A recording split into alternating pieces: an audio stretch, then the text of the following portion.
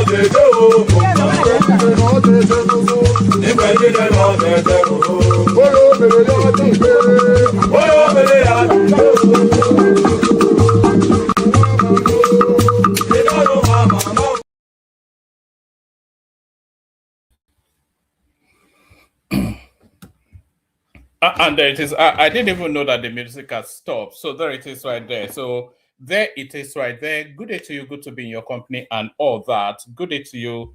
How am I coming across on this thing? Well, it is what it is, I suppose. Is that better? All right. Good day to you. Good to be in your company and all that. Good day to you. Let me make sure that this thing is not. I just tilt it and bend it back a bit. Yeah, good day to you. Good to be in your company and all that. Good day to you. Hope you a happy new year as well. So there it is right there. So we've made it over into another year. So we've made it over into another year, and hopefully, prayerfully, this year will be a glorious year for every single one of us, myself included, especially myself, and you might well say especially you too.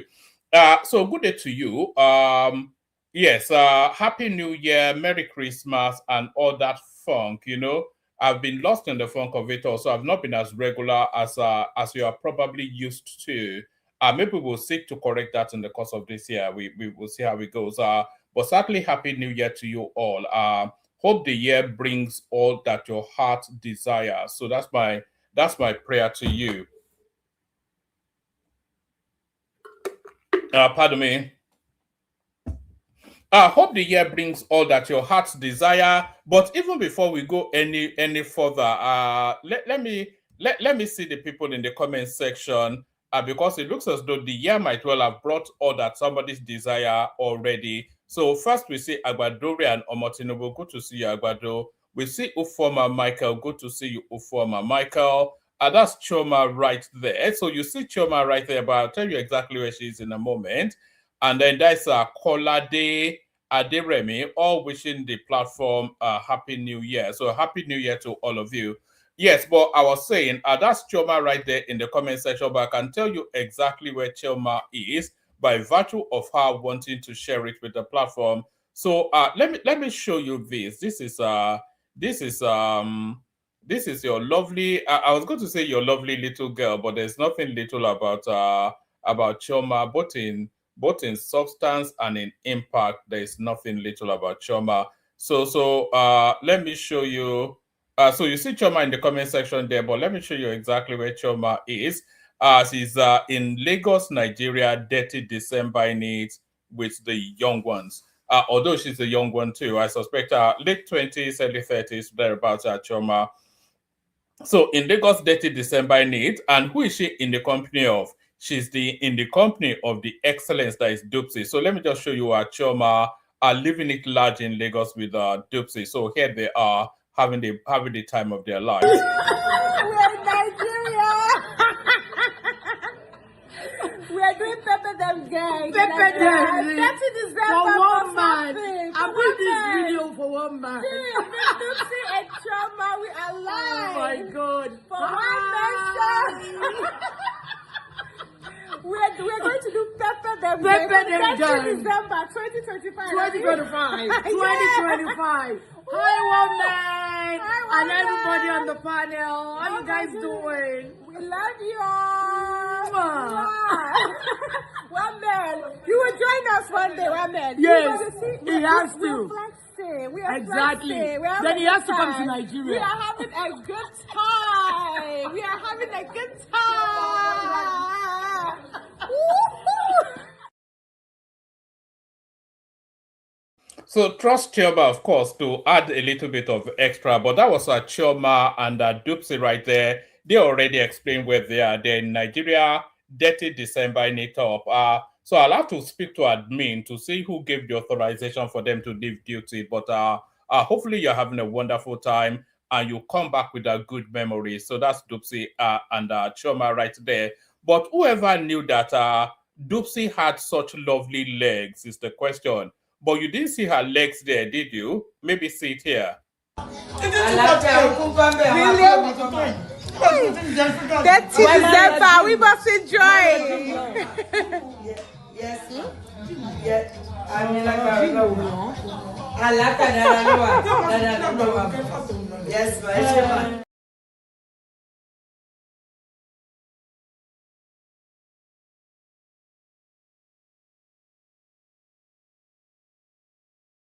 Oh, I was saying, look at the legs on Doopsy. Whoever knew Doopsy had such lovely legs. Hopefully, Mr. Doopsy sent a bodyguard with her. I don't trust those Lagos rascals. But good day to you. Two left legs, you know, Sabi anything. Doopsy looks like a 23-year-old hot babe, just a debutante. So good day to you, good to be in your company and all that. Good day to you, good to be in your company. Happy New Year to you and all that. I think we've done all that. The protocol remains the same. Click on the like button just as soon as I invite you to do so. Please do so. Click on the like button. Click on the like button. If you're not already subscribed, please subscribe.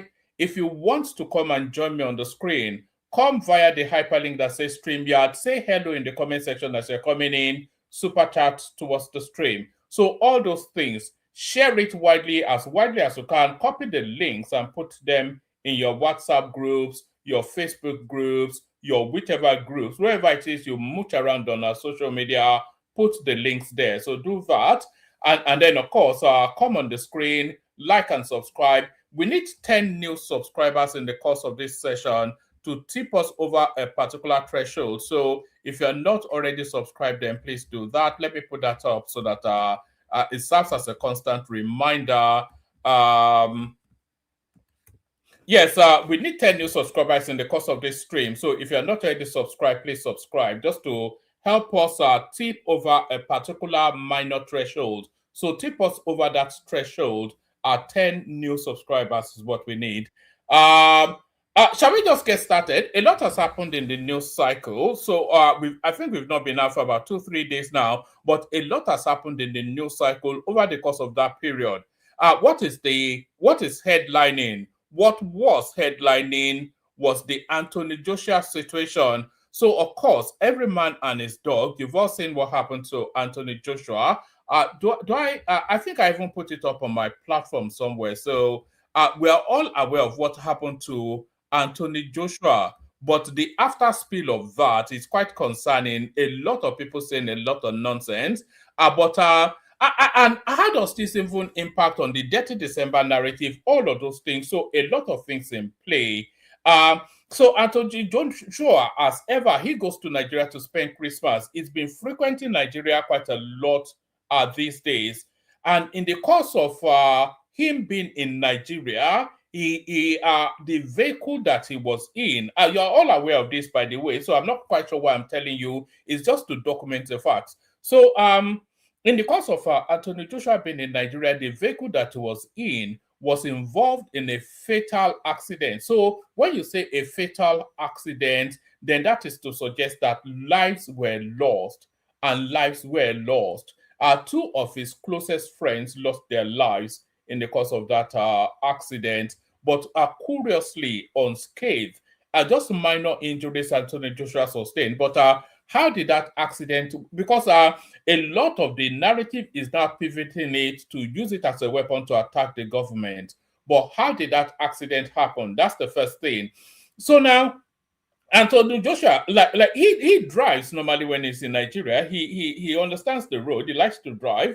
But in this instance, he was being driven by a driver. And then in the course of, I think he was headed to Ibadan from Lagos or something like that. He was on the Lagos-Ibadan Expressway. And then in the course of them setting about their journey, the driver was going at some speed. And then the driver tried to overtake the vehicle in front of him. But then I said overtake. But what the driver did was to actually undertake. So there is a distinction between overtaking and undertaking. So undertaker is not somebody that carries, it's not to reference somebody carrying somebody to. So it is in driving, there is overtaking and then there is undertaking. So what's the distinction between the two? So on every road, there's usually 2 lanes on every road, except for a single lane road. But on a major carriageway, there are two lanes. There are 2 or more lanes. So now a lane is dedicated to the steady speed, the recommended speed for that road. So a lane is dedicated to that. And then lanes outside of that, they are dedicated to people overtaking the vehicle ahead of them. So it's essentially for overtaking or people that want to go at a slightly greater speed. So there's that lane dedicated to that. But at this particular, and then there are side lanes as well for broken down vehicles, etc., for them to park off the road to wait for an emergency service. So that is the construction and the structure of a road. But this particular driver driving Anthony Joshua, rather than him to overtake on the side that is dedicated to for that purpose, rather than him to overtake in the overtaking lane, he tried to overtake in the side road, the lay-by, where broken down vehicles, etc., were meant to be. And that was the cause of that accident, because in the course, and it was going at great speed. You could see from the carcass of that vehicle, you could see that he was going at great speed. So he undertook rather than overtake. And in the course of that undertaking, he came across a vehicle that was stagnant. I think it was a articulated lorry or some heavy-duty vehicle. He ran into that vehicle at that great speed that it was carrying, and subsequently the accident happened. So the accident is not a consequence of the road, but a consequence of bad driving. The Federal Road Safety Corps have already come out to speak to us about this. So it's not a consequence of the road structure. It's a consequence of bad driving. So that's the first culprit.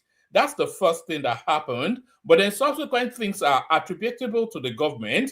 But the one thing that could have changed that accident, the two things that could have changed that accident was for that driver not to be going at that speed. That's one. And then for him to overtake in the dedicated overtaking lane rather than overtake in a lay-by side and off the road overtaking to run into a stagnant vehicle. So there's that.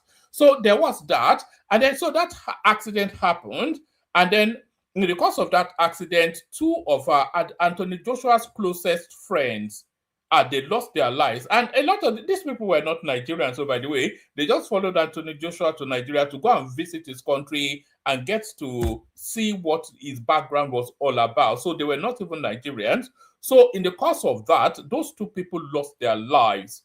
So now, when the rescue came, the rescue did not come in a formalized, practiced, government-facilitated rescue. So there was no ambulance, there was no emergency service turning up, there was nothing attributable to a planned structure for accident. And that's one of the Lagos-Ibadan Expressway, by the way, is the most trafficked road in Africa. So it's one of the most, in fact, it is the most important road in Nigeria because it's the gateway from the sea to the rest of the country. So it's a highly important road, but they don't have the necessary furnitures to make that road work. So what do I mean by furnitures? Road management, emergency service, lay-by for trucks, and all of these furnitures that you see around roads that makes the road run smoothly. They did not have any of those furnitures there. And as a consequence of that, the fatality. And then when Anthony Joshua was being rescued, it was being manhandled. It was handled physically. It was made to stand on his feet. And then it was ushered here, there, and everywhere. So the whole, in fact, we're a laughing stock as it stands now because the images went around the world, and in all of the news that I have been monitoring where I am, the only narrative now was how badly handled the rescue was. So there's a lot of stories wrapping around that. Of course, the story also wraps around Peter Obi defecting to the ADC. What does that even mean? And by the way, can people please like and subscribe? So the story also wraps around Peter Obi defecting to the ADC. What does that even mean? And how does that impact on our politics to come? So Peter Obi defected to the ADC, and this was how it happened. 5 minutes.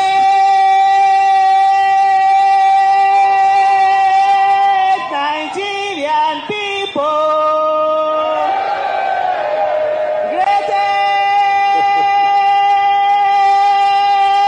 Nigerian people. Of the greatest, of the greatest, of the greatest, of the greatest, of the greatest, of the greatest, of the greatest, of the greatest, of the greatest, of the greatest Nigerian people. Good day to the high table. I've been given 1 minute. Yes. You know, whenever it is, I can speak not only for Nigeria but also for Africa. But today we had a guest leader who said it's all about unity. It's all about unity. We are united with the insecurity that affects every part of the country. We are united with the lack of employment. We are united with the things that are not working. The next time they tell you we are not united, remind them that the problems that face all of us, we all get it. And so, therefore, we will put our hands together to make sure that Nigeria becomes an amazing country, a great country, one that we all will be proud of. And today, Nigerians have decided that they are going into the African, right? Give me the second one. Give me the third one. There is a reason why there is no party there. It simply means this is not the time for jollification like you would usually see. This is the time for Africans, Nigerians. Nigerians will lead the way. And this is the time for us all to come together and have that Congress. African Democratic Congress it is. ADC! There it is right there. And that is the public face then of hypocrisy. So here, do you remember this same lady telling us that if Peter Obi ever lines up with Atiku, that will be the last time that she will ever endorse him? But she was actually the MC of that occasion. So she was the MC of that occasion, and this was how the occasion panned out. Watch this. And by the way, you can super chat. I'm not seeing any super chats come through. Can people not super chat? With party politics, the former Labour Party presidential candidate, Mr. Peter Obi, has defected to the African Democratic Congress, the ADC. According to Mr. Obi, the defection demonstrates his commitment to a unified Nigeria and quality leadership. Speaking during a political press conference organized to announce his defection in Enugu State, Mr. Obi says that he is optimistic that the ADC government will address insecurity, corruption, overtaxation, poverty, and create wealth among the teeming Nigerian population. The events brought together the leaders of the party across the nation, including former Senate President David Mark, Enyinaya Baribe, Aminu Tambuwal, former governors from Southeast, among other party faithful. Today is the last day of 2025. So we are ending this year with a hope that in 2026 we will begin a journey of rescue of our country. For proper socio-economic development that will be unifying and inclusive. We have all watched those who benefited from our democracy sometimes now become accessories to destroying our democracy, either through coercion and gangsterism against the opposition. We cannot allow this to happen. We will resist it. We've now seen people who benefited in our democracy be part of celebrating electoral fraud publicly. And we are saying that those who are planning to rig the election enacted by every means lawful and legitimate.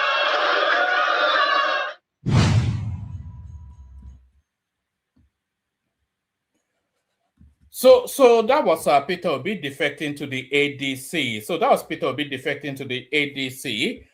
He gave us the assurance, of course, that he would never leave the Labour Party. As early as last year, he was not last year, 2024. We're in a new year now. As early as as 2024, he was giving us the assurance that he would never leave the Labour Party, that he was going to carry the Labour Party flag into the 2027 elections, but he has now defected to the ADC. But what does that mean? That's the question. What does that mean? So Peter Obi joining the ADC signals that Peter Obi has jettisoned his presidential ambitions in order to subordinate himself to Atiku Abubakar. That is what that means. So why am I saying that? The ADC is entirely a special purpose vehicle for Atiku Abubakar's presidential ambition.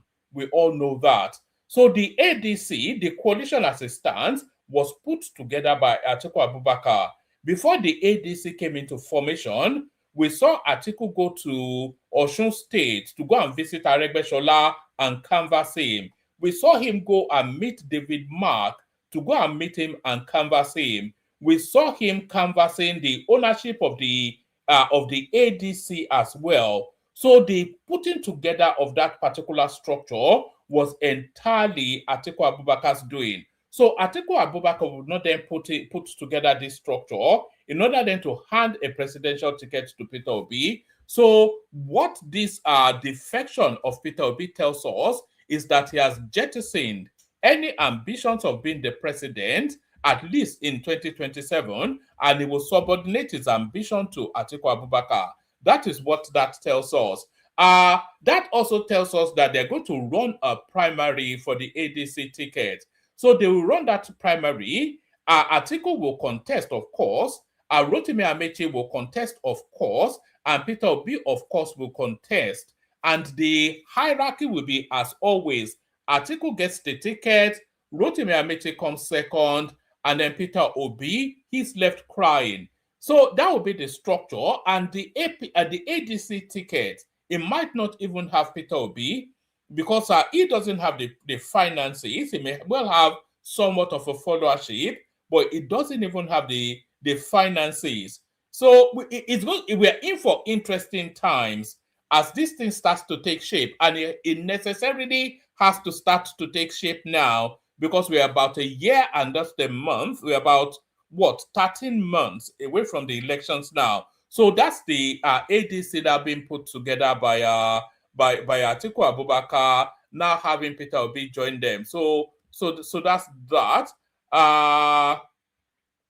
And here is what the Labour Party thinks about it. Labour Party breaks silence after Peter Obi's defection. We made a big mistake in 2023. So here is the good riddance. This is where the title of the session comes from.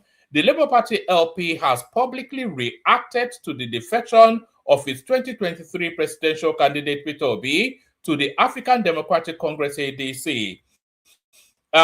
In a shocking statement released on Wednesday, December the 31st, the party described its exit as a relief and admitting that the party erred in its choice of candidate in the last general election. So here is Julius Abure putting the vote in. The statement released via X and signed by its National Publicity Secretary Obiora Ifo, the party said it had long parted ways with Obi and some of his supporters, adding that his formal defection only confirmed an internal split that began months ago. The Labour Party leadership said it was unsurprised by Obi's decision to leave, noting that the party had expected the move since September 2024. For us in the Labour Party, we wondered why it took them this long to make the move. For us in the Labour Party, we wondered why it took them this long to make the move, because we have since September 2024 parted ways with Peter Obi and some of his blind supporters in the National Assembly, the statement reads. According to the party, Obi's defection has liberated the Labour Party and should be seen as a blessing rather than a setback. We have patiently waited for this day. The party is finally liberated by this defection. And as party leaders, we count it as a blessing. The party blamed its prolonged internal crisis on Peter Obi and Abia State Governor Dr. Alex Otti, accusing both men of sponsoring actions aimed at destabilizing the party leadership. So if we pause on Alex Otti for a moment, Alex Otti has actually come out in the media to say that he's not joining the ADC. So Alex Otti is not joining the ADC. Sorry, let me highlight the encouragement for people to subscribe. So Alex Otti is not joining the ADC, and the Labour Party want him out. So where does that leave Alex Otti? Alex Otti at some point will be joining the APC. That is my own speculation to that space. Alex Otti at some point will be joining the APC. I cannot see it other than he's no longer off the Labour Party. The Labour Party have made it clear that they don't want him there. And so to all intents and purposes, he's partyless. He has told us that he's not joining the ADC. We know that the PDP are cutting him heavily, but we also know that he has a warm and respectful relationship with the presidency. So ultimately, Alex Otti almost certainly will join the APC. And another defection as well to look out for, that will happen over the course of, certainly within this month, January, that we're in now. All of the lines have been dotted now for what's his name, from Kano State, Kwakwanso, to join the APC. So Peter Obi joins Atiku, Kwakwanso joins Tinubu, so that counterweights each other by my own reckoning. But that is how the politics is positioned now. Let me bring people up just to start to create a conversation. We got Tony with us, we got Folly with us, we got World Peace. If anybody else wants to come up, come up. So happy New Year to you, gentlemen.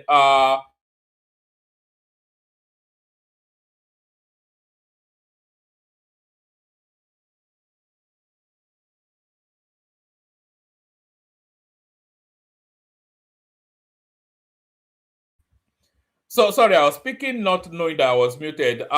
So let's kick it off with Folly, who joins us. We've got Folly, we've got Tony Africa, we've got War Peace. Anybody else that wants to come up, come up.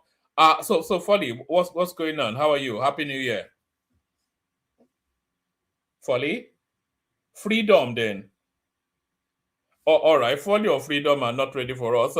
Let's see if War Peace is there. War Peace, are you there? Konnichiwa. It may well be a very short session if nobody is speaking. We've got Tony there. Can anybody actually hear me? What's going on? Yeah, we can hear you.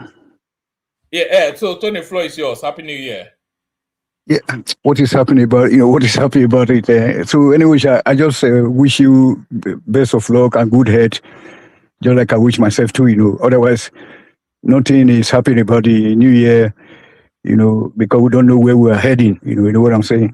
I sent you one of our past, one throwback from one of our show earlier on in February, where I was having a big battle with you and Patrick, over the lack of, when I said that there was no government in Nigeria. About the Anthony Joshua situation? Yes. Right. Due to the lack of, not single, just woman. I couldn't just say, just too crazy. Like if back then, secondary school said they used to have an ambulance, or first aid center, like people to administer. But they do have an ambulance. Now, are you going with the narrative that they don't? No, we have no ambulance in Nigeria. That was why I sent you that audio presentation. You know what I'm saying? You see that I do keep the records of our shoes here. Hold on. Yes, sir. Hold on. Yes, sir. That doesn't even make any sense. Now, you can't say we don't have ambulance in Nigeria. What we do now? We have not. We have not. We have none. Why would we not have ambulance in Nigeria? Yeah, because we don't have a government. My God. We have gangsters that are warlords. It's very bad to start with you, like starting with me today, but I just want to calm down, okay? Please, sir. I decided to just join your show today. I said, let me just come in, because I'll be away for a while, you know what I'm saying? The first thing is that it's high time that we in abroad that are living in human society, not like those bush animal forest society. We should be speaking with one voice, and then start calling spade a spade. Let us all agree that there's nothing like a government. Because if you have a government in Nigeria, there will be light, there will be security, there will be at least ordinary ambulance. Anybody can be sick. One man. You know what I'm saying?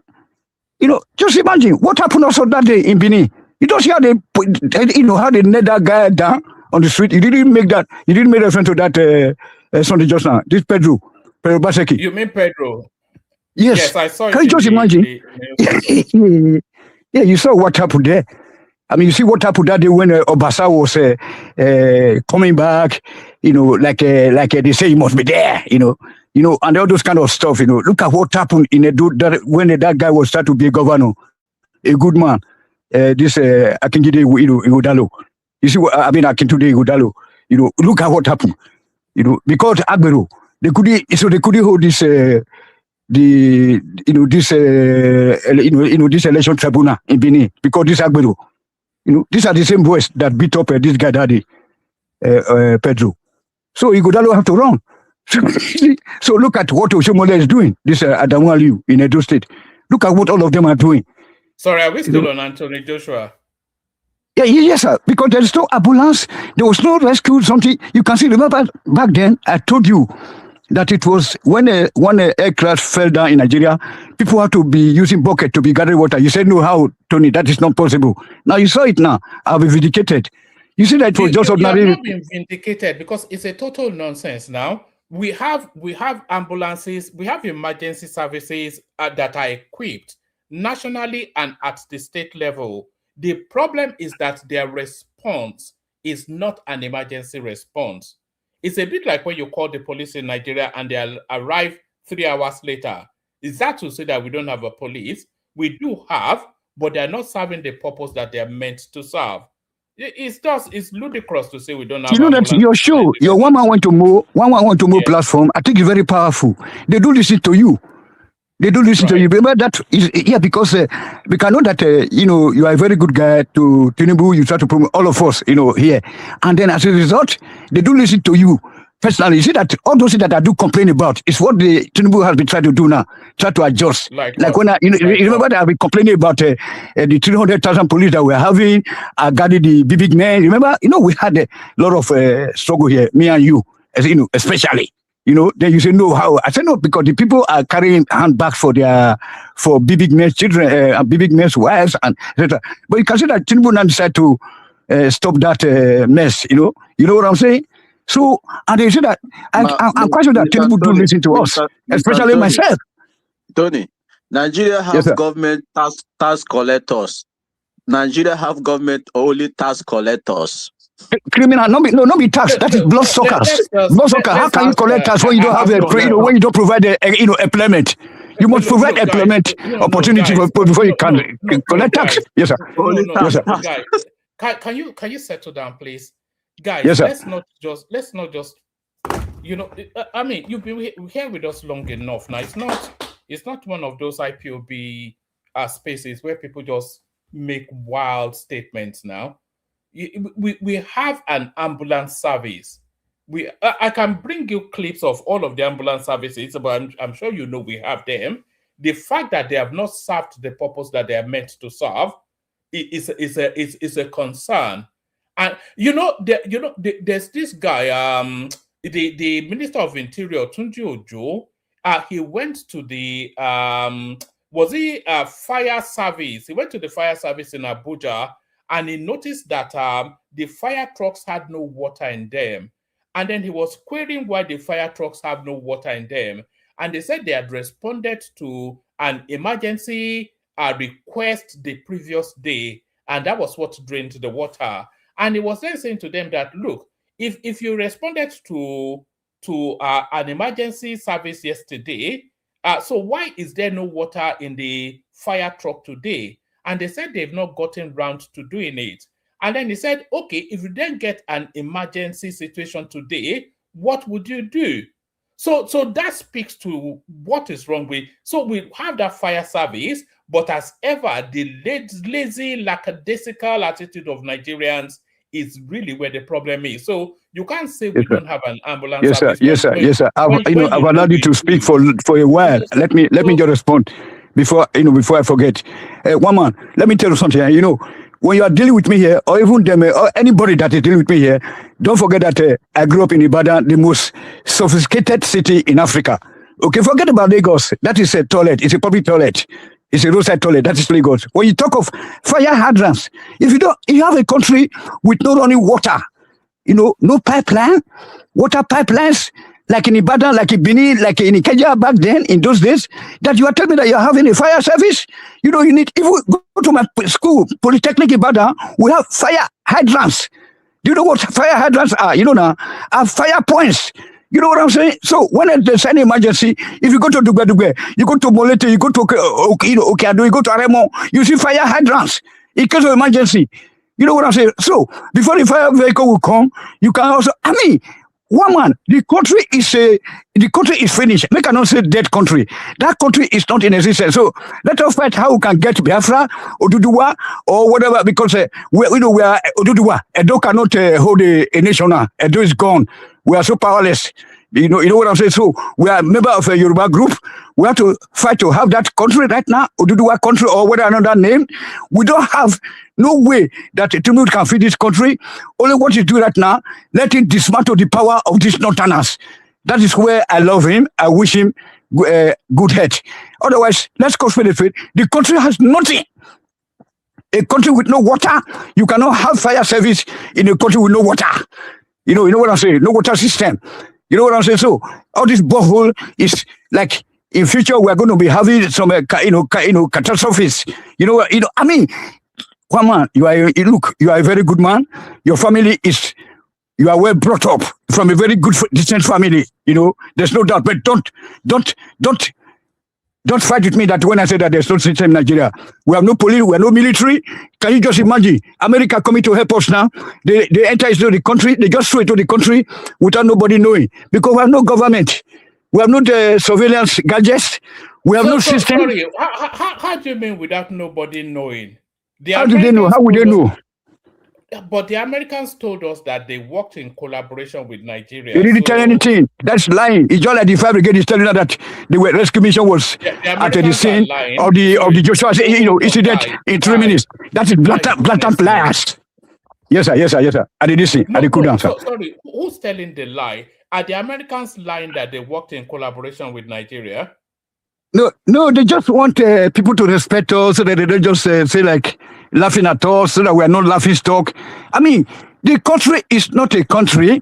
The citizens are running into the desert. They are dying like chickens, like worms, like rats, like nonsense. Like you go to Burkina Faso, Nigerian children are being used as prostitutes.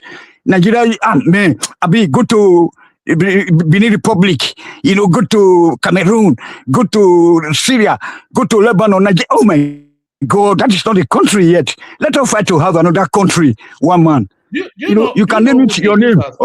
Hold on. Do you know who they use as prostitutes in Europe? No. Those ones are better pass now. No. Do you know who they used as prostitutes in Europe? Ukrainians. You can tell me, please. Ukrainians.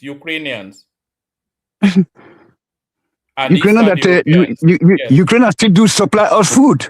Even during they are at war, they still supply us grains. Oh my God. I can't believe what is happening to, the calamity. I'm trying to establish some sort of logical consistency in anything that you are saying. What's the logic? Are you saying that, look, I can agree with you that things are not working, not even optimally, but things are not working at any acceptable level in Nigeria. I can accept that. I think anybody saying otherwise is just being stupid.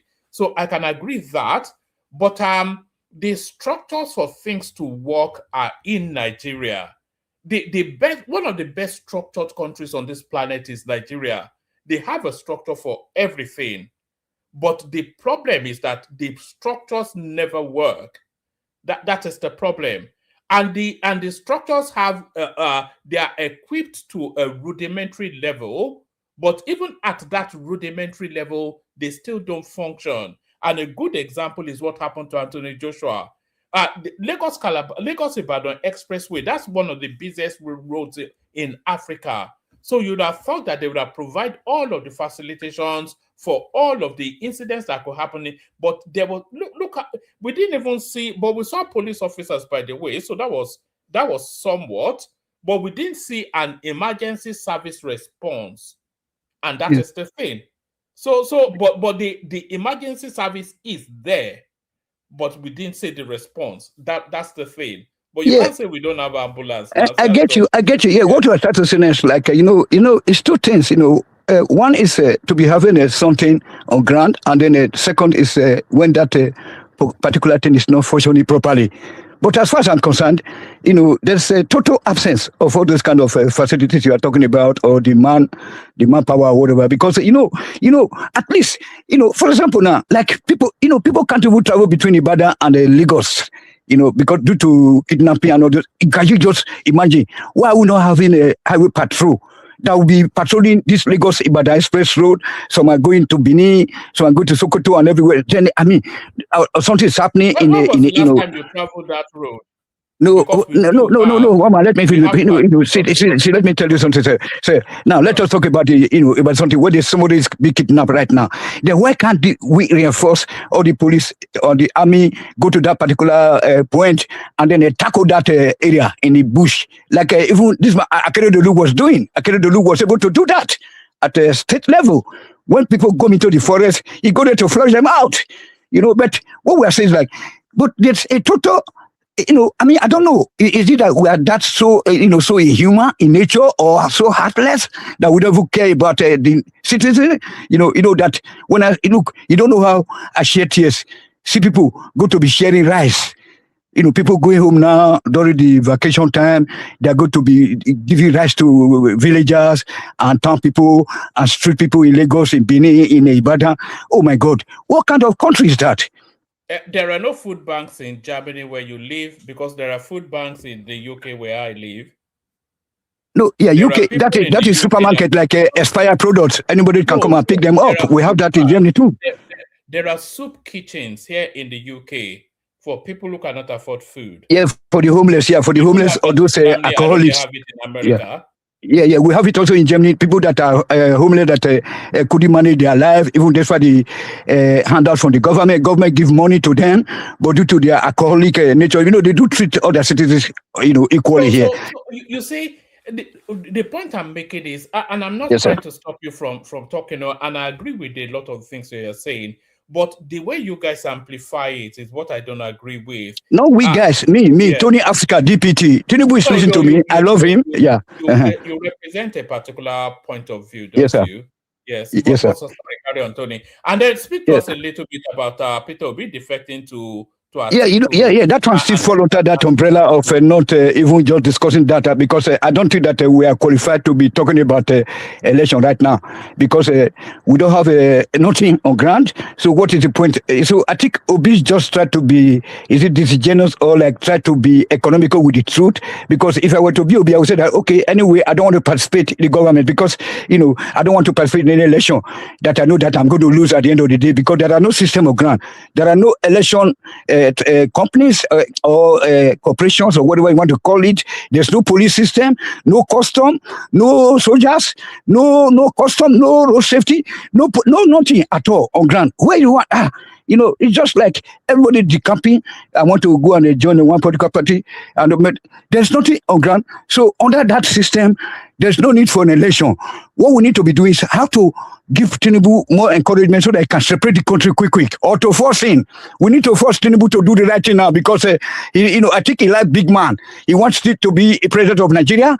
This nigger area that is a British Royal Niger company. We don't need that now. Let Tinubu write his name in the Sound of Times, or Sound of Time, and so that he can say, I was able to divide this Nigeria like Pakistan and Indians did. We don't need to fight each other. That we are not the same people. we and the Northerners are different people. So let us separate the country peacefully. Let us give them whatever is due to them so that they can carry on with their life, and then let them start to live like in Pakistan, in Afghanistan, in Iran or whatever they want to live like, but we cannot live together as these people forever. I mean, anybody just try to say that we need to be united. It's just the people are mad. They are crazy because that country, there's no foundation.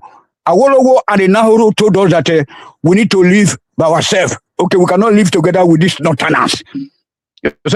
So the Southeasterners, they are good people. Maybe we can be able to, so we wouldn't hurt each other if we choose to live together for a while. But with the Northerners, it's not possible. Let us separate the country. Let us help Tinubu. What the hell are they talking about? You carry some forestry guy, trade them in Lagos, you send it to Sokoto. For what? To go and be in the bush that they don't know anywhere there in the village? You want to go and kill our people? The soldiers are being compromised. A brigadier general was killed last 3 weeks ago. What the hell are you talking about, a woman? So that country, there's no need of planning to have any election at all now. Let us direct our energy towards having that to do one nation or whatever we want to call it. You know what I mean? At the end of the day, we and the Edo State, Kwara State, Kogi State, and all this Undo and Oyo, we have to form a country now, quick. You know what I'm saying? With Delta State. So we don't need to be talking about election right now. It is insane to be talking about election in the midst of all this, workability of this Niger area you call Nigeria. Or Nigeria, Niger area country. It's not a country that you don't expect you cannot make anything happen there in that country. You know what I'm saying? That's it, sir. All right. Yes. I want to play. Hold on. I want to play Tony a clip. So I want to play you this clip. Tony, give a brief response to it, and then we go to War Peace. War Peace, I called you earlier, but you were not there. Watch this, Tony. What would you say if I told you that there was a country that has arguably the world's oldest democracy with full participation of all of its members? What would you say if I told you that there is a country where a group of people has the oldest written constitution featuring guarantees for individual freedom and due process in the world? What would you say if I told you there was a country that featured full participation of women in its political system, both to vote and to govern? And they started doing this when Europe was in the Dark Ages, in the 800s. What would you say if I told you this very same country has the greatest number of doctors living in the United States of America per capita than any other nation in the world, making America better, building tech companies in the United States to help the people back home? Would anybody be able to guess that country was in Africa? Would anybody be able to guess that country is Nigeria? Because it is. That's Nigeria. So when you say why Nigeria, it is almost a fool's question. One of the greatest nations that has all of these things going for it, and yet we constantly turn our back on Nigeria. Shouldn't we be favoring this nation? Shouldn't we be more attentive to this nation?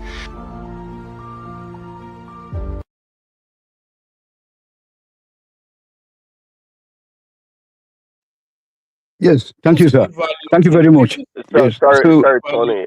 No. Let me just respond, and then I will drop. Let me respond. So I thank you very much, woman, for saying that. So you are now referring to the Edo people and then the Yoruba people. You know what I'm saying? Because we are the pioneers of that civilization.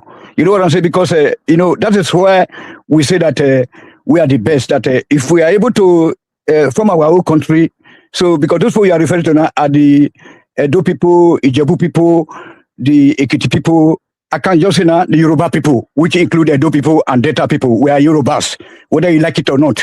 No Edo person can come here and say that they are not part of the Yoruba group. You are not, Yoruba is not a tribe.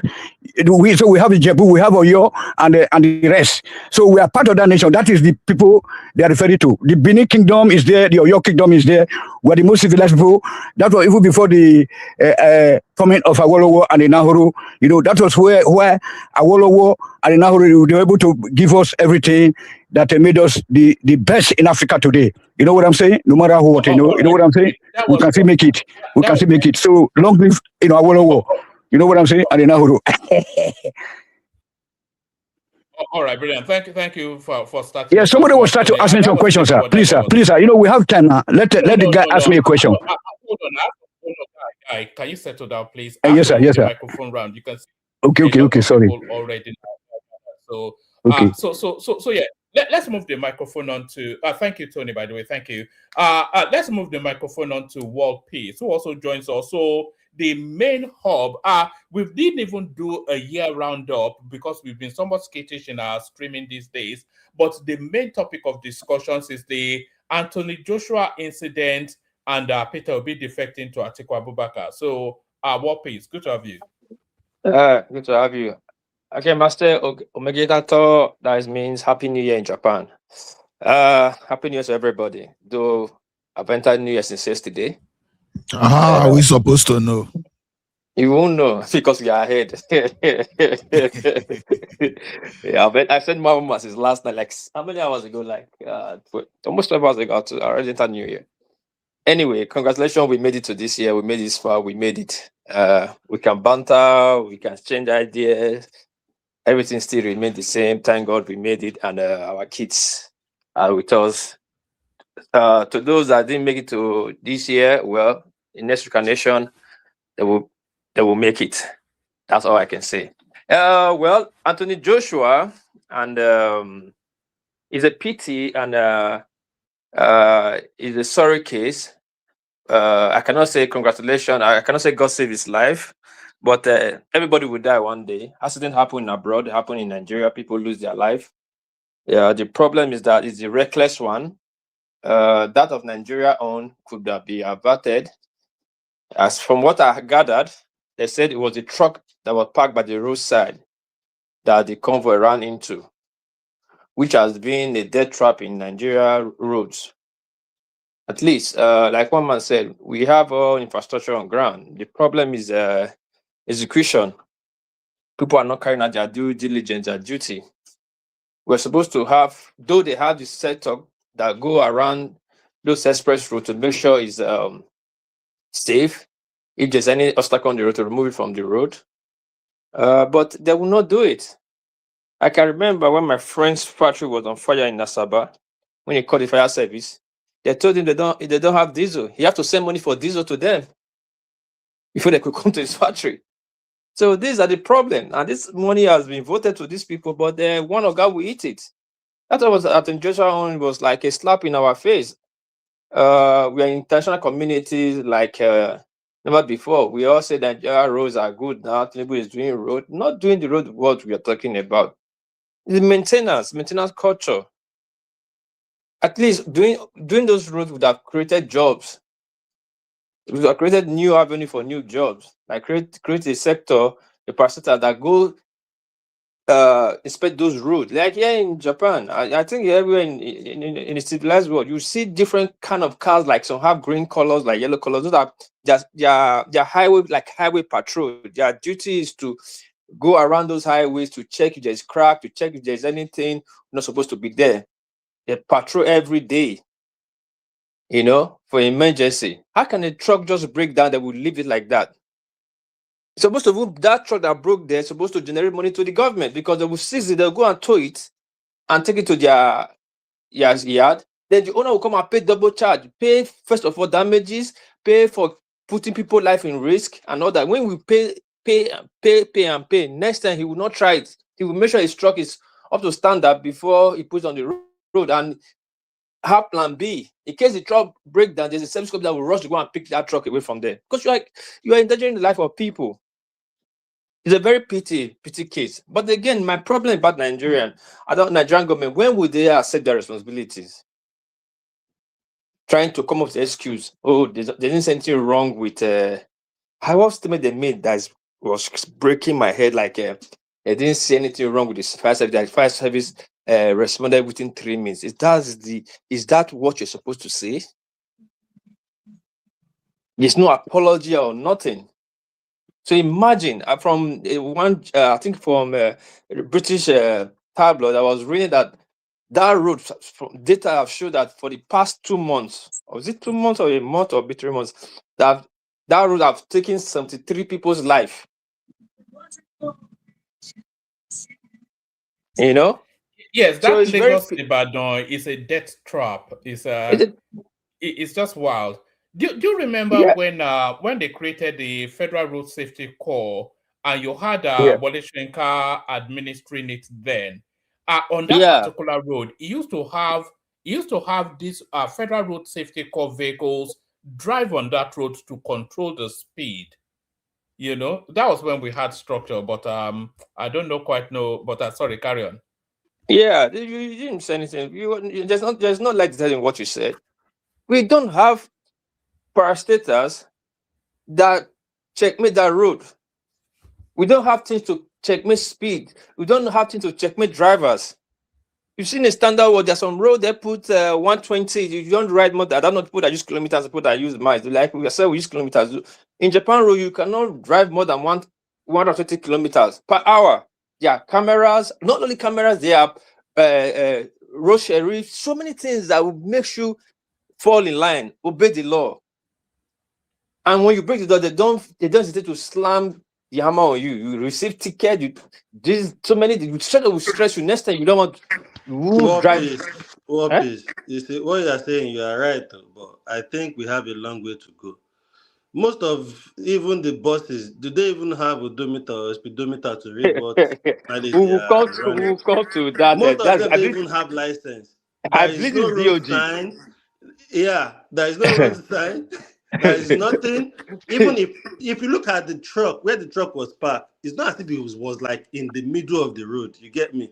But that should have been like something like a cone or caution, like a mile to the truck to make people know that, okay, something has broken down, there is a road walk ahead or something. That should be something that make people, that will allow them to know that, okay, something is closed ahead, that is a bit on the road, or, you know. So there is a lot of things that is just wrong with that situation. And I just hope people will start waking up to do their job in that country, because a lot of people are in the position they don't even know what they are doing there. Sorry, carry on. It's okay. What you said, you're not far from the truth. But the problem is that this will not serve as a deterrent to them. They don't care. They say the government is the true reflection of the people they govern. We are the people are more worse than the government. They don't care from the parasitic, from top to bottom. We need a serious reform, serious one. You said that some drivers are driving, they don't have brake pad in their car. In their cars don't have brake pad. They are using clutch to hold brake. And they'll be on the road. They're saying a lot of those truck drivers don't even have driver's license. Yes, now look at that Dangote owner that killed that that content maker, that girl was a Fina sister. It's not when that one that exposed them, when the truck ran into the Naunchi, in 4 days, the truck have killed more than 10 people in that road. That Fina owner exposed that the guy that gave the truck to, the guy was explaining, not like that we were told, we were watching on live when they caught the driver. He was explaining that he just started driving the truck recently. He don't have a driving license. Just like a truck boy, motor boy to drive before. Now you have graduated. All right, well, please take us to Peter Obi. Give us a little favor on Peter Obi, and then we'll move it around. We do 5 minutes, and then we open it up. Yeah, Peter Obi. Well, who is surprised that Peter Obi is moving to ADC? You know, I've said it before. Nigerian politics or politicians or parties, they don't have opposition. They just have people with bitterness, interest, and hate. And the politicians are doing it for their self-interest. And people are fighting and killing themselves for these people.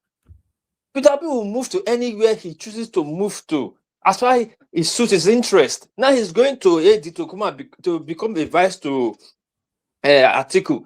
Now, what would your obedience say? The annoying part of it and the shameful part of it, these people don't have shame. They won't say anything wrong with that. They can't question their principal. Why are you doing this? Rather than we say, oh, it's all about win. It's a step in the direct step, the nice step with direct direction. How to say the right direction. But they don't even have a stable state now in the ADC. I heard they have a problem in ADC. So I don't know how that's going to work. I don't know how Atiku and these people have this audacity. They think they can dictate for Nigeria. That's one thing that is annoying me. I don't see why Nigeria don't seeing it. Some few set of people or some set of people in certain region. What do you think of these chances are of getting the presidential ticket in the ADC?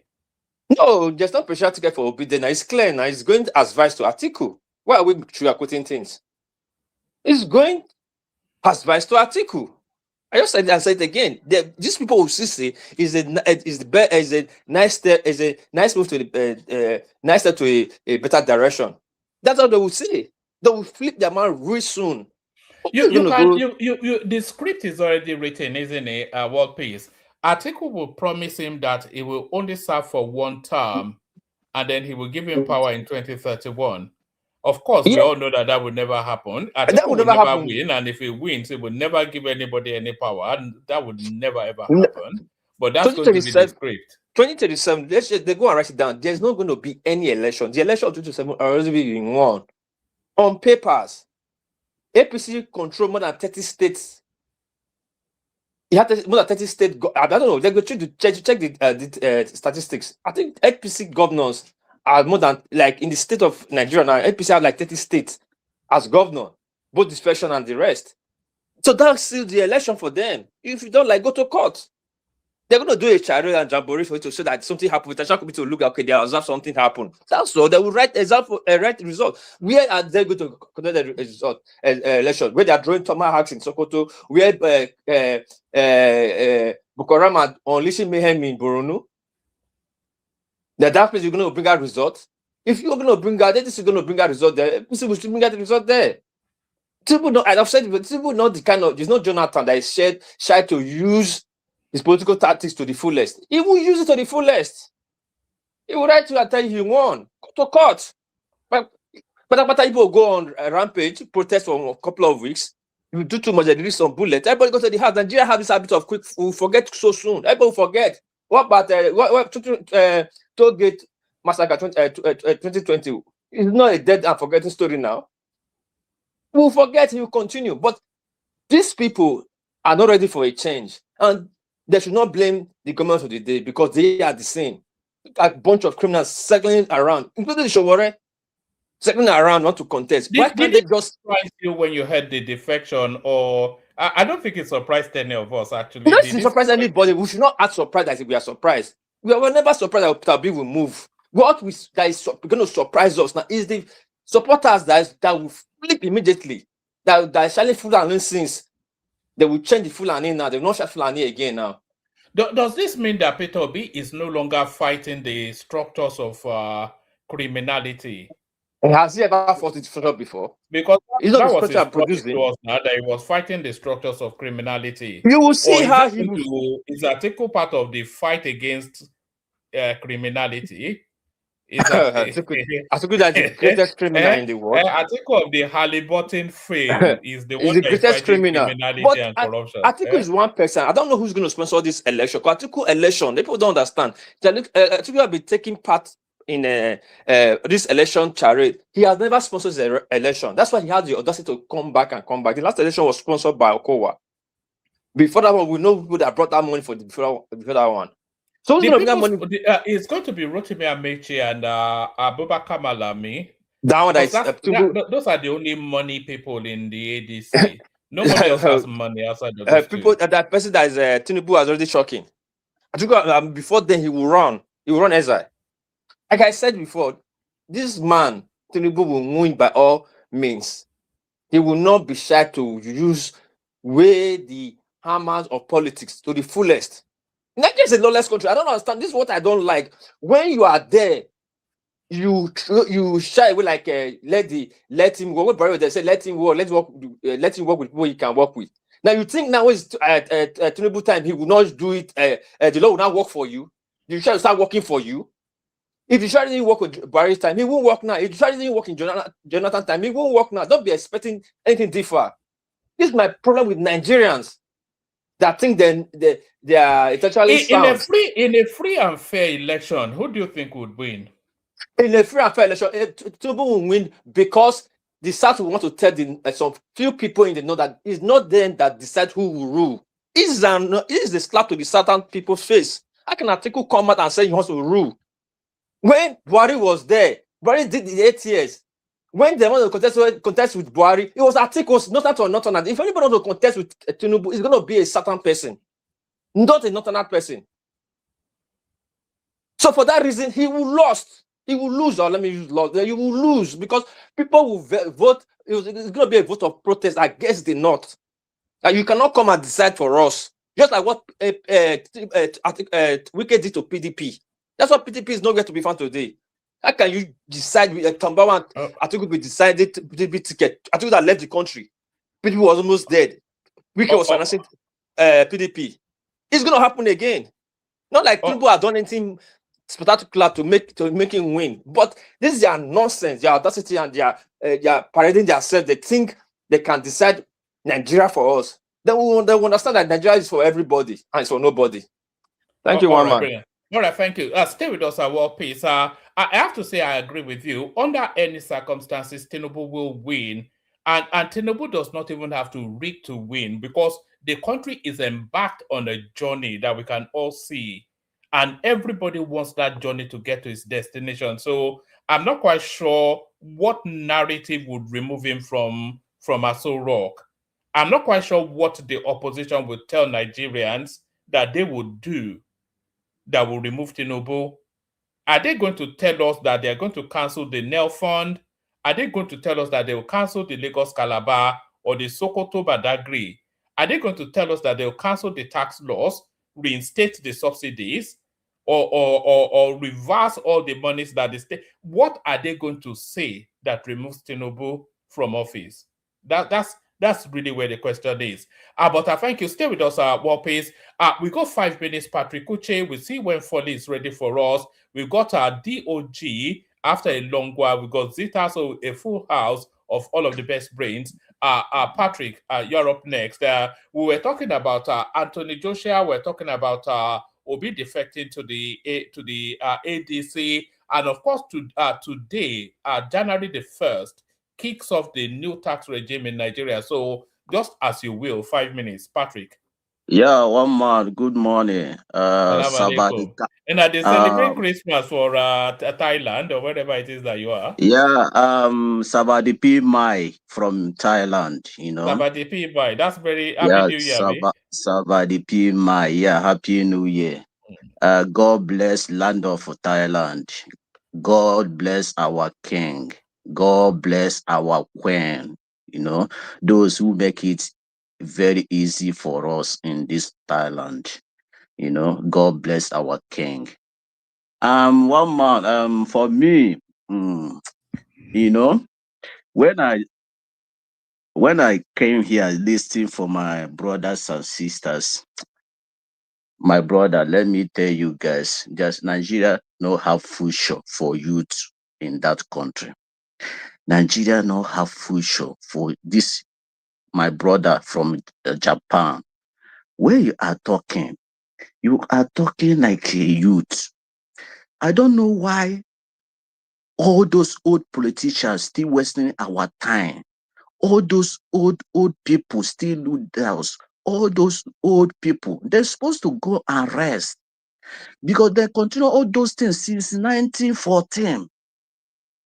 Nigeria is not going anywhere in this mindset because they don't have any future for us. Look at our brothers, a host pastor, was pastor, have accident. They carry him. Sit down for a car. There's no ambulance anywhere in that country. I'm shame for that country. There's no ambulance everywhere. A whole expressway. There's no ambulance. You see that accident caused because of road. Many potholes in that road. Because that drivers, dodging that pothole and jam that car, that container body. That wasn't what happened now, Patrick. Bro, I will tell you. Everybody knows what Wait, let happened. me finish. Let me finish. Let me finish. It wasn't dodging the When pothole. you It was drive, when on the speed, you see pothole. People, they can never tell you all those things. When you see that road, you will see bro, that road is good not now. Listen that to what road people is are not telling you well before you are maintenance. saying what you don't Wait, know. let me finish. That road That is good road, now. Lagos that Ibadan road is Expressway not is well good now. maintenance. It takes people You see less that? than Wait, the who hours is it used to talking take them now? to travel on that road. Let's be correct here, okay? Wait, We can talk about wait, my speed. brother. We Let can me talk finish. about the You're trailer wasting my parked time now. there. We're wasting my time. You are talking nonsense. That's why. I talk. Yeah, allow me to speak that nonsense. When I finish, you have questions you can Okay, ask me, land your please. nonsense then. Yes, when you see that road is not well maintenance. You see that road, that road is not. It's not like a expressway. When you come here, when you see highway, we know it's highway. And all this highway in this country, it cannot have accidents. Before 2 minutes, you will see more than 20 ambulance, 10 ambulance rush that place. Because they have the number, they have camera everywhere, they monitor that highway. So I don't know why people still. I'm pity for my people, all those youths in that country. When you see something, you cannot say the truth. Lagos Ibadan, Lagos Southeast Road, supposed to maintenance, supposed to be 6 lane. I spoke all those things before. That road is supposed to be 10 lane. That road is supposed to be 10 or 6 lane. And he told the road, Okada cannot enter there, Keke cannot enter there. All those trucks cannot spoil and park there. Highest 5 minutes, they will tow the car. I travel in this December. My brother, I have my car, I enter inside. The tire burst on the road by way speed before driver control that motor and park it one side. My brother, you know, reach 5 minutes. They come and change that tire for us. They will continue the journey in this country. But if in Nigeria, it will sleep you. I went to Nigeria. As I'm talking to you now, Kaduna State not have light from December to this new year. I bought generator 1.something million. In fact, that country is not working. Nigeria is not working. Nothing is working there. There's no hospital, no ambulance. Where you have accidents, you will die there because there's no hospital. No ambulance will come and pick you. So for P2B, the camping to ADC is a very good move, you know, because this is New Year. Anywhere you stay, if you know like that place, it can decamp, it can change over. It can change another place. It cannot use your old attitude enter this new year. P2B change and decamp ADC is a very good idea. I support it. So my brother and my sister, let us give our youth chance to lead that country because he cannot control all those old people. Doesn't have Is a Peter future. be likely to get the ticket in ADC, Patrick? Is he likely to get the ticket? Yes, if you see P2B yesterday, the camping with many peoples, many senators, House of Rep, local government, everybody follow him because if you see Atiku, so it's going to defeat Atiku to get the ticket. Yes, of if they do that primary election, P2B will defeat Atiku 100% because all those people will vote for him. In a party that Atiku created. Yes, not doing that. How many people Atiku, the camping with Atiku? How many senator? How many governor? How many House of Rep the camping with Atiku? You ask your they play now. That party was formed before because of Atiku, not because of any other thing. Stay there. Yeah, they will do normal primary election. And the party and it will dismantle after the election. Who takes it out to LP? Is it not Atiku that take them? You know, anyway. Yeah, they will do normal primary My brother Patrick. Patrick. Sorry, Tony. Let me tell you something, Patrick. As soon as Peter Obi announced that he's joining the ADC, it automatically places him as Atiku's vice presidential candidate. That's just what it is. It will never happen. Yeah. It will never happen because yesterday, if you see that occasion is yesterday, we see most of people there. Almost most of people is former governor, former senator, former governor, current senator, House of Rep. All those people, P2B, follow P2B the camp. It will never allow how many all Yoruba those people? happen. How many Yoruba people were there? There's many Yoruba there now. You don't see many Yoruba senators. Yes, there was there. Go and how check. Many Northerners? They are there now. They are there. And remember, 2027, you see APC will have a serious problem in that all those governor, the campaign, senator, the camp, they will have a serious problem. Most of them will decamp back to ADC because after primary election, you will see what's happening in APC. After primary election, you will know who will win that election. Patrick, most of people will decamp back. That is politics. Patrick, do you really understand that name called Atiku? Do you really understand that guy? That guy does not understand something called Atiku fairness. does not have any power. You see, only Wike fight Atiku, win Atiku. Where is Atiku today? That guy has been contesting as far back as 90s, if not 80s. You understand? So the same guy, when they made him vice president, he was from day one. He started plotting how to remove his boss, OBJ. That guy contested 2017, 2011, 2015, 2019, now 2023. And see, as long as that guy is still alive and is in the same party with Obi, una they play. If we really want to be, make Obi go from another party. My brother, let me tell my brother, it cannot do this. Obi should have defected to the ADC, to the my SDP, brother, it cannot continue doing. It cannot continue doing one thing every day. It cannot. ADC cannot take that thing again because Atiku cannot continue running. No. If you do it again, they will lose. Atiku is weak. You know, sorry. Do you know who the chairman of ADC is, Patrick? I know, David Mark now. Right. David Mark is an Atiku boy. No, he's not an Atiku boy. Arege Shola, the secretary of the party. Wait, let me tell you. All those people now, they mentioned the name. They know if Atiku win that ticket. He went to canvas them to join the party now. We saw it now. All those people now, they mentioned now, they know if Atiku win that ticket, they will finish. Nobody can vote for Atiku. They see it in PDP now. They will see it in PDP. They will never allow that short term happen in ADC. If they really want to be, they should just announce now that this thing is zoned to the south.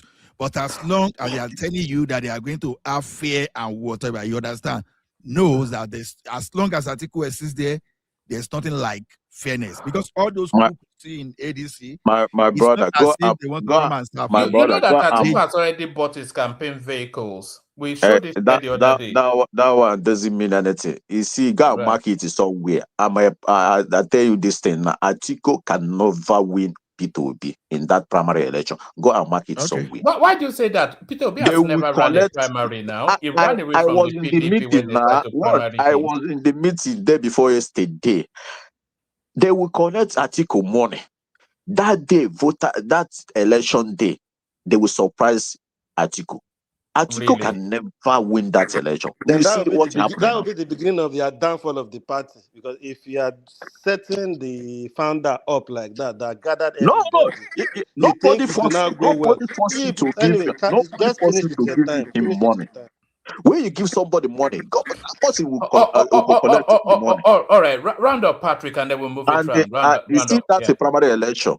They have only one boss that day. Everybody will put the pepper inside the one boss. It will never be two. Atiku can never know who vote for him or not. This guy no vote for him. You will see what's happening that day. They plan everything already. Peter Obi will win that article that day. We will see it. Peter Obi will be there in ballot, and he will win Tinubu. Because Tinubu does not have all right. any capacity to lead Nigeria. The one thing I will say, it exactly gives us content for the year, so we have plenty to talk You about. see, wait, let me finish. Let me round up. Finish, and then You we see, move on. Coastal Road, you are mentioned, that Coastal Road, if Peter Obi win that election, that Peter Obi will finish that Coastal Road. You see, But he told problem us it Nigeria. was a waste You of see, money now. He told us it's a waste of money. where he started the project, any governor where they come will finish the road. Where you see problem Nigeria have is legacy projects. Anybody came, you want to have legacy projects. That is killing Nigeria. First, maintaining the one you have. Now. Yeah, no. Peter Obi cannot do that. I know him.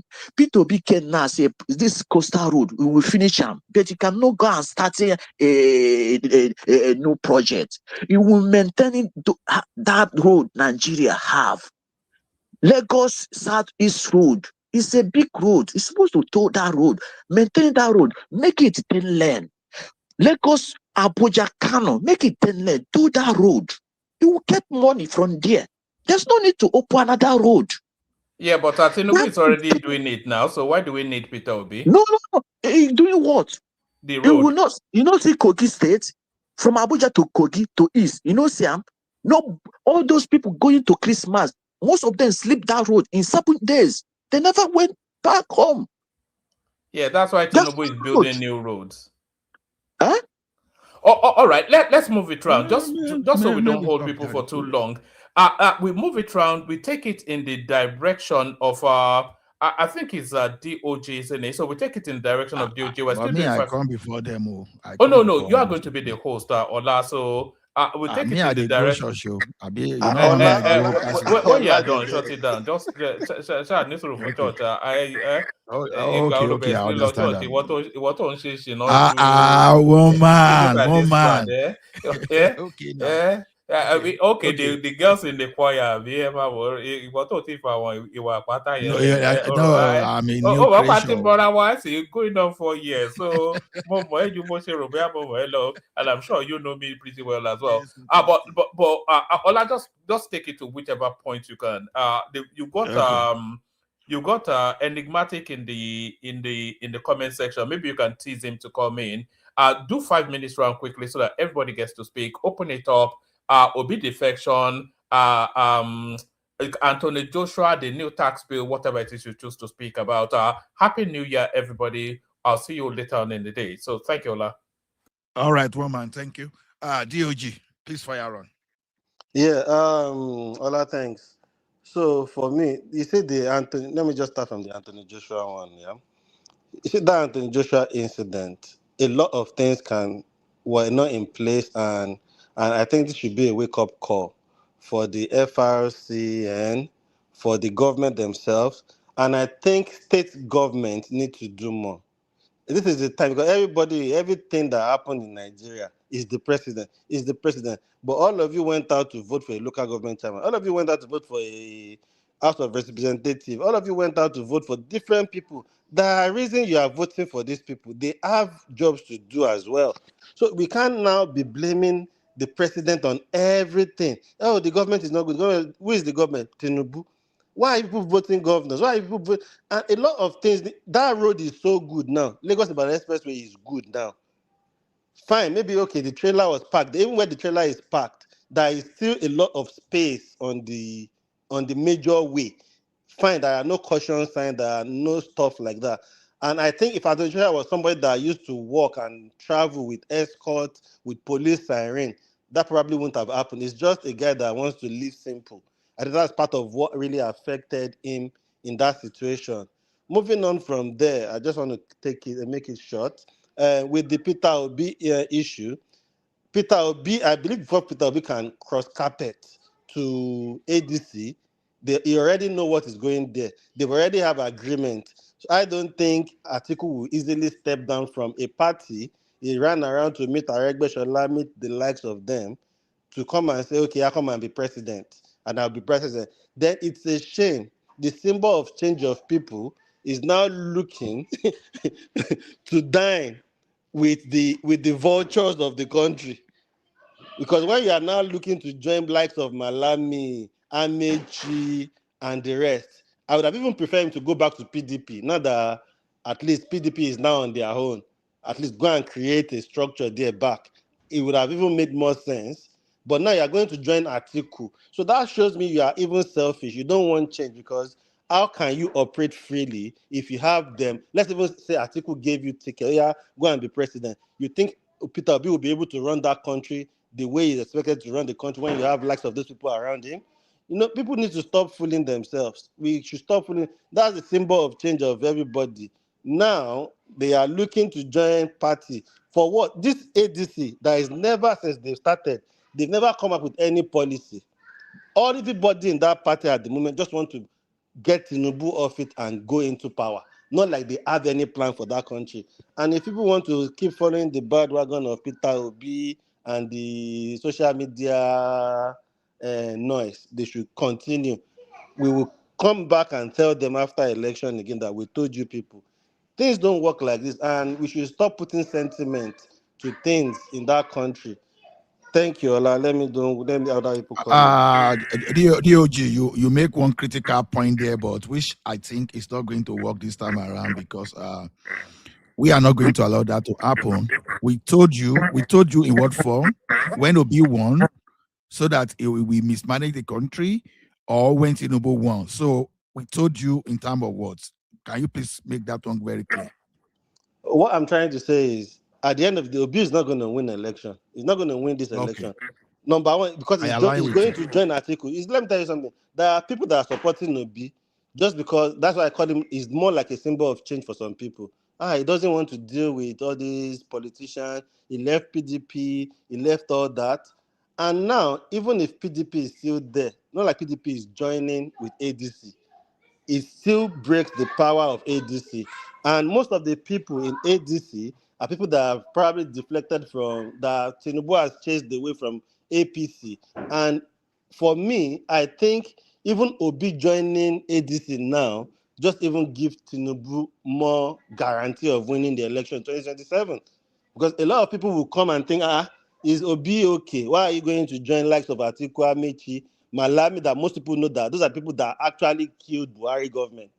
Those are people that didn't make the government even function properly. All they were busy doing was embezzling money. Those are the people your symbol of change want to go and, I know the chop system. So the people he wants to go and mingle with now. And when you dine with the devil, you know. So me, I just think it's the wrongest move for Obi. It should have started after the election to look for how to resolve the issue in Labour Party. But because he's not a good leader, I don't think he has that charisma of a leader. He couldn't do it. Now he's even thinking of he's thinking of joining a party. He's not looking to go back to PDP that now looks like if he's neutral. He's now looking to join ADC. That shows desperation for me. And that is why I say, when after the election, when Tinubu wins the election, that's what I'm trying to say. We will come back here and say, we told people that this will never work. There is no way Obi is joining likes of Atiku, and he's going to. That is what they are going to use to kill him in the campaign. So APC will use to kill him in the campaign. Okay, thank you. Yeah, before okay, let's move to another person. Freedom. Are you there? Because you are the Shure supporter here. If you are there, if you want to speak. Okay, maybe Baba see the pop. They celebrate New Year. Prince Daddy. I know it depends on your time. Are you in the Passover service already? So if you are there, do you want to speak? Do you want to speak to us? Can anybody hear me? Or am I speaking briefly. to myself? Okay, briefly, if you can hear me. Okay, we can hear you. Yeah. Oh, okay. What can I say? The Anthony Joshua situation was unfortunate, no doubt, and but I think apart from the truck being the problem, the truck was parked on the shoulder of the road, so it wasn't like like stationed on on the main road. So, but I think speed, according to the people, the officials that came, I think speed was part of the problem, and but maybe the excessive speeding was a part of the problem, and yeah, I don't know much detail really. Yeah, That's 100. what I You're heard of. right, 100%. You can see the impact on the car. That's why the car Right, was damaged. Yeah, its speed. exactly, So it and was on the elder shoulder. The truck was on the elder shoulder, not like it was on the middle of the road. You are correct, correct. exactly. Yeah. So they're not talking about me. I don't want to point a finger right now because it's unfortunate that two people died, but that's just the reality. It's there, and yeah, you can see the passengers the passenger uh did not have time to respond at all. That it shows how fast it must have been going, because when they hit the truck, they couldn't even swerve to protect themselves. That shows how fast they were driving. But that was unfortunate. With Peter B, quickly, Peter B, we all know, we said it many times, Peter B is not a builder. He likes everything done for him. He is going to ADC that Atiku has managed to kind of put together. So I'm not sure what exactly is going to happen. Atiku is going to hand him the tickets. Is that what's going to happen? Okay, we'll see. He had all the opportunity in the world to have do something wonderful with the Labour Party. But of course, he doesn't like to build anything. He does not have that skill nor not the incentive to want to do that. He's just poor. And such a person wants to be a leader of Nigeria. It's amazing. Uh, you know, I'd be surprised if he even gets the what do you call it, a VP spot with the ADC. I'm not sure why. Are we saying that Amechi has been working for Peter B all along? I doubt it. I don't think so. I don't think so. I mean, maybe he's trying to sell his constituents. Maybe the obedience as a 6 million plus voters, he can bring along. Maybe that's his selling point. But again, it will be quite interesting, really. It just shows Peter B is not a leader at all, and his supporters, um, I guess they can settle for a second place if he even gets the second place. That's unfortunate. So that is Peter B for you. I mean, what can we say? Um, even before now, I thought he wasn't going to end up in any party. Uh, According to what one man read earlier, it sounded like the Labour Party could not wait to get rid of him. Even someone like Abure. Who is Abure? Abure has no political capital, as far as I'm concerned, or anybody for that matter. Nobody knew Abure till this past election. So who is Abure that Peter B cannot manhandle? Who is Abure? Peter B is just a weak person. Peter B with his followership and everything he has, he could have found a way to finagle himself and get rid of Abure or do whatever he wants to do with the party. But he couldn't do it. He couldn't do it. So people like Patrick, I think Peter B is something, is nothing. Peter B is just nothing. But again, I don't blame him. That's who he is. He likes the easy way to get things done, and that's his personality. So that is fine. I think that's all I have to say. Thanks. No, Okay. Prince Daddy, sorry, Thank you. I want Prince Daddy to the issue of the tax. Do you think Nigeria should be this angry about the tax, or they should is something they should welcome? Even though I know that people that are challenges, people are struggling, I think it should be a welcome thing, because if you want good roads, you want good power supply, you want all these amenities, it's true tax. UK is making all these things happen with tax.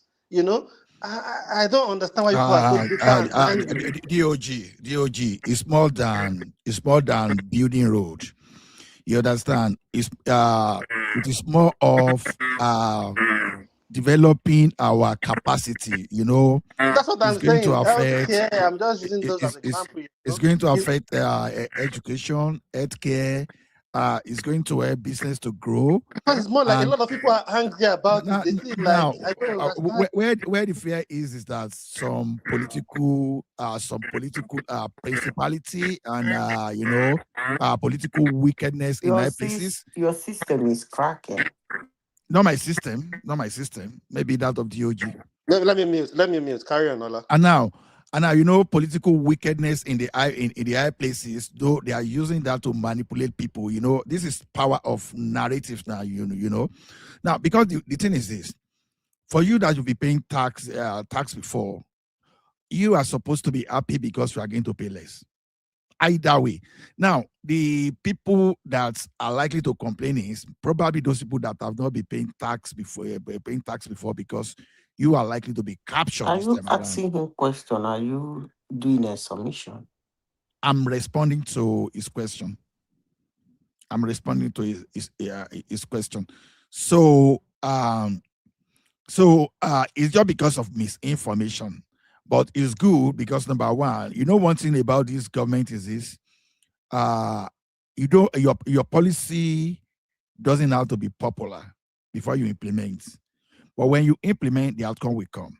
Now, look at how many people now they've changed their mind when they see Lagos, Calabar, right? Even including the ARC critics, they are now changing their mind. So the more the government pushes through very unpopular policies and they are able to see the benefit, I think the more people change their mind. So to me, I think that is okay. So AI, do you want to use your 5 minutes now, and then we go to Uncle Beno next? I don't even know what the 5 minutes will do for me. We're enjoying New Year here. But let me just say a few things. I think I will start with the tax. You see, for Nigeria and for what Nigeria and Nigerian politicians are known for, I will not sit down here celebrating New Year and say that putting tax on Nigerians is going to give them good road, constant electricity, and all whatnot, healthcare, and blah, blah, blah. I will not say that because I know Nigerian politicians and how they behave. That being said, there is a silver lining on the tax. Why did I say there is a silver lining that Nigerians should pay tax? The silver lining is there is the accountability. If you keep taxing me, and every time I pay tax, and you have told me that the tax is for this, in as much as a government want to portray that he wants to do something, it's good for it's good for Nigerians, because there will be a time, if they don't see all those things, the country will erupt. Why Nigerians are keeping quiet most times, like you stay in your house, some places 1 month, 2 months, 3 months, no electricity, is because they don't pay tax. Honestly, sincerely speaking, if every inch of your spending is being taxed, come on, man. You stay 1 week in your house and you don't see electricity. Trust me, that government will pay. So the silver lining I'm seeing in that tax is the accountability aspect of it on the part of the government. That's all. But coming here to sit down and start imagining and visioning of what will happen if they pay tax, I'm not going to do that. But the only thing I'm very sure of is that it's going to bring accountability. Next topic, please. Do you want Joshua, to speak about yeah? I don't really know that story, but I don't think that road is that bad. I have friends. I don't know why they're saying the road is bad, but I don't know. I hope they're not drunk, because the sketchy news about that accident is actually very ridiculous. I don't know, but I don't think it's the fault of the other person. I think it's actually the fault of their own car, from what I heard. But I leave it like that. may the soul of those, unfortunately, that lost their life coming all the way from overseas to come spend time with their friend in his own country, and all they could get is to go home in body bags. Very My soul unfortunate goes out situation. to their families and friends. That's all I can say. Yeah. Then the next thing is our Gringori. Okay, Next president will the be wandering politician. Your cousin. yeah, the wandering the You wandering see, politician. Yeah. you see, I will treat this topic in a different way. First of all, there is nothing wrong in what Obi did. Are you surprised I said that? There's nothing No wrong in what surprise. He's a he did. politician. There's nothing He's a surprising. politician. And they don't really care about you. They want the power. They want the name. They want the money. That's all that matters. So there is nothing wrong in what he did. It's just that some people who portray him to what they portray him and believe whatever they think he is, we say, why wonder about? That's all. Why not stick to something? What do you actually believe in? You are bringing moral into it. Because maybe you see him in a different dimension, as they have been playing his jingle since 2023. That being said, I don't see anything wrong with it. But Ola, let me say this. I will say something. Please, if you will give me time, I will say something before I connect it to P2B and the 2027 election, or rather this 2026. You see, Ola, we Africans are not the only enslaved humans. Our own slavery was not the worst in history. We are not the only people colonized in the world. Our own colonization wasn't the worst. But anytime you speak to a Black man, more especially those of African descent, what they see most is what the white man did to them. Please, don't look at it as if I'm taking the topic of dwelling. Please, people should listen to me carefully. They see what the white man did to them, and they come with resentment, hate. That is not conquer. That is not conquer. You talk to them, they always say what they did to us. They came to take this, they came to do this. That is not conquer. You don't conquer people by demeaning and undermining what they did. You demeaning their strength, their resilience, their adaptiveness, their patience, their intellect, their power.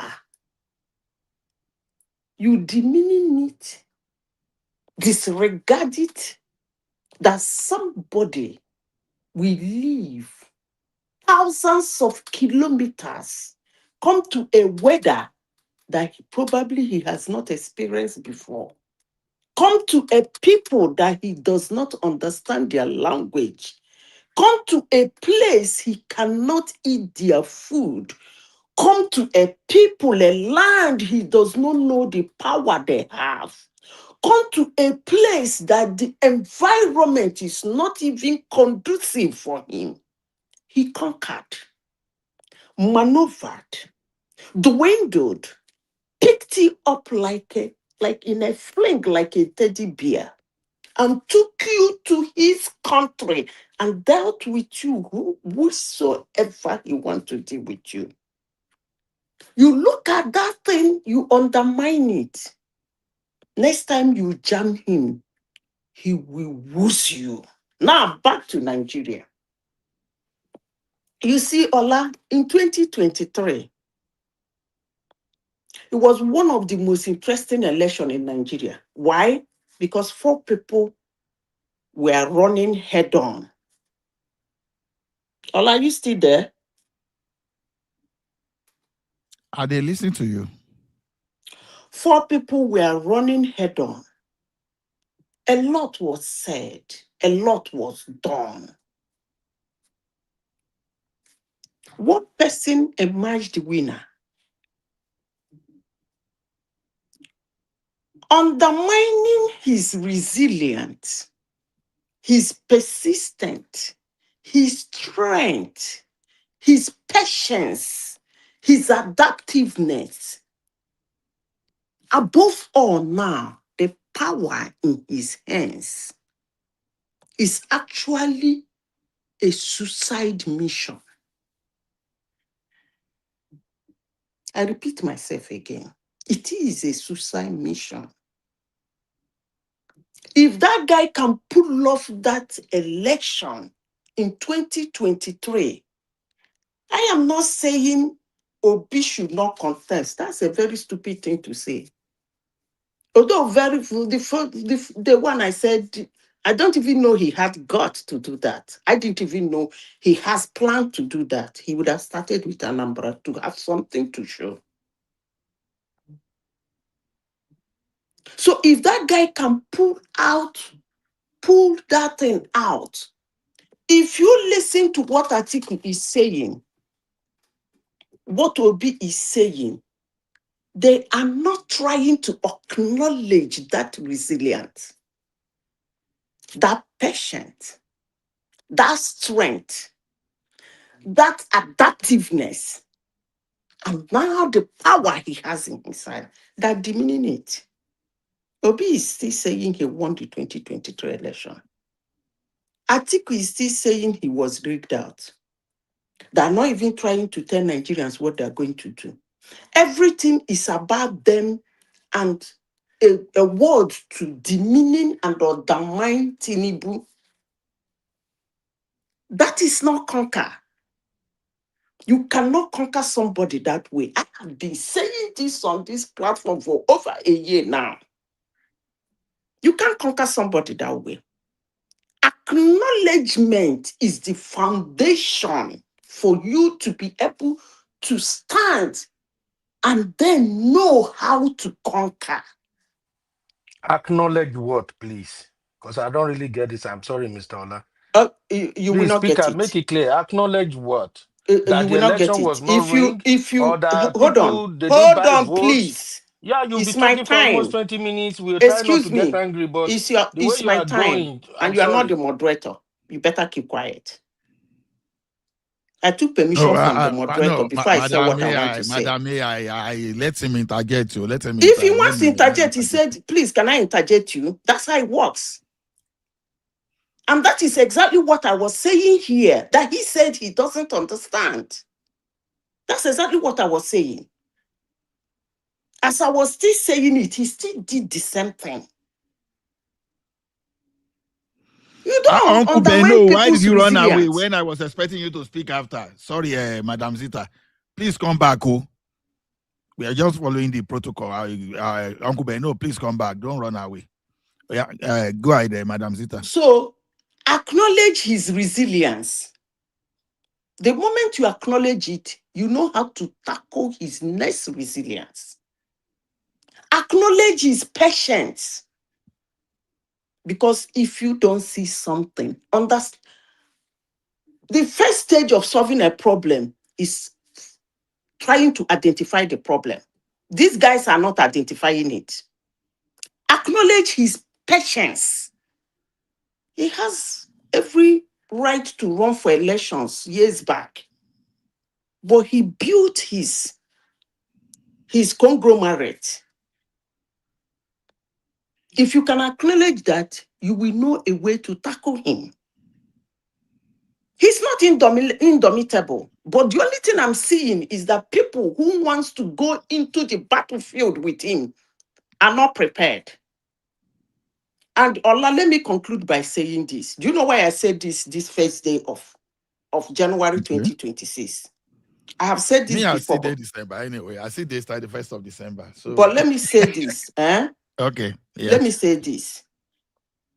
The problem I have with these people who don't see is that when the result come out now, they will shift away from Tinubu and start attacking our institutions.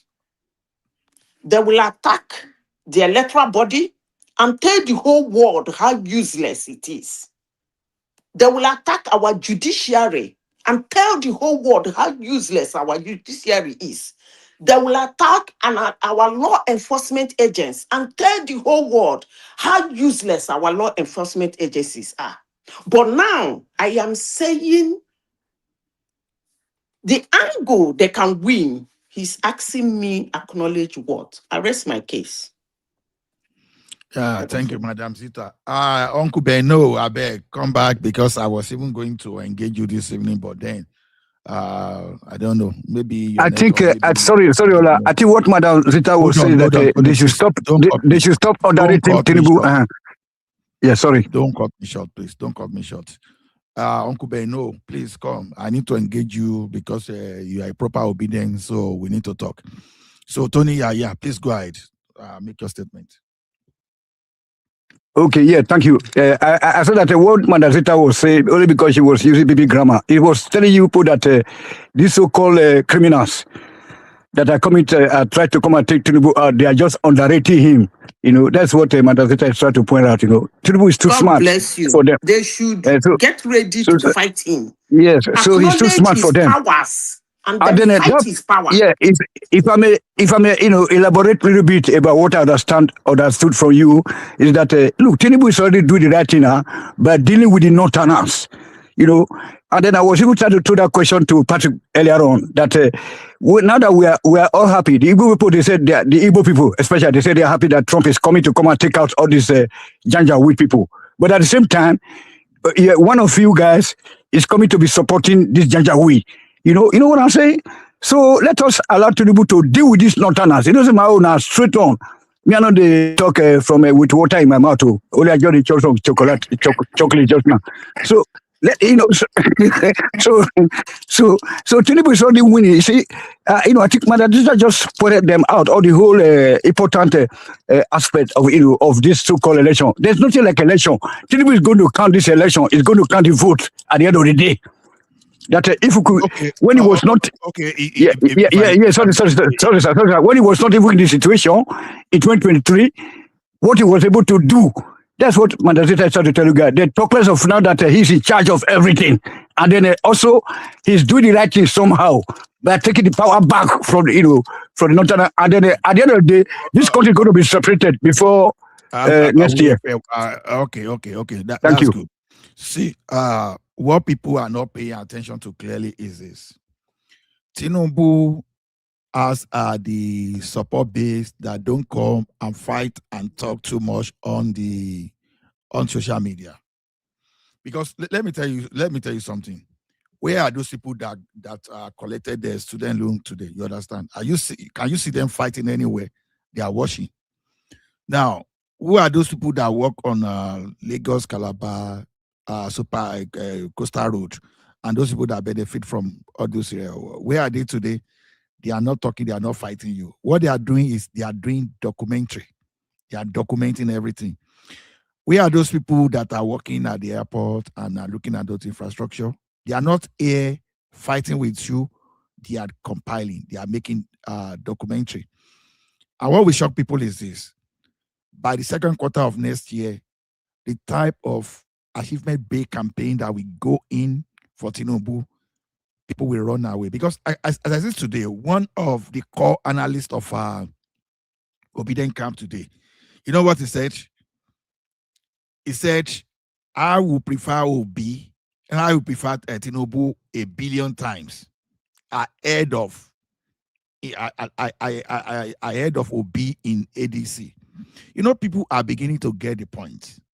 You see, you can't use that narrative. Now, okay, insecurity is one of those things they were going to use against Tinubu, right?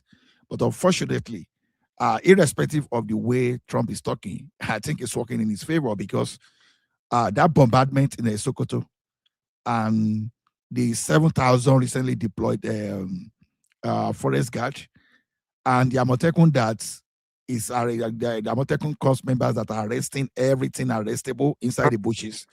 I don't even At the know how time, true is it. Or somebody just wrote not long ago in the comment that they just bumped somewhere again in maybe Kano or Kaduna.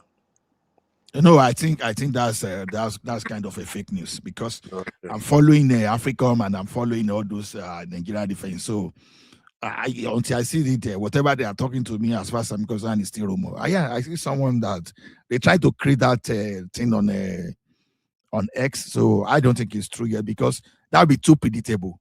If they did that on Christmas Day and they now tried the same thing on New Year, I don't think those bandits are so stupid. You understand? So the thing is this: the narrative will change.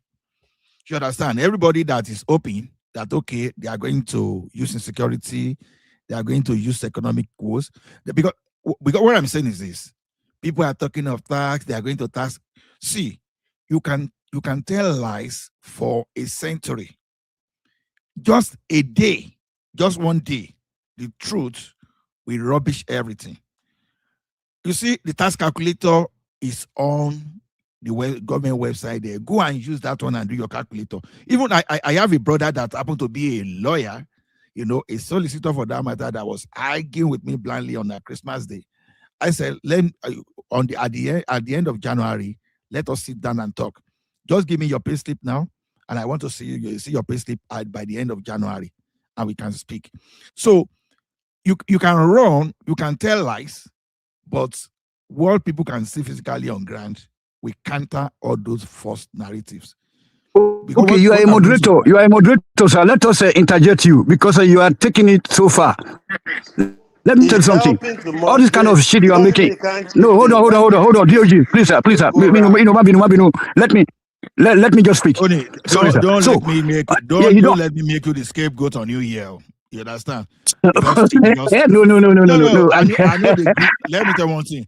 I know they agree for anything, because I'm pushing my narrative there so that we can build a story. Make you not promote Tinubu, don't promote Tinubu economically, because economically it's a dead country. I'm building a story. Just hold it. I'm building a story. Okay, sir. Because I've kept quiet since. Okay. So now the question is this: when guys are talking, don't pay attention to those people that are your alternatives. I've said this thing more than 30 times or maybe 100 times, that when people were pushing Jonathan away in 2015, they were not paying attention. Those people that you want to vote for are the ones that are accusing government of arresting Malami, that Malami did not do anything. They are witch hunting, they are wizard hunting him. But the fact that these guys stole at least 212 billion. They want that asset they can trace, not cash. And a lot of people have to follow. I can bet it with you the first quarter of next year, you are going to see a lot. And the time will be there for you to conclude. So, Freedom, are you still there? Do you want to speak? Foley, are you there? Okay. If Foley is not there, Charles, do you want to contribute to what we have on ground? Yeah.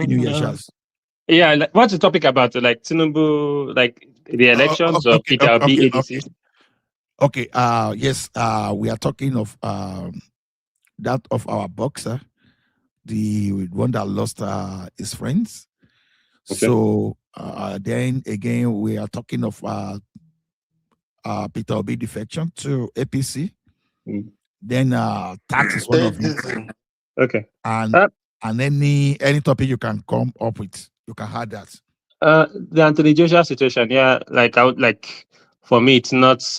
There's nothing to be blamed with Nigerian roads or anything. It was, from all indications, it seems like the driver made an error in judgment in terms of speeding and not being able to make good judgment on the road. So I know a lot of people have jumped on that and used that to attack the government and Nigerian roads are bad and things like that. But for that, I think the error lies with the driver. And also, even some people have even said that even the occupants of the vehicle, there's some blame to be on them because they probably allowed him to drive erratically that way that resulted in the accident.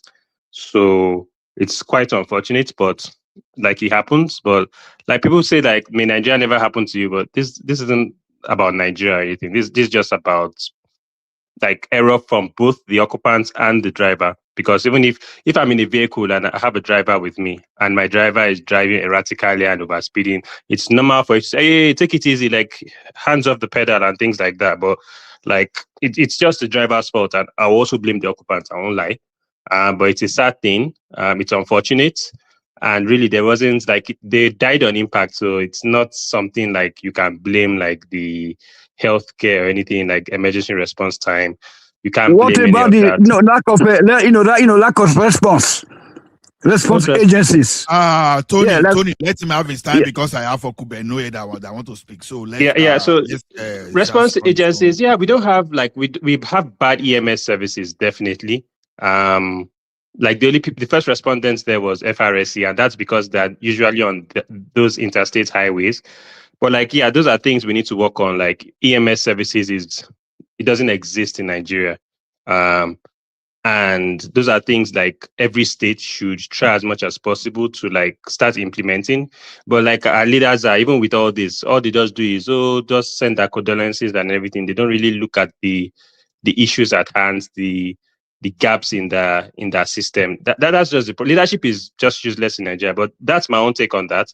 For what's the other one again? Oh, for Peter Obi defecting, we're going to ADC. Yeah, it's a welcome development. It's good. It's good for democracy. The only thing I didn't like was Labour Party throwing shade on him and saying, like, we all know that Labour Party was already infiltrated, right? That party is basically just it's controlled by APC now, right? So like him defecting is the right move. Like if he stayed there, they were going to sabotage his election efforts. So, and it just shows like for him to defect, and they are also why don't they just, you know what, if they were really pro Obi, right, they would have just collapsed the party and also gone to join ADC. But for them to all of a sudden turn to the enemy, it was obvious that they were already like a Trojan horse. There were Trojan horses within the Labour Party camp. So regarding elections, I really don't think.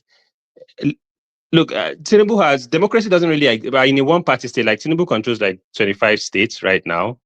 And like I've always said, like elections don't really, the way elections are in Nigeria is based on state control. If you're a governor, if PDP is in control of that state, then there's a chance that the governor on that state can mobilize the police of his state or whatever to control how elections like influence elections results and stuff like that. For Tinubu having 25 states, when back in the last election, we were still doing calculation of if he wins FCT and this, understand all those permutations and stuff. But going by all indices, he has covered all that gaps by winning at like 25 states. So as far as I'm concerned, it's going to be a landslide. With the rigging, like nobody will even challenge it. Like people will actually accept it because they'll just be like, well, APC controls all these states. So if that's the mentality now, because psychologically everybody's like, if he controls 25 states, those states are pro APC. So he's meant to win those states, right? And that's what's going to happen. With the US influence in Nigerian politics in terms of the bombings and stuff, US they really don't care who you elect as president, right? They don't give a damn. If you like, elect Obi, if you like, elect Tinubu, they don't care. What they care is what president or which government aligns best with their foreign policy. Protect their interest. Thank you. Right. Tinubu knows the game as well. And hence, even though there was like, he was trying to like, his government was like, no, like APC government was no invasion, no this, no that. He knew that, to be honest, it's not even Peter Obi that is a threat to his election. It is the US government. So he played smart by, you know what, just let these guys just do whatever they want to do. If they want to blow up or whatever, right, let them do that. That's not his problem, right? Because in all honesty, Peter Obi, voters or anything, can't influence elections. US has a stronger influence to kick him out of power than the electorates in Nigeria. So he played a strategic move by, you know what, US, go ahead, do whatever you want to do, as long as I'm safe. Probably there's a deal there, right? Just go ahead and whatever you want to do to make yourself look good, I'll try and mitigate the effects of that, right? And I heard a story of Tinubu saying he was reaching out to Turkey to help fight insurgents or something like that, right? Turkey is a Muslim state. So I think he's trying to, because the northern states, there's a chance that because the approach US used in terms of Christians and Muslims, which was strategic by their own part, might affect his northern votes in the long run. Maybe in the next elections, that it might look like a Christian-Muslim thing. Tinubu is supporting pro-Christian US to attack northerners, right? So I think even his move of, we're reaching out to Turkey to help fight insurgents, and Turkey being a Muslim country, he's trying to balance it out 50-50, like let it not look like a Christian crusade against Muslims, right? In putting Turkey there as a Muslim nature will make it kind of, look, we're not really like pro-Christian, we're also bringing a Muslim foreign NATO power to help fight insurgents. So it's not about Christians and Muslims, right? But for me, US is being strategic. The reason why they said Christians, because I will be honest with you, I'm a Christian, but look, all that whole narrative of Christians being killed and genocide is bullshit. And for every president, nobody, because they know how volatile Nigeria is in terms of the religious sensitivity of Nigeria as a nation state, they would be smart enough not to utter, even within us here, we always say, don't utter like ethnic kind of sentiments, because of Nigeria is a gunpowder, right? US, knowing the state of Nigeria and addressing things based on Christians are dying, genocide, northerners was very strategic, but very insensitive at the same time. And I'll be the one to tell you, like, the government of the US is not, they don't really give a damn about your country. Like that in itself, if a normal, if a Nigerian, or I don't care, like any other politician in Nigeria had made that same claim of genocide, Christian and stuff, the whole place would blow up into a civil war. But because it's coming from the US, we tend to let it slide because they're all powerful and everything. But to be honest, that was a very reckless move from a democratic country, knowing the state of Nigerian politics. And they did that just to basically show Tinubu, look, we know how to hurt you. We'll make this place ungovernable for you, that kind of thing, right? So, like I've said, US is not your friend. I'll tell you, like, that they don't give it. They stand for foreign policy. Like, it's the foreign policy that here to drive. They don't care about the ethnic cleansing or whatever. You can just round it up so that we can allow. Okay, then the next one. What's the next one? Tax. Is it tax that was the last one? No. Let's just round it up. Then we'll open it up after. Okay. But basically, that's what I just have to say. But I just, like, in a nutshell, like, Tinubu is going to win the next elections. Peter Obi really can't do anything. The only thing Peter Obi can depend on is if US does decide to, like, you know what, Tinubu, you're not meeting our foreign policy aids, we're siding with Obi, then that's when the tide will change. But apart from that, Tinubu is winning by a landslide. Okay, thank you, Shas. Who just spoke right now? I'm sorry. I'm going to open who just spoke right now? No, Shas. I don't know how to annex. Okay, Charles. Okay. Yeah. Uncle Beno. All right, thanks. Uncle Beno, Happy New Year. Happy New Year, my boss. Happy New Year. I know the verse for in the new year. He just ran away. No, I know the verse. You know me. The sister that was speaking is like an elder sister now, so I can't be exchanging words. So that's why I just feel like almost maybe make I just dodge. But you are the moderator now. You are one man. You are my bosses. So as a bon, I have to obey. Well, who created that line of reporting? Me, I just a normal person too that just want to contribute my quota to the progress of the country. That's why you see me demonstrate. Yeah, but that's what we are doing. That next year, I'm going to be one of those people that I'm going to launch channel and I'm going to recruit as many people as possible, like in hundreds, and we are going to campaign for Tinubu fact for fact. And implication, like we are going to put everything. Don't worry. Okay. I like that. So where do you want me to start, sir? Yeah, we have 3 topics. We have more than 3 topics, and you are free to add more. The first one is that of Anthony Joshua. Then second one is Obi Defection. So, and the third one, the taxation. So, and if there's Okay. anything you want to bring in, you can bring that into. Okay, thank you, sir.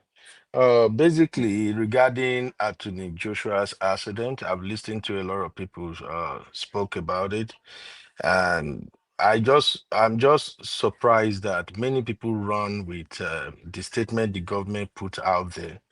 Everybody blamed the driver. Everybody's like, "Oh, his speed is the driver." I'm sorry, I don't really want to buy that narrative. That is just one of the possibilities because everybody, including the government spokesperson and everyone who look at the situation, have concluded that this is as a result of speeding and as a result of overtaking in the wrong lane.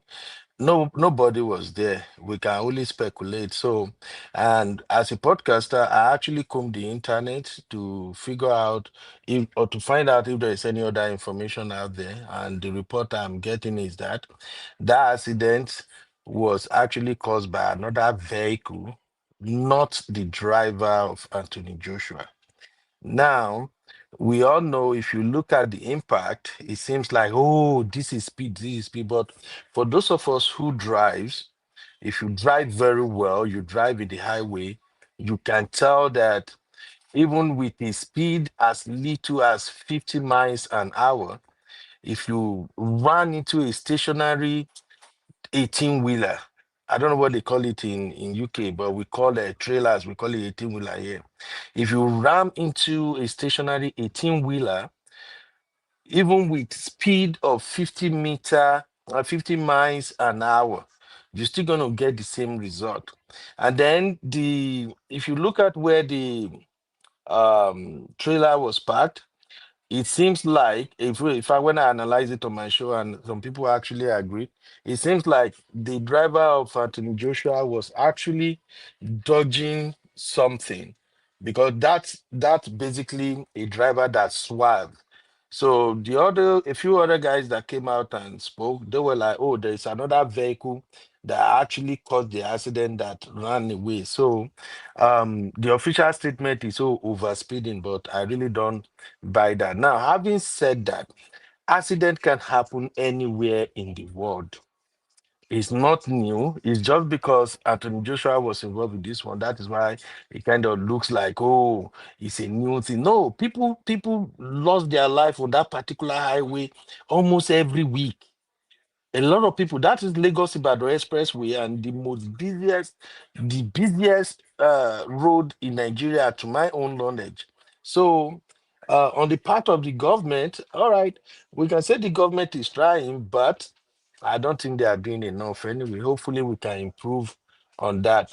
The emergency response system is zero, as far as I can tell. And even our people, they lack adequate knowledge of how to manage crisis. A lot of people crowding in, pulling Anthony out of the vehicle like that is it's all a mess. If you watch the first video I saw, Anthony Joshua actually appeared delirium. It seems he's confused and all of that, but hopefully we will get there one day. It's just that this actually add to the negative publicity we are getting. Remember, a lot of people went to Nigeria this December for Dirty December, and there are too many negative reviews out there about Nigeria already. But may God help us. That's all I can say about AJ's situation. And may the souls of his two best friends rest in peace. And I pray God will comfort their family. Thank you about that, sir. Okay, sorry, What? Dr. No, before you sorry, move sorry, on. sorry. What about the professor that Hold on, Tony. was beating up in Before you Benin? move on. In Benin City, Hold the on, professor. Tony, hold on.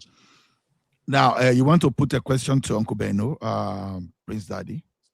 Yeah, I was gonna say, but you can recreate an accident scene, right? You can recreate it, and you can tell if they're speeding, if another car swerved, and all these things can be recreated. So you can conclude yet, Uncle Beno, if you don't know all the details to what happened.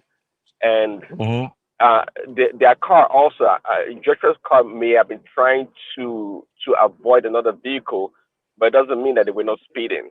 And the way they hit the truck, you can tell that they swerved into the stationary truck lane, which was not on the main road, right, but just on the shoulder.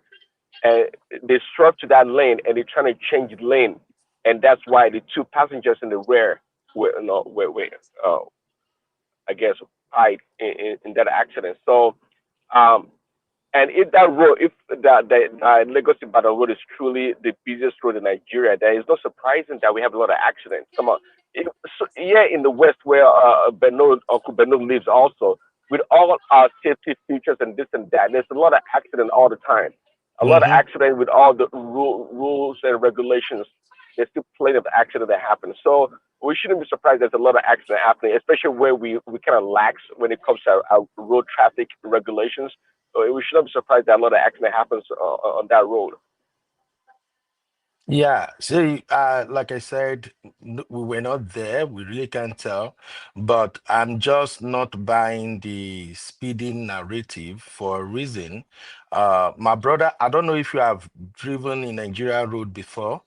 I drove a lot in Nigeria before I travel out of the When last did country. you drive in Nigerian road? That Lagos Ibadan. When last did you drive there? I think I've been in the US like 13 years now, That and road is packed down. Even I when you were used to go to driving there, Ibadan very those well. years you were saying, 13 years ago, that road was total nonsense. Right now is times 100 better than then. And the Uh, impact on that car, you can tell there was speed. I don't know uh, whether a car caused it, but there is no sir, pothole. sir, if you get what I'm saying, I am not saying they are not speeding. I'm just saying even a speed of 50 miles an hour can still give you the same result if you ram into a stationary 18-wheeler. That's what I'm saying. And besides that, what they call speeding in Nigeria, I live in Texas. We have great roads. I go to Dallas like 3 times every month.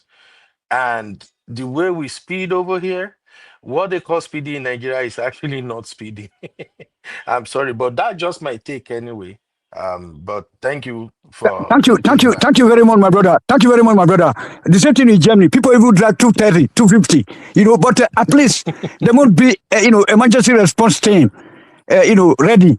At local government level or whatever, there must be a telephone emergency call Uncle number Ben, you can to carry call. on. You can move to the Notice other there, topic. notice on ground there in Nigeria. That's the elephant in the room that we are all not addressing here. You know, Okay. so that you can feel For a sense of safety. You know what I'm saying? This is totally absent in Nigeria. That's why we say there is no government in Nigeria. Let us all accept that and then we move forward. Okay. Well, I can't.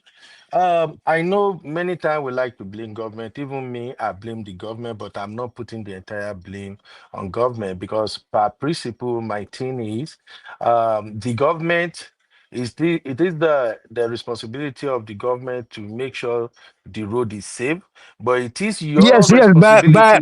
by regular police Sir, patrol. By regular hold police on, sir. patrol. Hold on, sir. It is Uh-huh. the responsibility of the government to ensure the road is safe for the road users. But it is your responsibility as the road user to make sure you are safe. Yeah, So that your I'm not car gonna is put safe, that your car is fit, is yes, a I'm road not gonna put the is a roadworthy, roadworthy. But it's another thing because no country is perfect. No country is perfect, so there must be an accident at any point in time. But there should be emergency response Is team, it me or something is wrong like with you make mention Mr. earlier on that Hold on, that Joshua was in panic mode because people, Tony, the passers-by were just trying to rescue him, and then. Tony. 30 minutes, no helicopter, no ambulance, no nothing for the nearby local government. This is what we are talking about, sir. Yeah, I got you, Okay. my brother. Like I said, the we know the government is they have their own fault, but this is I can't just put the entire blame on the government. The only thing is when it comes to emergency response, I will score the government zero. But at the same time, as a road user, I still know that you are responsible for your own safety. The government also have to be responsible to make sure that the people cars are roadworthy. Are roadworthy. That's okay. Like in Germany here, hold on, 10 kilometer, 10,000 kilometer, you have to take your vehicle to a garage for control. Move to Yes. another topic, Tony. Now, All right. Uncle Benno, let's talk about the defection. Yeah, I'm obedient. I'm still obedient. No, I know. That's why I want to drag you. There's another dangerous obedience too. We call it rational mind. Yes, I'm obedient, but I have to say this. I am not one of those diehard obedient that maybe they just follow people blindly. The reason I'm an obedient is because I want a better Nigeria. I want a better country. If Nigeria is better right now, I wouldn't be where I am. You can imagine I am walking right now as I'm speaking to you. Tomorrow I'm still gonna be at work. If Nigeria is a better place, I would rather be in Nigeria than being here. So my support for Peter Obi is just based on the fact that I'm sick and tired of all these corrupt leaders and all these recycle leaders and stuff like that. So now coming to the defection, I am not surprised that Peter Obi defected to ADC. However, I'm a man of my own word. I said this on my platform. If Peter Obi defection to ADC is for him to become a vice presidential candidate to Atiku Abubakar, I'm cutting him off. He doesn't feed me. He doesn't even know I exist. I'm just going to cut him off. I may not support Tinubu, but I'm not going to use my platform to criticize Tinubu or anything. But I'm not going to say, hey, because of Peter Obi, I'm standing. No, I'm not going to do that because you know why? As far as I'm concerned, Atiku Abubakar is a no-no for me. It's a no-no. Anything that puts the ticket in the hands of Atiku Abubakar is still the same old politicians. I don't see any result Atiku Abubakar is going to give us that's going to be way better than what Tinubu can offer. And quick to be question. candid, Sorry, quick question before you move on, just to make it interesting. So let's say Obi get the presidential ticket. What difference does it make? It's still going to be controlled by the likes of Atiku? Oh, that's a very good question. And that was what I was coming here to actually come and disturb on Kuala for. I think a lot of Tinubu supporters, they undermine the impact of that just one move. Whatever puts the ticket in the hands of Peter Obi, Tinubu can go and bring the whole oil money. He can go and bring the entire soldier or whoever to come and ring the election. That will virtually mark the end of Nigeria. Anything that puts the presidential ticket in the hands of Peter Obi, APC should just forget it. I'm sorry. This is just my own permutation.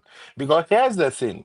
I think right now, Tinubu has a better chance with the people when he wasn't the president. Now this is like the end of his second year, right? He's moving to the third year now. People, if Tinubu supporters want to be honest with themselves, if you listen to what the masses are saying, the vast majority of the masses, they don't like Tinubu anymore. So Peter Obi going to ADC, once the ADC figure this out, that the way it is right now, the only person who can literally make Tinubu have that attack is Peter Obi. If they should give that ticket to Peter Obi like this, that will change the dynamics of everything. This is just my own permutation. You've not answered my question. My question is, do you think Obi, let's say Obi gets the ticket, and he even wins the elections come 2027, do you think he will be able to run the country the way he wants to run it himself? There won't be people controlling him and telling him what to do. When it's like with likes of Amechi, Atiku, they will control. They will be the one in control of the government. It won't have free hand to control. That's my question. Peter Obi will run the country differently. Now, those elements of control will always be there. Even Tinubu himself, he has people who are controlling him. If they are not controlling him, he has people he's afraid of. Or are we going to ignore that fact that Tinubu had those he's trying not to step on their toes? If there are anybody you are trying not to step on their toes, those people indirectly control whatever you do. So if Peter Obi But becomes you can't put it on you can't put it on the same. The way Tinubu is afraid, he might be afraid maybe politically, but not with what he wants to do and decisions he wants to make, which in the past 2 years or 2.5 years has been there now. We can see his decision is not really budging for anybody. But if Obi that couldn't actually make himself and control LP, just the Labour Party, how can Obi control likes of Atiku, Amechi, who was this El Rufai and the likes? How would he be able to deal with those forces? I think it's okay, difficult. It's only if you want to no, distance no, yourself. my brother, it's not difficult to control anybody. What makes it difficult to control people is if your hands are soiled yourself. There is no need. I don't even like the word control. Is if you have used influence, I think that is better than control. Nobody is controlling anybody. And here is the thing: Peter Obi government. I don't think he's a government that want to go after one big man or something. Are you expecting Peter Obi to become president and said, "Oh, I'm going after Tinubu, I'm going after anybody"? Peter Obi is not That's going not to go my after anybody. point. It's decision The po- making. no, My boss. point is hold on. You see, my point is in decision making. Nigeria as the seats today, if somebody like Tinubu was not there, there are some decisions that wouldn't have been possible that he has made. And it might make it difficult now, but we know it's the right right route for the country. Is the way to go. Even though it's difficult, it's affecting the people. Removing subsidies. Like what decision? What? Give me the decision Tinubu Like made that people would have the influenced. subsidy is a huge one. The subsidy is Mhm. a huge one. Most of his political, his policy, government economic policies, a lot of people don't have balls to do that. So that is what I'm saying. I think when it comes to governance, you can already tell Obi is not that kind of person that if he has influence, let's even use that word influence, not control now. Influence like Atiku, Mhm. Amici, El Rufai, people that will have interest in some areas in the country now. As ADC is so far so good, they've never came out with any policy. They've not been coming out tackling the policies or coming out with a good policy. All they can just say is they are just hungry for power to snatch the power from Tinubu. That's all they are all about. Yeah, If not, they don't even need to boss, be. that's how you look at it. Remember, Okay. when Tinubu was running for president, did Tinubu has manifesto?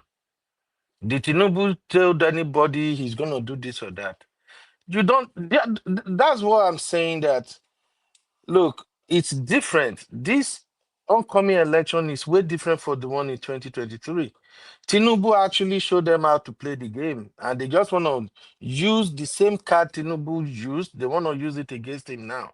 These guys are not going to come out and tell you this is what we want to do. That was one of the mistakes they make the other time. Look at the 2023 election. Peter Obi came out, published his manifesto, everything. What happened? The Tinubu supporters, they turned around and attacked his manifesto. But Tinubu, on the other hand, what did he do? He didn't reveal his manifesto. All he did was attack whatever they put there. So that's why I said this time around it's different. Tinubu has already been president. People have seen what he can do. And we know in the history of democracy, when you have ruled, people have a basis to now at least measure your performances. They now have so many things they can call you out on. It's quite different from when you haven't been in office at all. That is why every president, they usually struggle when they want to run for the second term. I don't know if you get what I'm saying, my brother. I get your Okay, point, but you see, DOG, hold on. yes. Let me question Uncle Beno. Okay, one of the achievements of Tinubu is this student loan. Now, based on the current data, there been 600,000 students that have benefited from that student loan.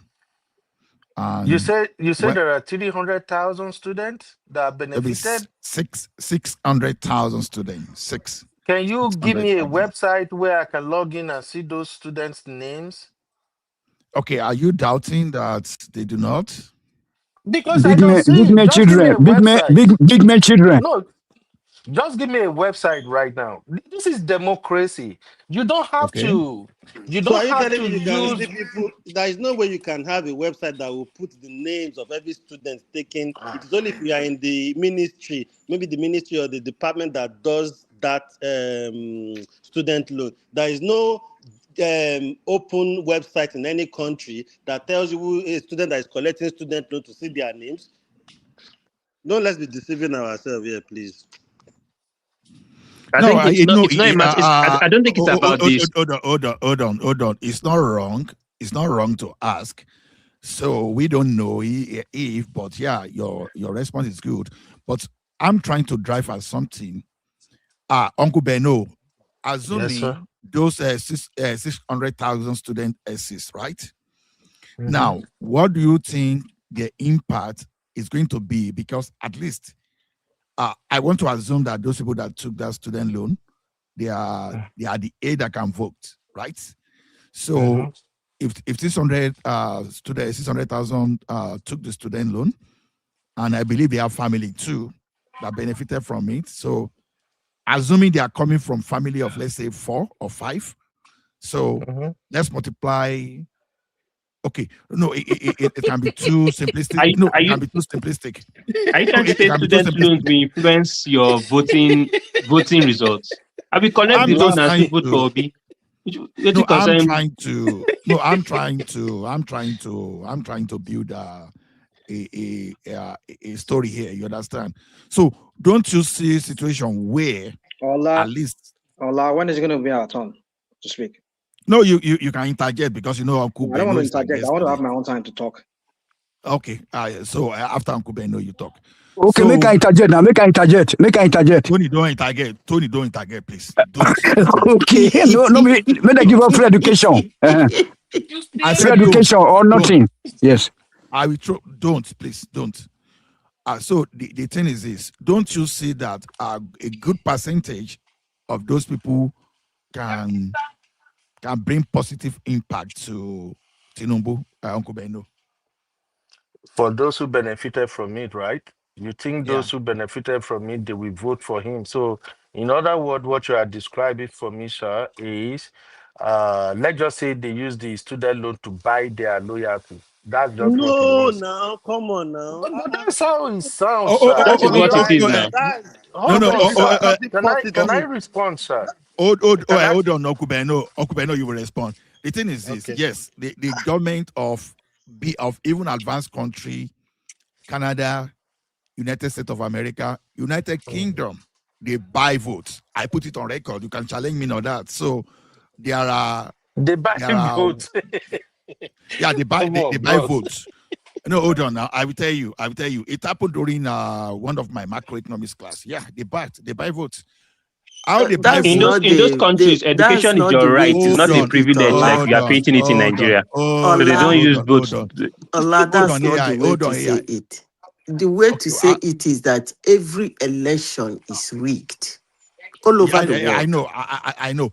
You see one data you will see. Go to World Bank today and pull a data concerning pre-election year. How the government of country increase fiscal budgets, where they will give more money through fiscal policy to the hand of the electorate. And now you come back a year after they won the election, they will start tightening things up. It happened in Canada, it happened in the United States, it happened in the United Kingdom. So this is a macroeconomic trend. It's not something made up by one Ola from nowhere. No, I'm just giving you. There's nothing you're saying. You're not saying. So in a nutshell, democracy is flawed now. Why are we practicing a flawed system?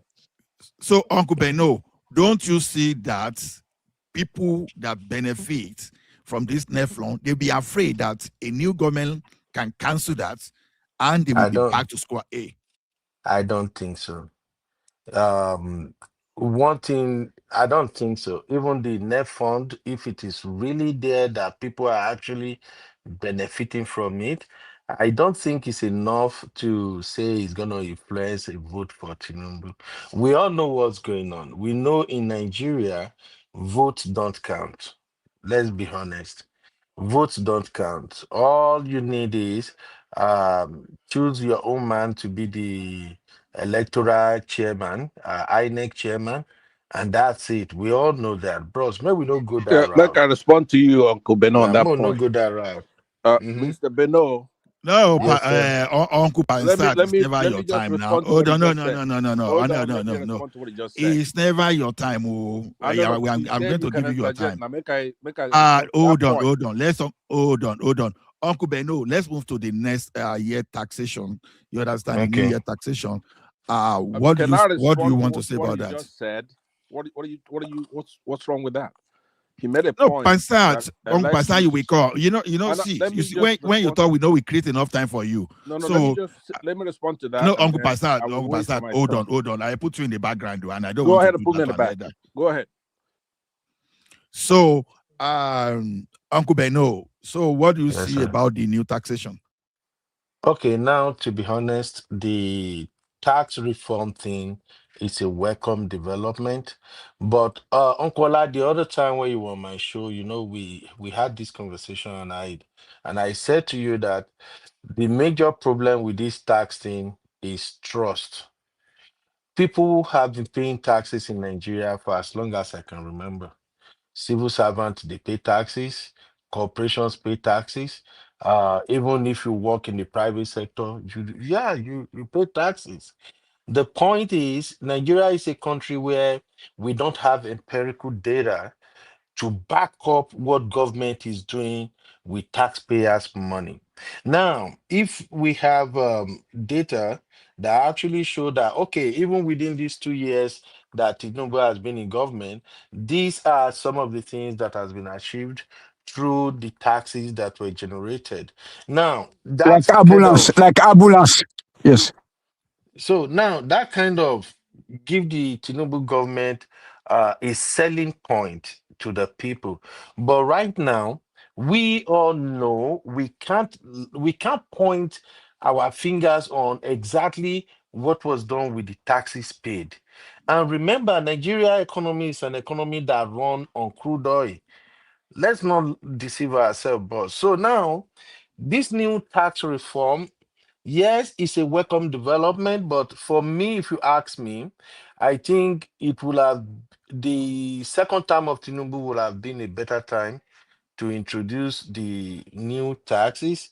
But right now, the way Tinubu is going about it, I'm sorry to say, I predict that there's gonna be disaster by the year 2027. I'm even afraid that we may end up not having a country by year 2027 because whatever taxes he's introducing as from today, which is the first of 2026, if they're going to manage the taxes the way we do it over here in the US, for instance, people are not really going to start feeling the impact of those taxes until the end of 2026 when they're going to start filing their taxes.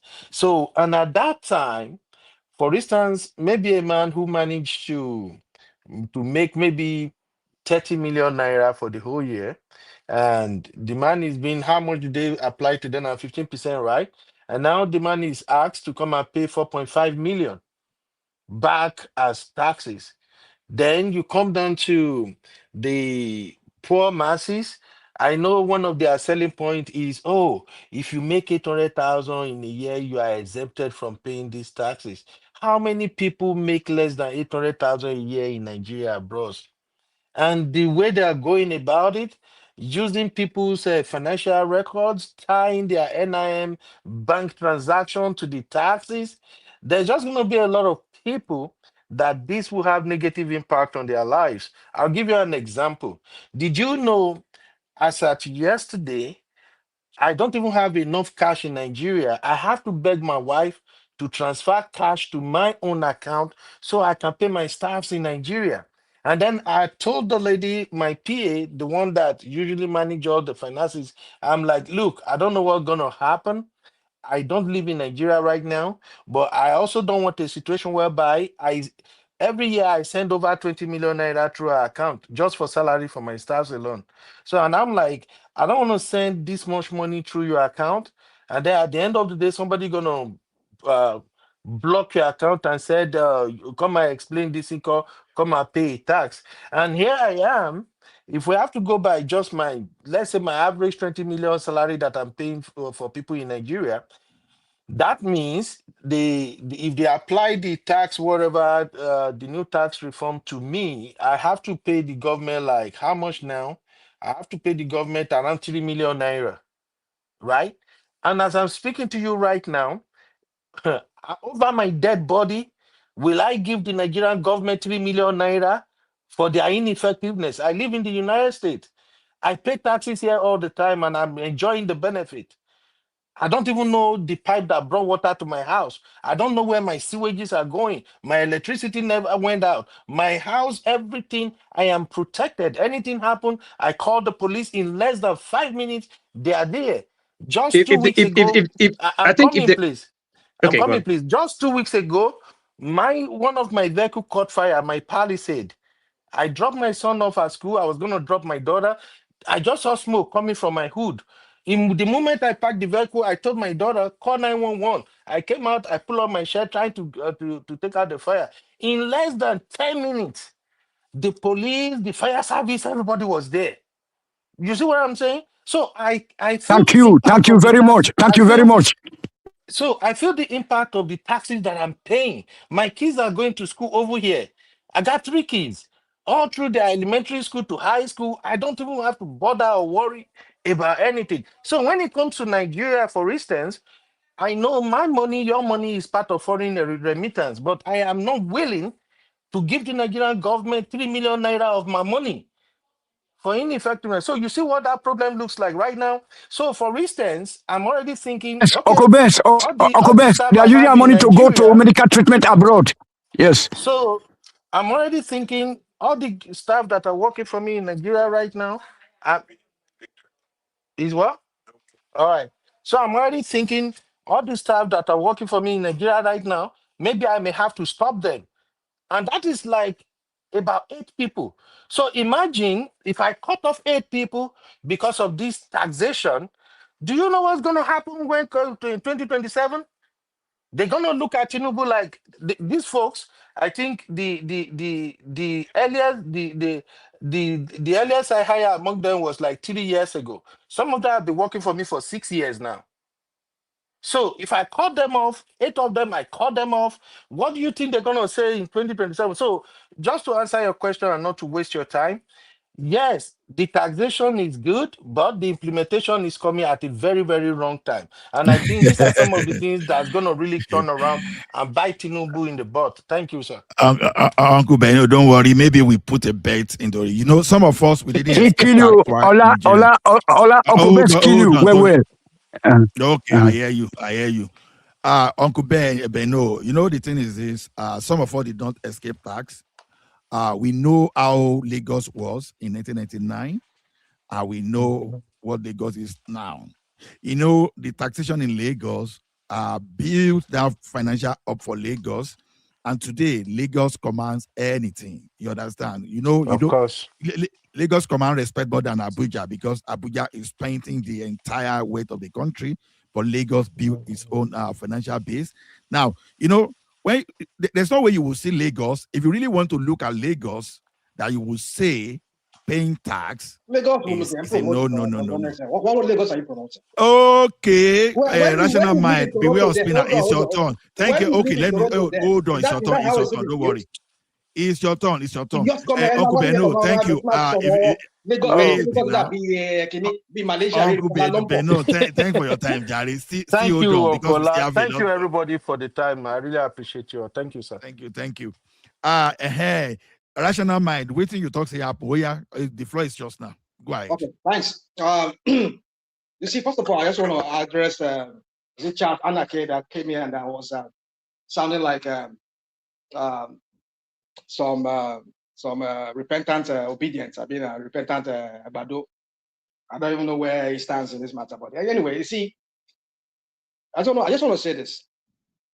This issue about the ineffectiveness of Lagos and Ogun State, being that these two states, if not they're one of the most richest states, they cannot afford to have ambulance. Somebody just gave you an example here that why do I pay tax? I'm glad to pay tax because I can see what my money is being used for. They pay police, they pay public utility workers, they pay teachers. The schools are built here, roads are being built, good roads, nice roads, and on and on and on like that. But in a country like Nigeria, you were promoting Lagos. I don't know the crap I mean, no disrespect to you, but the crap of Lagos you're talking about. Now today you don't abuse me. Hold on. You people like to do these things. And where was Lagos in 1999? What are we talking about? And 1999 till now, the money that Lagos has generated, is that the development is it commensurate with the development that we're seeing in Lagos? BRT, hold on. BRT. Oh, no, I will tell you now. Hold on, sir. Hold on. I will tell you. BRT. Hold on. You know how many power plants? You know how many power plants in Lagos? We say what? What you know how many independent power plants they have in Lagos? Rail in Lagos. You see, independent power plants. How many? Tell me how many? So you don't know. No, just fail from this statement. Say you don't know. How many? Just go straight to the point. How many? And where are they? Where were they built? When are they built? Where are they? Where were they built? You don't know. You don't know. It's okay. You see other people. But the way you people are, the way you argue. I love you. I'm asking you, where is the power plant? Where were they built? Give me. Independent that you're talking about. What are they doing? First of all, say you don't know. Say you don't know. They accept that you don't know. They will now tell you. No, don't give me this. I don't know. I'm asking you. If I know, I won't ask you. Don't throw that word around me. Telling me you don't know. Yes, I don't know, and I'm asking you. That independent plan you're talking about, where were they built? By who? Where? Okay. Do you know? Okay, you know the first one that was built by Aaron, right? I'm not done. Where were they bought? Where were they built? By who? Where? And what do they use to power? Tell me. Okay, are you aware of the one built by Emron to start with? Aaron. No. I mean, you see, I wasn't in Lagos when they built Emron. I didn't know about Emron. Yeah, I didn't know about it because I didn't say Emron. No, I beg who as Aaron, or Emron, whatever you call it. I didn't know. Yeah, because I wasn't born that time, right? So your Enron is the one you want to talk about now. Is that what you want to talk? No, definitely. You know when you are talking of a power plant with me, you know you are going to lose. Mama, say this. You don't know. Go straight to the point. When you are talking, when you are talking of electricity, you can never win that one with me. Okay, which one again? What other power plant again? Tell us. Are you aware? Okay, sir. Are you aware of Akute Independent Power Plant? Are you aware of that? Which is a gas fired. And that one is 12.55 megawatts. Are you aware of that? And okay, all right. Name another one. You say, okay. What of Lagos Island? What of Lagos Island Independent Power Plant? What are they used to power? What are they used to power? Cannot be power. The amount of megawatts to power Lagos is about 10,000, and Egbin is the highest, which is 1,003. Let me even tell him of those one that I know. I'm even telling you that the Lagos you're talking about does not generate enough electricity to power itself. Exactly. Okay. Let me tell you where they use Lagos Island. Hold on now. Hold on. Let me take my time. I beg. I know you. I will give you that time. I will give you that time, but I will not. No, you don't have to answer my question. It's not a question you have to answer. I want to answer now. I said Lagos Island Independent Power Plant. I will tell you. Know the answer. They use that one to power. Okay, hold on. They use that one to power General Hospital Island Mentality, High Court and Magistrate Court, Lagos House Marina, Freedom Park, Waterworks, and Public Lighting, 22 Street. So, but you make Now, it sound like they built it for people to use, for businesses to use. So government. You see, I know where you're going. That's what I'm asking you. What do they need to power? Are you saying the government offices are not to? I told you the power General Hospital. Do you know how critical is electricity to General Hospital? Forget it. I know. We know now. I'm on that. You might argue. Argue on arguments. Okay. The mainland independent power plant. That one is used to power Lagos University Teaching Hospital. You make it sound like when you were talking, Lagos State Works Yard. You make it sound like these power stations were built and they supply local people. You and I that have ordinary house. I'm only telling you. See, I know that Lagos State, Fashola, they built some power, so-called power, whatever you want to call it. But they used to power those street lights, power those government offices or those government institutions like Lagos State Hospital, do and Marina Bay. I know that's what they use it for. But we're talking about local businesses. First of all, they do Mutiu Doje Weather, Ibakajimi, Suraju the tailor. Does he have lights to power his electric sewing machine? I mean, you make it sound like, I mean, you see, people, it's okay. I don't want to hear anything again from you, Agbado people. Let me just go. Go ahead. No problem. Go ahead. You see, my point is this: is that you all come here, you be promoting Tinubu like this guy's some sort of genius that has transformed Lagos. Is that how? Go and look at Kuala Lumpur. Go and look at what do they call it? Marrakesh. See Morocco now, just Morocco alone. Go to Marrakesh. Go to Tunis. These were cities that were at the same power with Lagos. But these cities that they are world-class cities now. Other than Angola here, go to Luanda. Angola that was like one kind of dirt bag. Go there. Look at how they are transforming that place. Yeah, Luanda with 1,000 people. Here, you make Lagos, and you be comparing Lagos to Abuja. Rational man, just go. There are a lot of things to factor in when you talk about places. You look at the population, you look at everything. Just yeah, you go. Look at population. Shouldn't your population be your strength? Shouldn't you be stronger with your population? What does your population have to do with your growth? Okay, Charles. Let me tell you something. You see one thing is China that is billions of people. Why don't they look like Lagos now? Why are they more advanced than you are? Even Russia too. Russia, India, more population, more power. Hold on, Tony, hold on, please. Tony. See, Charles, this is what I want you to understand. So suddenly we think everything was fine before, and all of a sudden someone should just come there and be cruising. Now look at what happened before Tinubu took over. Our revenue to debt, we were using almost 100% of our revenue to service debt. Today, first thing we did was Tinubu to bring it to under 50%. So if we were not seeing all that thing like a problem, because you know what that means, Nigeria was technically bankrupt, and someone revived Nigeria.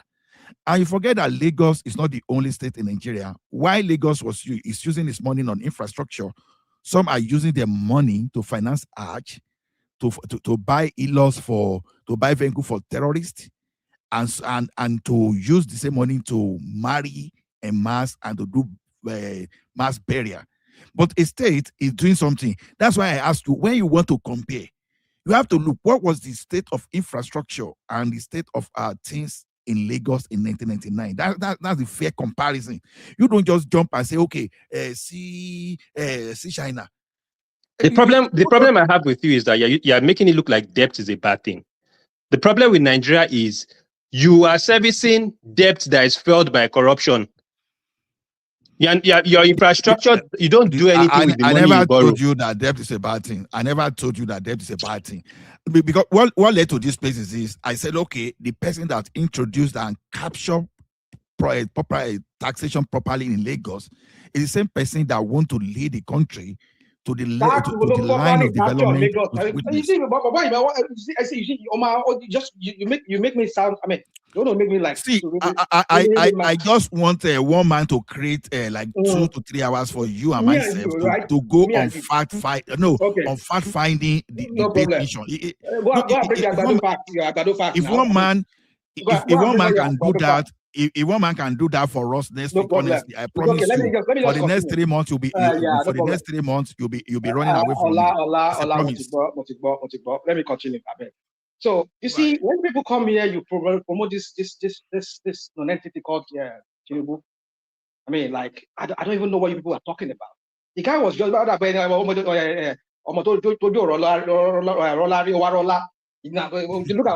how he's spending it.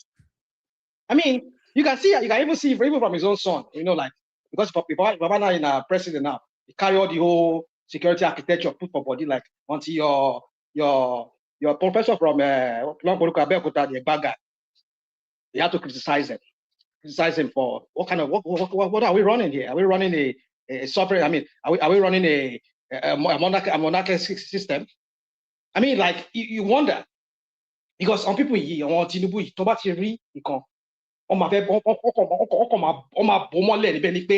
it's now their inheritance. That's how they run the country.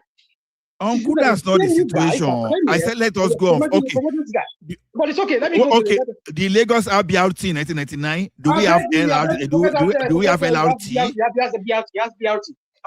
I'm telling you, the money that Lagos has generated, all this crap that these people are giving, all these tokenness that they're giving you guys, is it commensurate with the money that Tinubu and his how do you know that it's not commensurate? Did you do the managerial accounting? How did you come at that?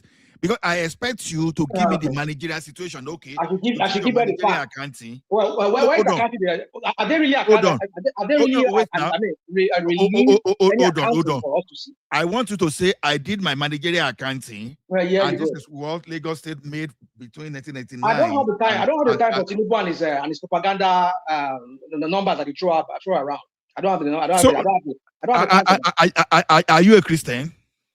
But do you want us to believe Tinubu that has a $30 trillion naira shortfall? Is it not the same person that was boasting that they've met that target in revenue? You see. Is that who we're meant to believe? People leave them. Okay.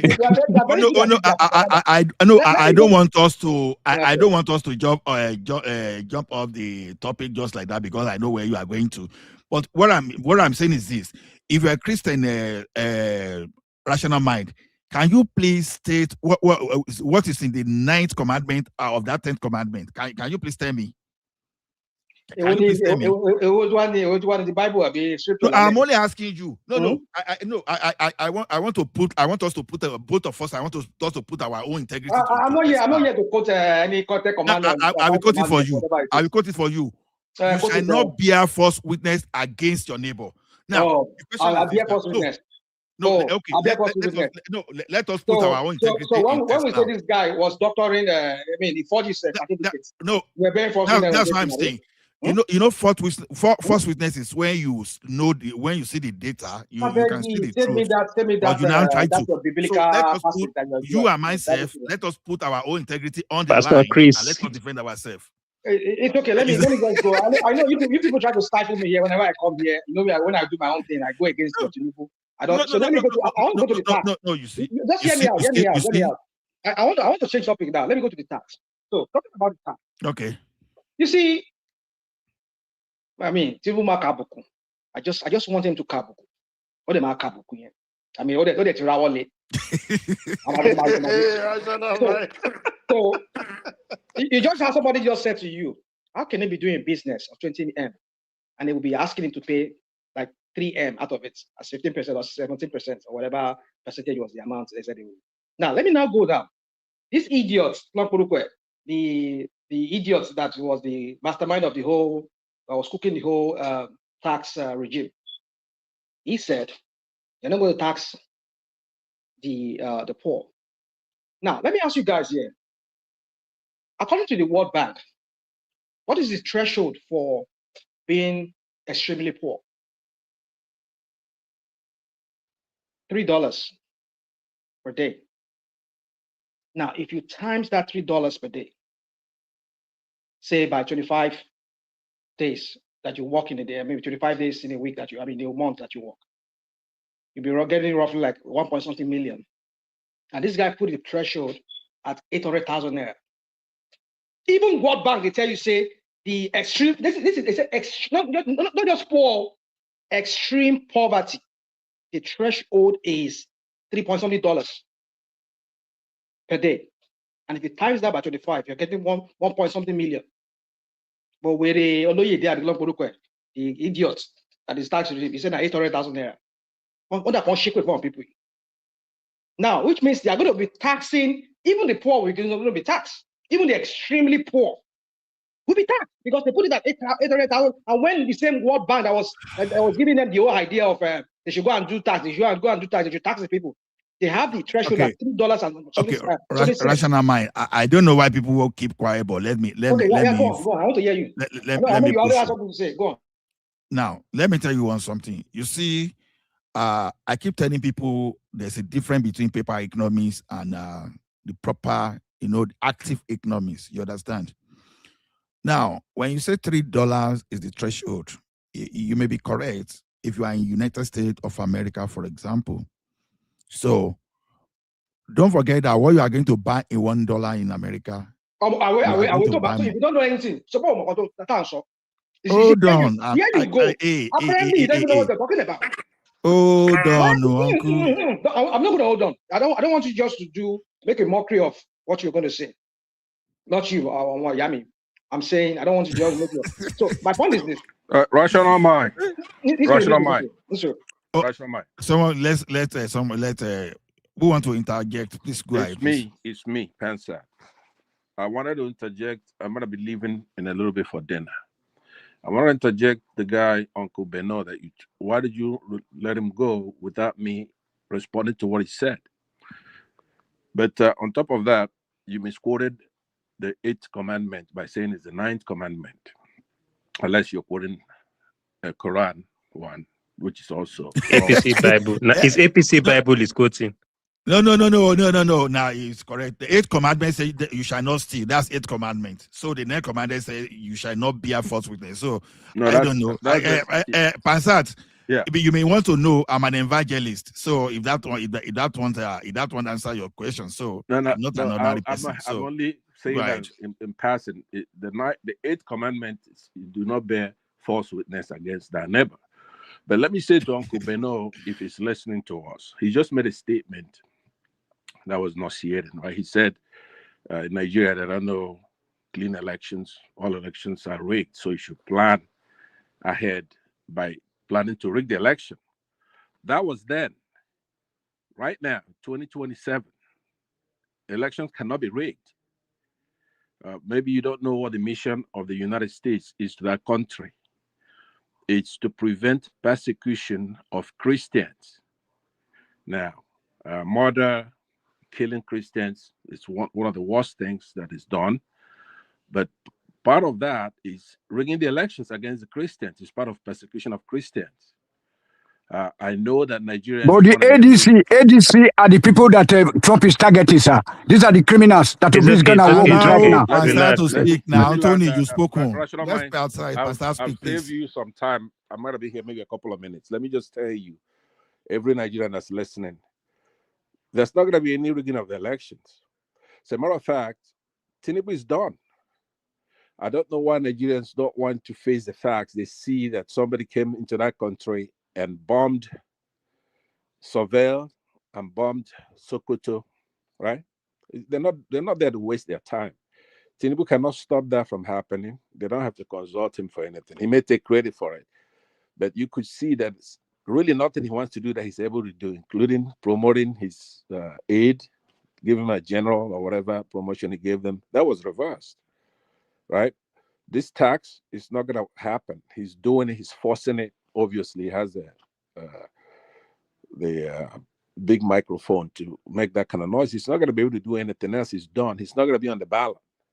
If he's planning on rigging the election, he's wasting his time. This ADC, they're putting it together.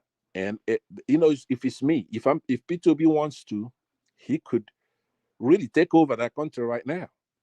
But he's a guy who likes to play by the rules. He wants to win that election again. Tinubu cannot do anything. He cannot win one single state. Now, his modus operandi, he tested it during 2023, which was with Lagos. He had a governor, that's APC governor, one of his people, as a matter of fact, in his cabal, and he couldn't rig that election. Sorry, but what if him losing Lagos State was just psychological? He deliberately lost that state so that you would think Maybe it's one free more and minute. fair. Let me land. I'm trying to tell you that what his method is to pursue all these governors. In the past, he did the same thing. They let him win Lagos, and he couldn't win it with his style. The corporate who rigged that election in 2023 is Buhari, right? The former coup plotter with INEC. That's who rigged the election, and then he handed to Buhari a lot of things, and he squandered all of them. He's made enemies out of all these people. Now, the last act prosecuting this former attorney general is a good thing for us. But the reason why he's prosecuting him is not because he's a criminal and he took all that money. He's prosecuting him because he wanted to join ADC, right? Which is good for us. So what I'm saying to you is that all those people who come on this platform and they just want to ignore what's happening in the country, don't ignore what's happening in the country. We have Christians in the United States with Donald Trump determined to stop all the shenanigans in Nigeria, including persecuting Christians. It's not just killing people or putting them in IDP camps. It means that when we run that election, somebody's going to win that election. It's going to be somebody who won that election. Now, Tinubu, if he's on the ballot, if he wins it, fine. But I don't see him winning the election. He's not going to rig anything. You rig and you're dead. You remember in Iraq, Saddam Hussein used to get 100%. A Shia majority country with Sunni Muslims in the minority, of which Saddam was a Sunni Muslim. And he used to get 97% to 100% in elections. But then he was stopped. United States determines what happens from now on. Britain has been determining what happened. When there's a rigged election, before the people could recover, they go ahead and say, hey, congratulations. And that cuts the knees of Nigerians off. That's not going to happen again. They removed that ambassador there that was left by Biden.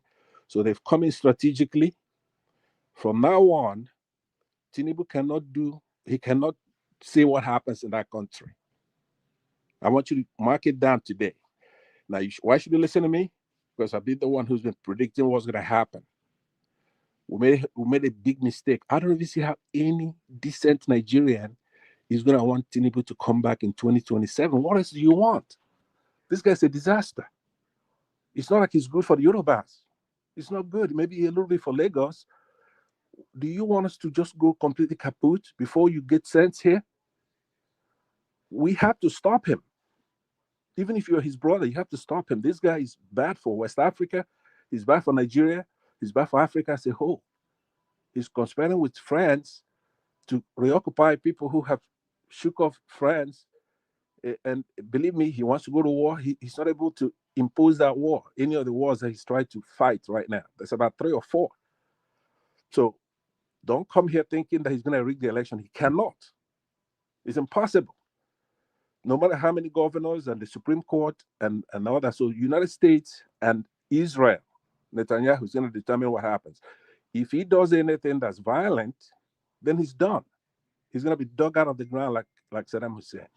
So that's what I want to tell you. I wanted to tell that that guy, Uncle Beno, last election, he was all over the place. We've tested it. He was wrong. Tinubu is not good for the country in any way whatsoever. He's going to have France collecting our taxes. Well, if you're an economist, Ola, do you support these guys transferring our data to France to collect taxes for us? What kind of economist are you? So I want you to guide these things. All of you should repent. All right. Last time we used anachronistic views and because of our tribe or whatever to push him. He's been there now. He's disgracing the Yorubas, Southwesterners. Yeah, you get some tactical advantage because you won the election, but you're losing strategic position you had before. People like Edo State, all those people were your domain. All these guys are abandoning you because you're using a lot of propaganda that makes no sense. The only thing a president has is the power of violence and all that stuff. These Northerners are working together now with the Southeasterners. They're not going to let you do anything like that again. They're not. So what we should do is to prevent violence. Tinubu will not come back there again. You go and take a look at Gaza. If he does anything, Netanyahu is given the authority to come over there and police this stuff. Asarok is going to look like Gaza. It's just the way it is now. When we said before, they were laughing. Okay, now the kind says Israel is going to come to do this. Ha ha ha. Well, Israel is coming. Netanyahu is going to come. He said it. No more persecution of Christians, and that's exactly what's going to happen.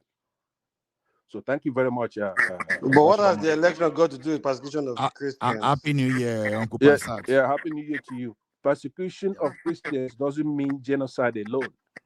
Persecution of Christians means that if they go and vote, you don't turn off the beavers.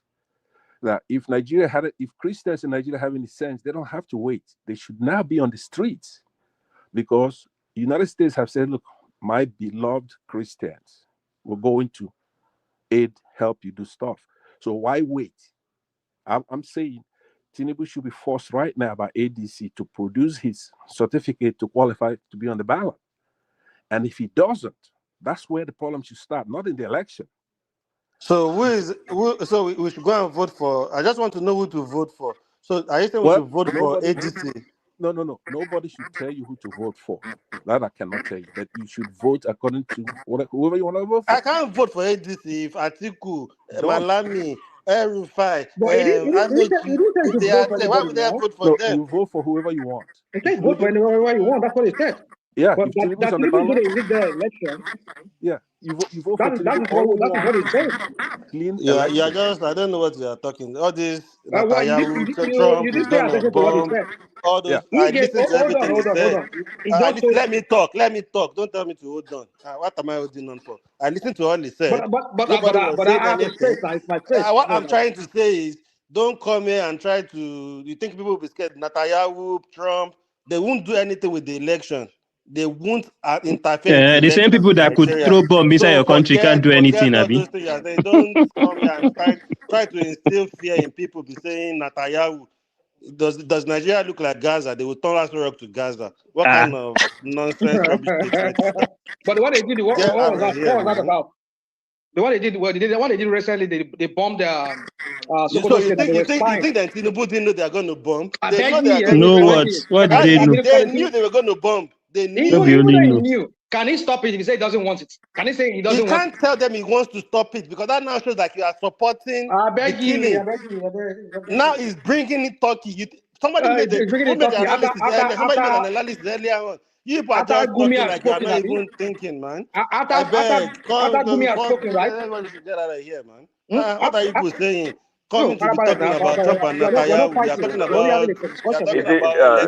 talking about talking right? Come and bomb. You don't have to go down low, DOG. You don't have to go down low. What did I do? We're having a conversation. What did I do? Pansat is a fictional writer. Hold on. Let me go on. I'm not insulting anybody. Why would I want to insult anybody? I'm just Pansat is a fictional writer. He's just saying that saying Netanyahu, Trump. How does that affect the election? Okay, I think hold on. You're right. Pansat is a fictional writer. He just saying what he wishes. He doesn't have a clue what he's talking about, anyways. Just describe to me what is Christian persecution to you. What do you think it means? Well, we're not talking about this all the narrative about Trump concerned about the Nigeria's election and Netanyahu and all this BS. No, that's what you concocted in your mind. That's your wish. Anyways, and it's just fictional. I'm asking you a question, Prince Daddy. So just listen. Don't be like Uncle Beno who ran away when I'm coming in here. The question is this: what do you understand? What are the contours of Christian persecution? What does that involve? What is if you say I want to stop Christian persecution in Nigeria, right? If Trump says that and Netanyahu double down and say, we're not going to let it must stop now. What do you think they're talking about?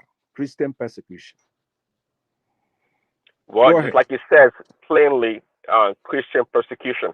If you know anything about Trump is not a neocon. Just like when they ask him about Canadian election, he said he doesn't care who wins in Canada. Well, so they said, don't you prefer the Conservative Party to win in Canada? He said, in fact, he prefers the other party to win than the Conservative. That's Trump for you. Trump can care less who wins an election in the country. Okay, he's not a neocon. He's not like an established guy. So he doesn't care. If a Muslim or whomever wins the next election, Nigeria does not stop Trump from doing whatever he wants to do. So this conclusion about Netanyahu and Trump trying to affect Nigeria's election is BS. Let's be conversational about it. Hold on. I agree in part and I disagree in part. What's happening in Nigeria is a teamwork. There are people in the Congress, right, like Representative Moore and others who've done some fact finding. If you recall, there's a guy that was sentenced to be killed because some Fulani herdsman came to his farm and killed him. Tried to kill him, and he overpowered them. I believe his name is Sunday. And then they tried him. He's been in custody for over 10 years. And then this Mr. Moore and all those made some finding and asked Nigeria to release him. And then the governor went ahead and pardoned him not long ago here, maybe last week, 2 weeks ago. That's Christian persecution. Christian persecution is when Christians vote, we spend 400 million naira to do the technology, and these Muslims turn it off. That's persecution. There's so many things that are persecution. If you notice the bombing in Sokoto, for example, is housing Nnamdi Kanu over there in Sokoto, right? The caliphate. He hasn't said FIM. He can't. Mr. Saad Abubakar, right? So America just doesn't go on this type of mission, especially Trump. They didn't come there just to scare Nigerians by throwing a couple of bombs. It's a methodical stuff, targeting that election, right? The best thing they're going to do is to put Nigeria back to where we can manage our stuff. We have to have law and order there. We don't have law and order. We have cabal of all the government branches of government. In order for you to have a democracy, there has to be an adversarial relationship between the executive and judiciary. Okay, you said enough. Let me land. I'm almost done. So what I'm saying to you, you in particular, you're a Trumpist, you're a MAGA, right? But you cannot continue doing this. So I have to tell you, you have to change, right? You have to change. We have action on the ground. Everybody's pretending like there's no action there. Tinubu is not talking about it. Mr. Saad Abubakar, his caliphate was bombed, surveilled, bombed, and more surveillance is going on.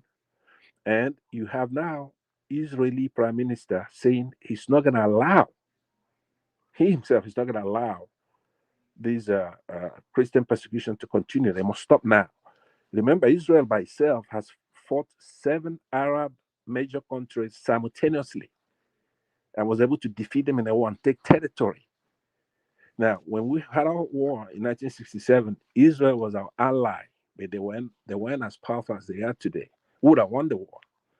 So now we don't want these people coming into our country, that's for sure. But we have no choice because Tinubu has bought the judiciary and the legislature. Our democracy is no longer functioning once a one-party system. So what P2B did, in my opinion, I believe that's P2B that went to the United States. But Uncle Ansat, you are not in Nigeria. I wonder why you were saying about this thing. You are supposed to be a Jew. You are not a Nigerian. So why? What are you talking about our democracy? All right, I'll say Happy New Year to everybody and enjoy yourself. Thank you very much. Okay, let me round up with No, you're not rounding up. I had the space. I'm not rounded up. I'm not even saying anything before the. Why are you yelling? I'm not yelling, dude. I'm not yelling. I have to increase my voice so that you understand that yes, it's my space. Because when people were talking, I kept quiet. So now. You see, Tinubu, that guy, I just don't know. I just have to see how Nigerians are going to react to this tax stuff that he's doing. Are we saying tax is bad? No. Again, timing. The same way this idiot was not looking at the timing when he bring up this fuel subsidy. Fuel subsidy. Subsidy is gone. The timing of everything. See, again, we keep saying that this guy does things I don't even know. The road to nowhere that is building. Again, timing. Is it necessary that we have that road? We should have that road, something like that. But is it necessary at this point? No. So this guy just keep doing this everything backward. Things that you're supposed to have. And you are supposed to be in the construction company. Let me learn. Oh, let me. But No, I know. I'm questioning you. No. When is the best time to start the road? No, DOG, hold on. How many DOG, years do you think that project will take to build it? DOG, let me take him on. And you are in construction company. I ask you, when government put a project, whether in the North America, and they are constructing some kind of a road infrastructure or anything that has to do with construction, you understand? Why exactly are they spending on big fiscal project like that, if I may ask you? Before they put money into things like that, they look at the economic viability. How economically, what's the economic benefits? That's it. We have the southeast road that span from Lagos to southeast, to up to even to the extreme part of is it Adamawa, or what's that place? Benue, or is it Benue? I think Benue borders Cameroon. Up to that, that road has been left like that for many years. They keep getting bad and bad, and that's the most pliable road that most of the businesses that travels, trucks that travels on that is that road. Now you are building a road that you're going to put a toll on. How many people will be able to afford to pass that road? How many of those businesses will be able to afford? You've practically hold on. No. You are in the construction company. You are in the construction company. My point. You already. No. You've changed the topic. That's why you've changed the topic. That's why I'm asking. Why you are in the construction company? You are supposed to know better than anybody here. No, when it comes to the engineering part, that's what I don't know much. I don't know much more than the politics. Yeah, go on. You are supposed to know more than us. No, don't give me that. I don't know everything. What I know, you are supposed to know. That's why I quoted the engineering part of it. Hold on. I asked you about the ninth commandment, so that you can speak to the facts. Don't promise that your next commandment or whatever 10 commandment. I'm saying when it comes to the engineering part of it, yes, if you ask me a question, as far as my knowledge can go, I will give you. But I know a little bit when it comes to the political aspect of it and the economic aspect of it. So that is what I'm giving to you. You cannot build a road that how many people are going to how many economists are going to span through that corridor? Considering that you see how so many bridges you're going to break. This is the same idiot that was telling us that he was going to do this within one time or how many years. And what we're looking at, that project, ordinary Lagos to Lagos Island to Badagry there. You know how many years not be building that railroad. They built it for over 20 something, almost 30 years. Not be almost 20 something years. And now you're building a road that spans from Lagos to Calabar. Do you know how many bridges they're going to build? When we say build bridges, the engineering that we're going to build in those solid structures into that water. The question I want to ask you before you criticize that project. Let me learn. No. I know you will learn, but I want to counter you. No, I don't want you to mistake us before we counter you. Now, the thing is this: I want you to tell me how is that project financed? Me, on my record, I know that Lagos Calabar Coastal Road is generating at least 10,000 direct jobs during the construction phase. That's direct labor. We are not talking. Okay, we are not talking of impact of where you are going to bring your cement and your materials. Hold on, sir. When you look, when you look at how the thing is going to loop ranch, you understand that Lagos Calabar Coastal Road alone has capacity of generating at least 100,000 jobs. You understand? Then, so now you have to talk about how is it being financed? Lagos Calabar Road, Lagos Calabar Coastal Road is being financed by what we call deferred payment. In such that you are a construction company. If you're a construction company and you don't have payment, you can't say you are in construction procurement and you don't know what they call deferred payment. My construction does not go to this your APC languages that you people like to brandish around. High sounding words just to confuse Nigerians. What are you talking about? I'm not using any big word. Any accountant, any project manager, they will know what I'm talking about. When you say there's a type of PPP called deferred project, you select your contractor. go and do this job, then I will evaluate and I will pay you later. Because that one is transferring the risk so that it takes the risk of you not doing the right job. You understand? It takes the risk of contractor not doing the right job. Hold on now. Okay, go on. Baba, hold on. I'm just telling you, the way you are talking about it, that okay, you have money from the government, they are putting in all that is you are getting all wrong. So that so project, Nigeria does not have money in that project. Nigeria does not have money in that project. You say what? Nigerians has not put Nigerian government has not put trillions of naira into that project. Is that what you're telling us? I told you that this project is being done by what they call deferred payments. Well, boy, hold on now. I just asked you a question. Don't give me that. Are you telling me that they've not put trillions of naira into that project? Do you say if they carry me come your company tomorrow now, I now become your vice president now? You go they argue, say, this one I'm my bro now. How can he be my boss? I'm telling you how to manage the project now. Don't tell us how to manage construction. I'm asking you simple questions. I'm not supposed to be teaching you this. No, you're not teaching me anything. You're not even doing any teaching here. Because I asked you a simple question. I asked you a simple question. I said, are you telling me that, like, forget this, your PPP, whatever I sounding language you or whatever, this is for our Nigerians. Are you telling me that Tinubu did not put trillions of Nigerian government money into that project? Tell me. Okay. Check the project. Is the thing is in the appropriation bill. I want you to show me the appropriation bill where you can have that the cost of that project.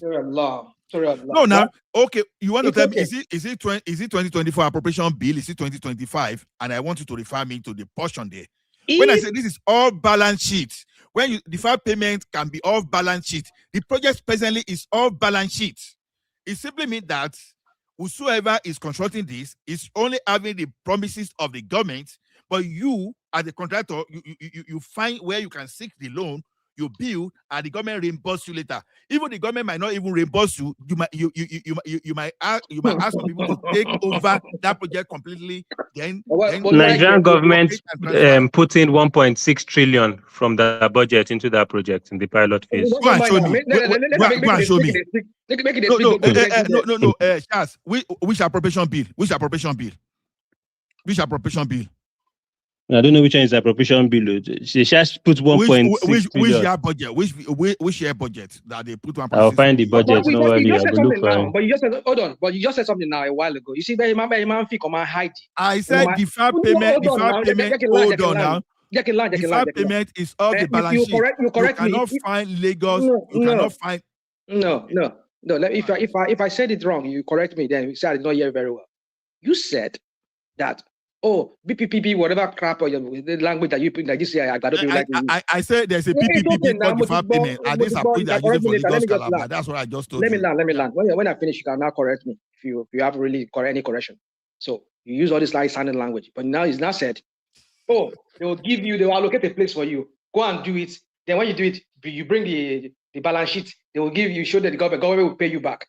So government will pay them back, Abi. Not as if you say PPP, whatever language you are brandishing, like I say, the people will go and do it themselves.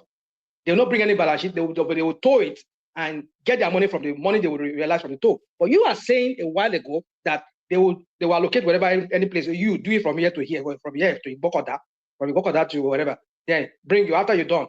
Bring the receipt for us. When we see the receipt, we'll pay you your. So government will pay, right? So you are accepting that government will pay. That's what you're saying. But you are using all this high-sounding language. PPP. I mean, give me a PPP, man. Now, what is wrong in using PPP? Public-private partnership. What is wrong in using it? You see, when Ola but when Ola was saying something earlier on, saying one man should give you time to go and do your fact checking. We will do it. Because sometimes you talk and you don't even have any fact. Sometimes you don't even have knowledge of what you are talking about. No, I do. It's not nice.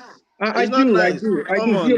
DOG, I do. I have facts. I don't have my fact. I only speak something without any fact. But the thing is that they are like Bado people. Even when you're saying fact in front of you, I mean,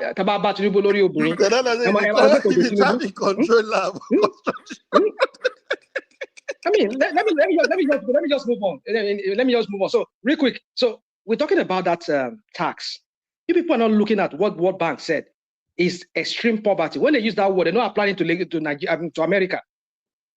International standard by which they said when people are below poverty line, extreme poverty, is $3. So if somebody who is extremely poor, and the idiot that was supervising, managing the whole tax regime for FRS, he's saying that they won't tax the poor. And you are pegging it at 800,000. No. Does that look like an my idiot daughter, to you? I mean, honoring my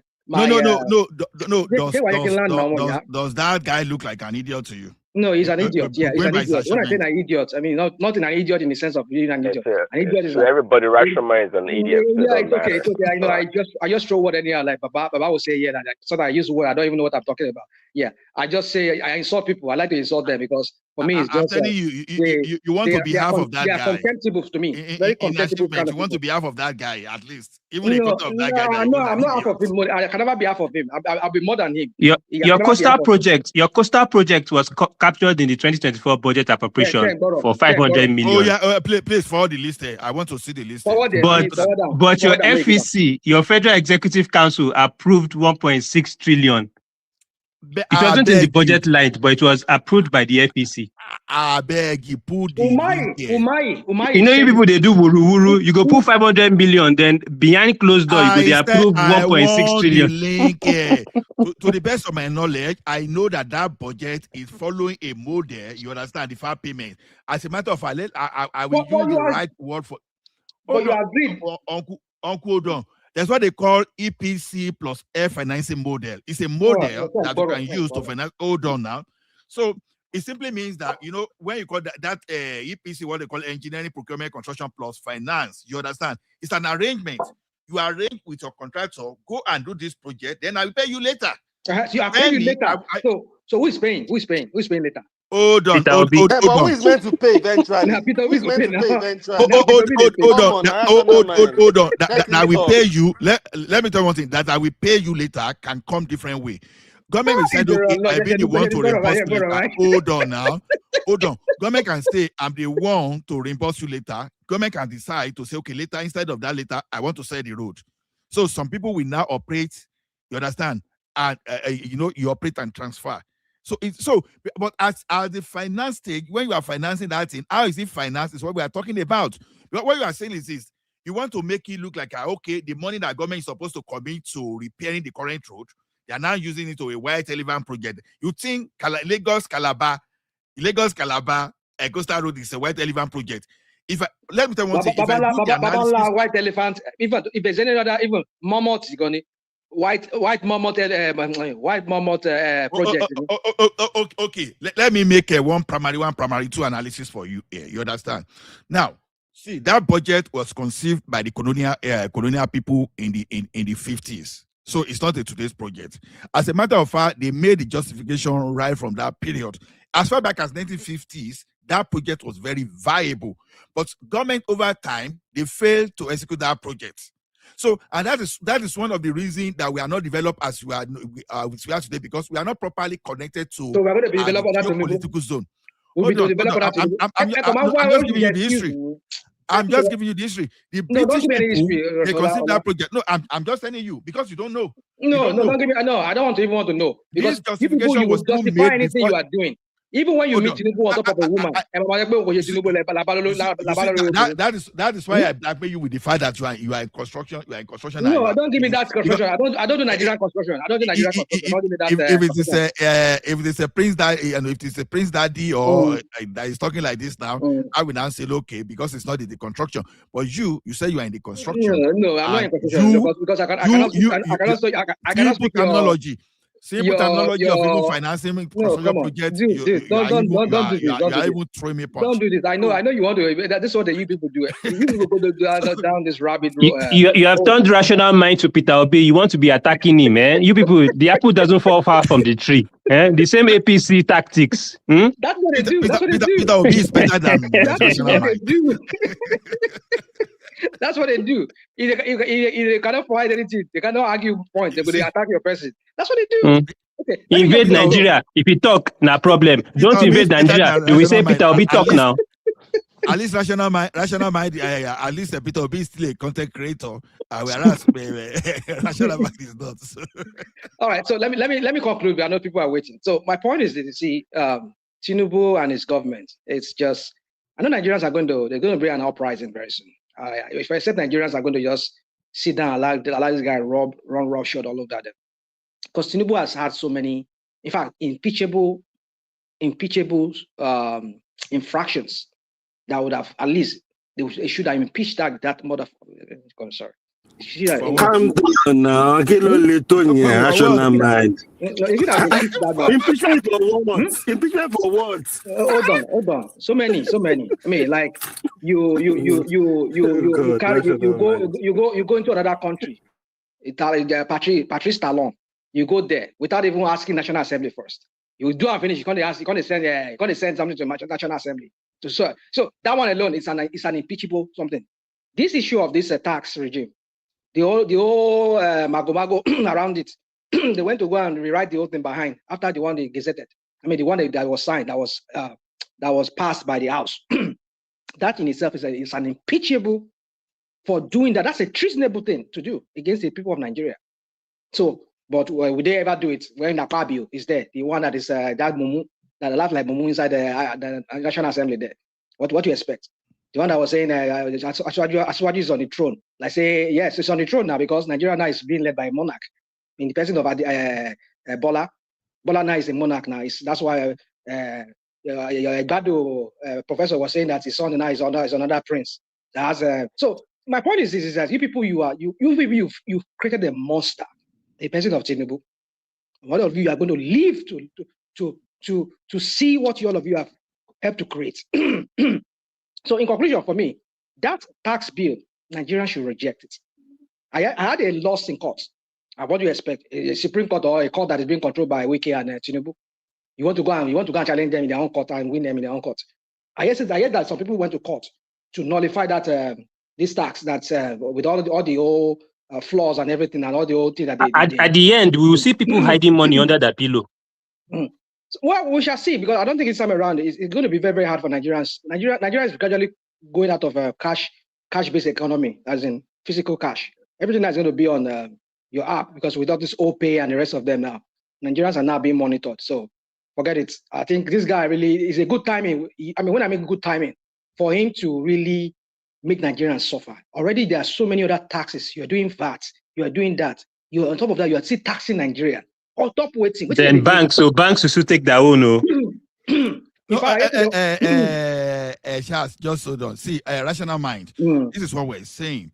Now, this guy came, you understand? He discovered that there are over 60 different type of taxations, you understand?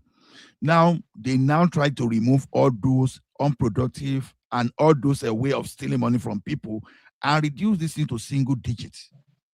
Now, this man took time to explain, and some of you will not even listen, you will not even verify, but you are still carrying this political agenda that everything must be politics. I keep hammering those of you that allow Buhari to stick to power and show that country. This is exactly the way you behave. This is the way you behave. You misled people, and one of them, I said maybe someone put me wrong, because I believe that the like of Aisha Yusufu supported Buhari. I could be wrong. You understand? I just want to believe that people like him supported Buhari, and today all of them are twerking for Obi. What was he said now? What he said? Hold on. You misled the country. You misled the country, and you destroy a middle class. And up to now, you've not even come to apologize. You are still carrying the same way, the same kind of conspiracy manipulation. Who brought Buhari to us? Who brought Buhari to us? No, forget about it. But you're pointing fingers for people that they brought Buhari. The main person that brought Buhari is in Aso Rock today. Apart from the Igbo segment of apart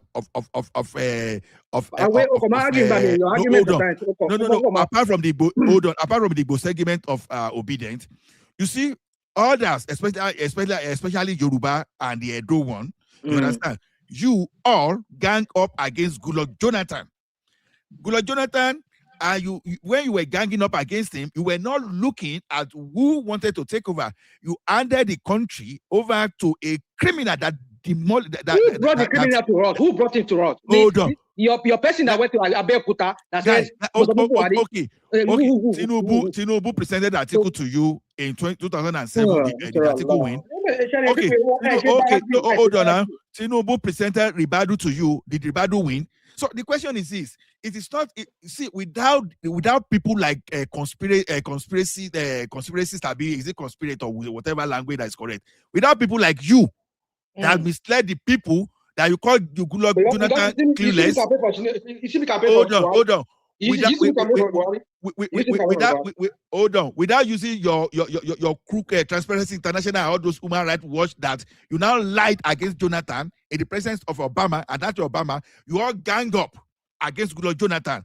And now who is the who we are? Who are you talking to? I don't know. Ataya. There is a north, middle belt, and the southwest. Some part of the southwest that ganged up on Jonathan now. So that's what I exclude. No, I exclude the Igbo. I exclude the Igbo and some of those South people from this blame. You understand? And that's a Yoruba, because a rational mind is a Yoruba person now. Now, because a person like a rational mind was twerking for Tinubu. Was talking for Buhari, and people like Aisha Yesufu, I believe I could be wrong. So it's alleged. That's my whole opinion. Now, you all supported Buhari. In your presence, Buhari destroyed our country. He violated the judiciary for the first time in the history. Even the military, they were not laying siege for the judiciary. You lied against Onoge. You understand? Till tomorrow, we can't see the corruption of that man. You desecrated the judiciary. Then you went again. You mess up with the National Assembly, and today, after destroying the country for good 8 years, you ran our country to the state of bankruptcy, and you still want to use the same knowledge that you use the conspiracy, all those your Agbero, and all those kind of Tinubu that was Buhari's advisor. What was he doing there when everything was going haywire? Tinubu was just only one person there, but without the support of the people, Tinubu will not achieve anything. You can group all of us now. You can group all of us that are not even part of Tinubu will not achieve anything. So us that were outsiders, we were powerless. Then the person that is inside cannot do anything. If Tinubu could not do nothing, so what are we meant to do? No, you cannot rig election. You can never rig election. You can never do anything without the support of people. Go and test. See, it happened in Ondo State in 1983. You know what happened? The crisis brought the military back. You understand? Go and look at what happened in the 60s. Without the support of people, you can only rig the election when the people are behind you. When the people are not behind you, we'll go and rig that election. God save you. That time, you understand? People were behind. Come to think of it, the vice president, why are you omitting Tinubu's boy, Osibanjo, from all these things, Seth? Didn't Tinubu have a hand in it there? Without the people, they make it rewrite history. Like you forgotten that the vice president, the selection was Tinubu that put him there to represent him. You don't forget that one, Abi. This guy, as powerful as Tinubu is, he lost Lagos. He lost Lagos. He didn't lose Lagos. Like I've told you before, he deliberately lost Lagos so that it will, when he rigs other states, it will look credible. Okay, as powerful as Obasanjo was, you understand? He lost his own consistency. What do you think? Wait, based on everything that has happened, do you think Tinubu will lose Lagos in 2027? The point is this: you can blame. He won't lose it because he won't lose it now. It's changed now. He won't lose it. He wouldn't lose it. He was going to win in 2027 in Lagos because now the Igbos have caused trouble for Obedient and Obedient himself. How did they cause trouble? Igbos didn't cause trouble. You guys stirred up ethnic sentiments. You guys stirred up ethnic sentiments yourself with all those your ministers and advisors. Hold on. Whereas in Lagos at that time, I know Yoruba people that even voted for Obi. But later, when Obi won, they started saying the old story. No man's land. No man's land. That thing affected the Igbo, and it's going to affect Obi this coming election. And to me, I don't see. If I'm an obedient, rational mind, hold on. I don't want to be arguing too much. I'm driving. If I'm an obedient, I will have a problem with Obi joining ADC. Honestly. But you are not. But anyway, you guys can carry on. But you are not. You're not obedient. So rational mind. You see, that argument is very convenient. By the time people are saying Tinubu, let me tell you one thing. Tinubu may boast to be anything, but without the people, he's powerless. I We've beg shown you, him in forget Lagos. Now that. he Forget lost that. Lagos. People. So the thing is People this, like you, right? People like you that brought Tinubu in, right? Isn't it? Same people that brought you, people like you that brought Rational Tinubu. mind, can I ask you a question? Okay, go on, Madam Will you this is 2026. It is still 2025. If Tinubu wins this election, how you gonna feel? How am I gonna feel? Yeah, because you seem not to see. I don't know how to put it. No, go on. Anyway, You seem not to see any good, any. I don't know how to say there's it. no good, Madam Zita. There's no good. This guy has not done any good. Let me rephrase my statement. None of them is good, sha. But let me say this.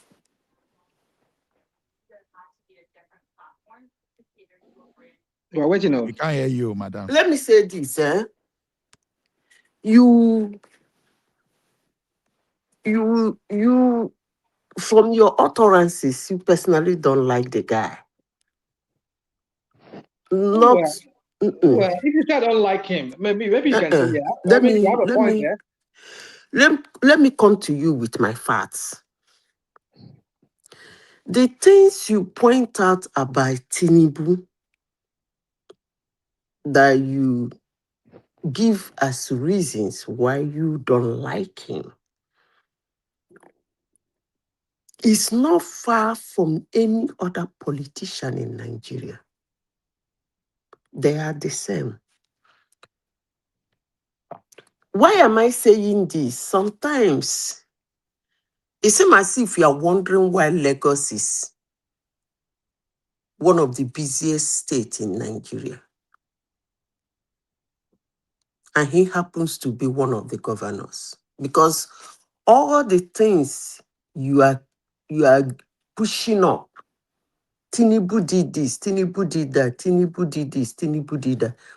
The difference between Tinubu and the others is that all the bad things, according to you, he's doing, there is result. The other people, they do their bad things. You go to the state in which they ruled over and over again, there is no result. So I ask you again, if he wins, how you gonna feel? Indifferent, I guess. Let me answer the question. If that question is directed to me, at me, right? You see, Madam Zita, I mean, there's nothing I could do if he being win this one, I rake. Eventually this one, So that's why all of us are here now. Waiting concern us. But now we go bear the old shit. I mean, they Nigeria. Me, I there here in America. They enjoy my life here with my family. So, and the people we vote, we only come here. We only want Nigerians. We've said it before that this guy that you guys are going to put there, you are citing people are citing your dead warrants, and then Nigerians are realizing now. A lot of Nigerians they're realizing that they did a very huge mistake for bringing this guy. Putting him in. But let's leave that. But my point is this. Let me ask. Okay. Yes, I won't do anything. There's nothing I could do. It will be there. Okay. Probably if God get a life to use, they can stay there until. Okay. Let me ask you another question. So, because you mentioned voting him in, I want us to have a very nice conversation. You said if they vote him in, they will be the ones to suffer. You are in the United States. That's the second. Then the second question, he said, you told them that he's not of no good, but they let him in. So if they let him in again, they will suffer. Now, based on your statements, let me ask you a question.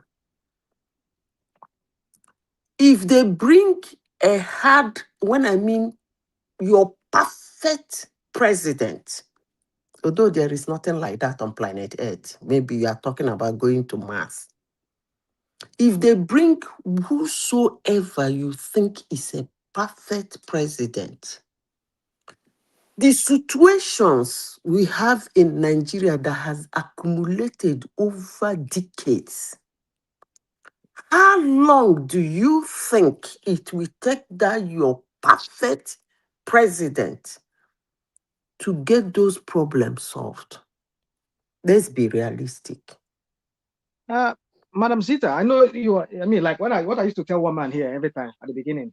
This in leading, these are just leading questions. You're trying to lead me to give you the desired answers, which is going to be, yeah, there's no perfect. So therefore, like somebody was saying a while here, let me land first.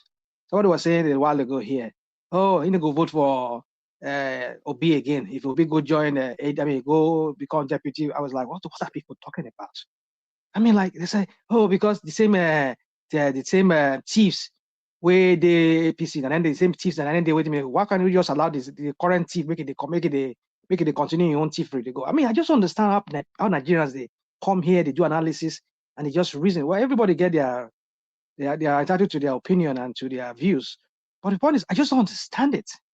Okay, because one criminal is another criminal wants to come in, so we should not allow the other criminal to come. We should allow this president to continue. What good has that? I mean, how has that served you? How do you know even the ones that are coming in, they are really thieves? They are already criminals. Rational mind. Rational mind. You see, my Madam point Zita, between Trump and Biden, who is your perfect president between both of them? Wait, when I said perfect president, it doesn't. I've been cleared that by saying there is no perfect president anywhere. But what I'm saying, when I use the word perfect president, I actually do mean that person you think that is good enough. You, rational mind, think that is good enough to handle the affairs of Nigeria. And I now told you that this thing has been piling up over decades. But you didn't allow me to Hold on now. Calm down. I'm trying to explain. And I think this thing has been piling over decades. I ask you, give and take, how many years or months do you think it will take that person to do something significant? You can see. Let me answer your question. Just don't interrupt me, please. Just let me answer your question. And like I said, I'm not going to give you your desired, because I know say if I answer the question the way you want it, you go just say yeah, that's it. But I'm not going to give you that answer. But the point of what I'm going to say is this: is that there is no perfect leader. And I've never said there's any perfect leader. You know who I stand for, even though I'm not really for him much as like before anymore. Whoever Nigerians decided they want Tinubu, let them to. But for me, Tinubu is not a leader. Does not have the quality of a leader. He has the quality of his wuru politics. Yes. The problem in Nigeria is so humongous that it's very hard for anybody. Not even Obi. Not even anybody can solve that. Not even Yele get there, say you want to solve it within how many years. Not even all the rot that we find. All these northern elites that have contributed to the rots, that will use their kind of power base from the north to intimidate any southern leader. They will whip them in line, because when they threaten them, say we'll derail your government for you, like the idiot Gumi and the rest of them are doing. I mean, we're talking about someone was telling us here that Tinubu has gone to talk to Turkey after Gumi was vomiting crap on some platform, and in the next minute we're hearing that Tinubu is going to Turkey. He said Turkey where Israel Netanyahu criticized in his Christmas speech, where he was talking about he was criticizing Turkey for being hostile, for being Turkey persecuting Christians. The same Turkey now I want to bring side by side with, I know they're allies to the United States, but I know there's a problem between Israel and Turkey already. So my point is this: you see, there's a lot going on. There's a lot going on. So yes, to answer your question, nobody can fix it. Yeah, but I believe that it's better to have an empathetic president, somebody who has shown to be empathetic. You can say yes. What do you do for your own state? Yeah, he left there. The only difference between him and Tinubu was that Tinubu holds sway in Lagos. He controlled the narrative in Lagos. Can I say something? Make a land now. I know my because I want if I answer this question, I don't want us to repeat it again. That's why I want to take my time to answer it. Tinubu holds sway in Lagos. He created a dynasty for himself in Lagos. Obi never did. He left the political scene, expecting that the person that follow him would continue better work or do better work than himself. But sad to say, a lot of them, they never did. I mean, the same, the former governor, EFCC, they pursue him now. They pursue all about. Immediately after he left office, they were in leave office. They wait for him for airports. They never for airport. So what are we talking about? Soludo is not there now. What you go do? What you don't even do? We don't see. So now you are pinning that on this somebody who never controlled the states, who did his own part and left. He left the scene. But Tinubu controls Lagos State that has the highest GDP in Nigeria, if not even a GDP of a country itself. Okay. Lagos have. So what are you talking about? So the point First is, of what I'm all, talking about, I'm not trying to, I'm not trying to be insultive. I'm saying, what are we talking here about that? You're trying to compare apple to carrot. I mean, no. First of all, rational mind. I didn't actually want you to give me a subject when I said the person you think a perfect candidate. I didn't mean that you mention name. I'm just trying to make you think something in the air, like imaginary somebody you think is a perfect, let's assume a perfect person to go into Aso Rock, and I'm now asking you, how long do you think it can take? But since you didn't want to answer that question, I saw the question. I said it's Nigeria. You mentioned it's not cannot be name. solved. Hold on. Solved once. You mentioned name. You said you agree that it's a difficult task that will take years to solve. You agreed on that.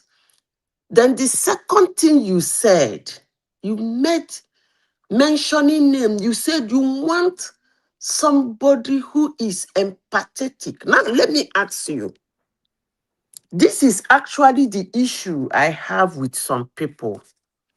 What is empathy? In shorting that, hold on, please. Go on, please. Go on. Please, we are in a global platform. Let's have a nice conversation. What is empathy in shutting down hospital for 13 months? Hospital is emergency. If you say a human being has empathy, and I now ask you, what is empathy in shutting down hospital for 13 months? Is that and somebody who did that kind of a thing, you said is somebody who has empathy. Apart from their inability to solve the problem in 2-3 years, we have concluded that all of them cannot solve the problem in a jiffy. It's a gradual thing, focused. They keep getting it done. It will take years. We agreed on that. Now, your concern is what the first question I asked you, your concern now is on the personality. You are saying, yes, you agree. None of them can solve it in a jiffy. But what you want is somebody that has empathy.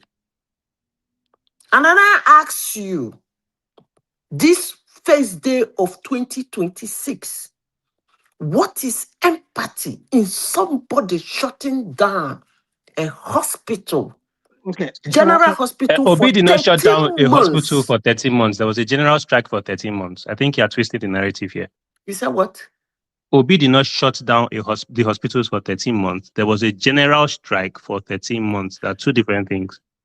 It depends on how you want to look at There's an industrial dispute. But So it's not as if Obi I don't locked blame the you. hospitals. I have said what I want to There's say. an industrial dispute between the government and public health care, and there was a strike. Again, rational mind. What is empathy? Let me borrow his word. Hold on.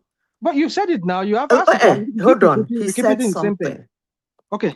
He makes my argument very easy by saying it was a strike, an industrial action. Now, based on what he said, that the man did not shut down the hospital, that makes my argument very easy. That means there was a problem. Even very valid. Very valid. What's valid? Come on. what It's there was a valid because problem. if they can strike for 13 months and the governor cannot solve it, that means doesn't have empathy. He's making my That's what argument she's very saying. easy. No, hold on, calm But make down. it sound like he shut it down. Today, Like, go, rational go, mind shut it down. finish. Let me ask somebody that interjected. The The person government, is making the doctors refused to go back to work because they didn't reach the any person landing is terms or making landing my solution. argument very simple. So I ask you again, rational mind, what is empathy? Okay, That you let me finish, please. come on. Let I me mean, finish. I want to you've been ask you saying again you've based been going on round what and he round and round in said. the same thing. Hold on. Let me answer your question. It's not the same thing. It's not the same. I want to ask you the same question in a different way, based on his interjection. He said that the guy did not shut down the hospital. The doctors were on strike and they were adamant, so he abandoned them. Now I ask you, he made it very simple for me. Rational mind, I ask you, what is empathy? That some group of people will be demanding something, and then you allow them for how many millions are in Anambra State? Anambra State is how many 9 millions? million. Remind me, please. 9 million. Good. That some chunk of people will be demanding something. You don't have empathy for the rest of the state. I ask you, what is empathy? How can empathy be found in such a person? So I'm sure you've said everything you want to say. So like you see, the point is this: I don't know much, and I know you that this is one of the things you've always thrown around here. This whole shutting down. Ever since I think the first time you came on this platform, we've been having these debates on Tinubu, all this politics. You've always oftentimes throw this all around, and I think you and this is our friend from what's his name from Maza there for Maza been for this our Igbo guy where they sell maybe been parts. What's his name? Somebody remind me his name. Anyway, I know you are him. You are even pastors will come here too. I think and other people they don't. Let me even answer this question. Ekene, thanks, sorry. Ekene, and other people too that also pro B. They've tried to debate this thing with you, and I think you people have gone. So I won't want to say much of that because I don't know. But I think Charles, is it Charles Anakwe? I will say it. The strike was not a shutdown imposed by Obi. The shutdown was as a result of doctors withholding services during negotiations. It was a negotiating tactics for doctors. So if anybody lacked empathy, it was the doctors, not Obi. Obi, during negotiations, doctors just decided to use that as a negotiation tactics to withhold their services. So empathy is not about Obi. Empathy, the lack of empathy is the doctors themselves. So I don't know what you're talking about. Bro, come on now. Come on. Which is the doctors that withheld services now? Is it Obi that withheld services? How will you use lives of human beings as a negotiating tactic to get what you want? Skills? What about Obi's Lives, so human lives. Nobody. It doesn't happen in here over here. That is, doctors are actually the ones that are the leaders of empathy. Like one of the considerations for being a medical doctor is being empathetic. Exactly. You cannot withhold medical services but you see, due to getting the upper hand during a negotiation. Charles, I think our people here does this a lot here. I know because maybe like I don't like Tinubu the same way they don't like rational mind. We have not finished this conversation. I'm going for part 3. Okay, all right, it's fine. So I think Charles has helped me with the other part of the question. I don't think empathy is you cannot blame Obi for the lack of empathy here. But one thing I've seen with Obi is this: he has shown consistently that he's somebody who feels the people. And it goes to the grassroots. Your so-called, what's it called, Jagaban that is in Aso Rock there. It's just me and his wife, that snobbish lady that snobs on people. I mean, we know how they do. Even when they share their Ororo every year, and when it was not in governance, we see how they treat people. They throw money. Let's just leave that. My point is this: is that Obi has shown himself to be a very empathetic governor. He goes to people in the grassroots, he talks to them, he sits with them. People are comfortable around him. And that is how a leader should be. You know, even like that's more like a Christ-like. I'm not saying Jesus. Don't get me wrong. I'm not one of those obedient that comes here and promotes Bro, that is all acting. Sitting down No, with people is not showing can I land empathy. now? I can decide to go and sit down with my malata. Yeah, And we've seen Osibajo going to eat with primary school students, eating with well, them. yeah, What did he do for them when he that one. was vice president? What Yeah, school did he build? this guy was not a vice Come on, president. man. Come on. Hold Stop on, saying hold on, this hold thing on. with you. This Going guy to was sit not a down. vice president. Hold on. Is that a sign of empathy? Yeah, it is. If you don't know, it is. Can we go It to is not. part It's the way three? they Hold deceive, on, it's the before way you go to part three, politicians make a land now. deceive people Somebody like interject you. me. You've always wanted to land. You've wanted to land since. But Land. Oh, yeah, land. But all politicians do that now. So why are you putting it on Obi's head? Because So he's you can't doing say that. roadside You politics. can't say that. That's my point. That's my point, Charles. Why are you saying Obi he's are their sitting down? nightmare. That's sign So of make a empathy. land now. Make a land. Oh, Okay. calm It is down. now. It's a Give sign him for 1 empathy for minute everybody more. now. Okay, let me 1 give you minute 1 more. minute. Land. So my point is this: is that just as our friend that was countering me that yes, it's not sitting down with people and all of that. It's not empathy, but it's also empathy there. And the reason is this: even before this guy even decided that he wants to become anything, run for any office, he has always been seen. I've seen old videos of him where he goes around and talk to people. He sits with them. You never even know this guy a governor once upon a time, a governor, and even a billionaire for that matter. Unlike to your billionaire politicians that you after it's only when election is that's what they want to. But he's consistently shown that as a pattern in his ways. Not like even before he became running mate to Atiku in when was that one? 2019. I mean, when was that one? He has consistently shown himself to be somebody who is for the people. He will sit, he will go on the road and he will buy a bolly and he will eat and all of that. You can say maybe then when you say then he was running for the office. No, he was just an ordinary citizen. So it's something that he has set a pattern, even when he goes to church. Don't get me wrong, I'm not this kind of person that's come here and promotes or be like says he's like he's a savior. I don't do that. But my point is this: what I look for in a leader What are you is talking someone. about? Where It's you someone. are Oh, doing look it at land. I give me implicitly? 1 minute Ola, now. please, you people should not disturb my So let me land. pattern No, now. Madam Zita, I beg no verse, Daddy. You are promoting Obi implicitly, and you are telling me that it's not as if you are promoting Obi. Come out and promote your candidate and let us have the debate. Yeah. Abi, which one is it? You are What talking I'm about saying is buying this. Hold on. body, sitting Not that down I'm with people as saying no. empathy. I'm How is that promoting him. empathy? I am That's my own promoting him. Make annoyance a with what land you are now. saying. You've not mentioned anything Make that I shows talk that now. Obi has I not empathy. mention now. Make I land Since now. I am land with promoting. your 1 minute. I am promoting him, but I'm not equating him to be Jesus Christ. I don't have. That's what I'm saying. I'm not promoting him to be Jesus Christ. That's what I'm saying here. Get it, please. Let us get it straight. You have explained I might be his. speaking too fast. So, Okay. in conclusion, Madam Zita, yes, Obi has the quality of a leader. It might not be Okay, your and he regular couldn't leader. handle Labour Party. Anyway, that we've ended that one. Let me Okay, go all to right. my part 3. We are having a very nice conversation. Thank you. First of all, the instances you gave does not work with a president. We shouldn't be naive about how things work. We shouldn't be doing that. Talking to people, eating bole, playing with people, asking people questions, that does not work with a president of a nation. Please. Period.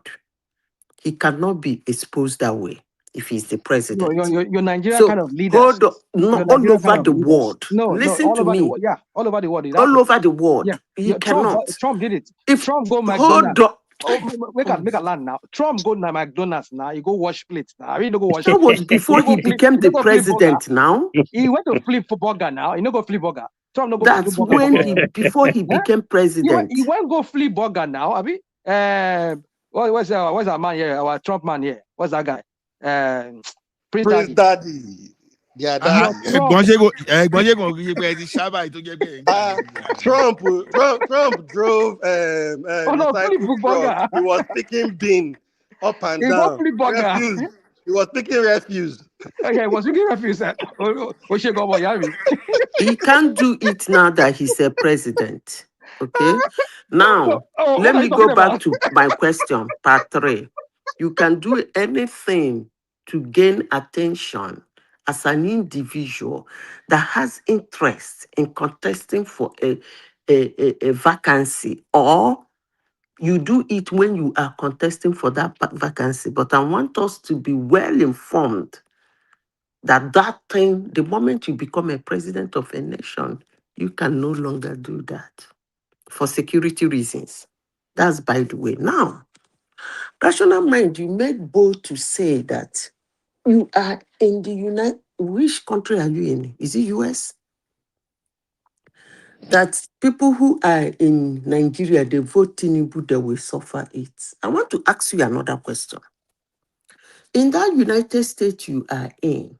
No, they ask rational mind when they ain't good, they fair to talk. Okay. Let me take example. He's in the United States. It's an example. Though. I'm not saying he's in the United States. Or any of the Western countries that you guys used to compare every time with Nigeria. I ask you a simple question. Today being the first day of 2026. In that Western nation you are in, if a governor of a state could not solve the problem between him and the doctors in that state, it won't get up to 30 months, Sha. Will he still be a governor? That is number one. Number two, with that kind of governor has the guts, the impetus and the infantry to contest for the president of that Western country you are in? Answer. So, just so I correct something here again. Obama once went to, I think, one eatery, go serve. I mean, what was that thing he did? I think he did something when he was in office. So don't tell me that when somebody is the president cannot do certain things. Yes, you can. Yes, you can. We've seen many prime ministers from big countries. They goes and then they do stuff.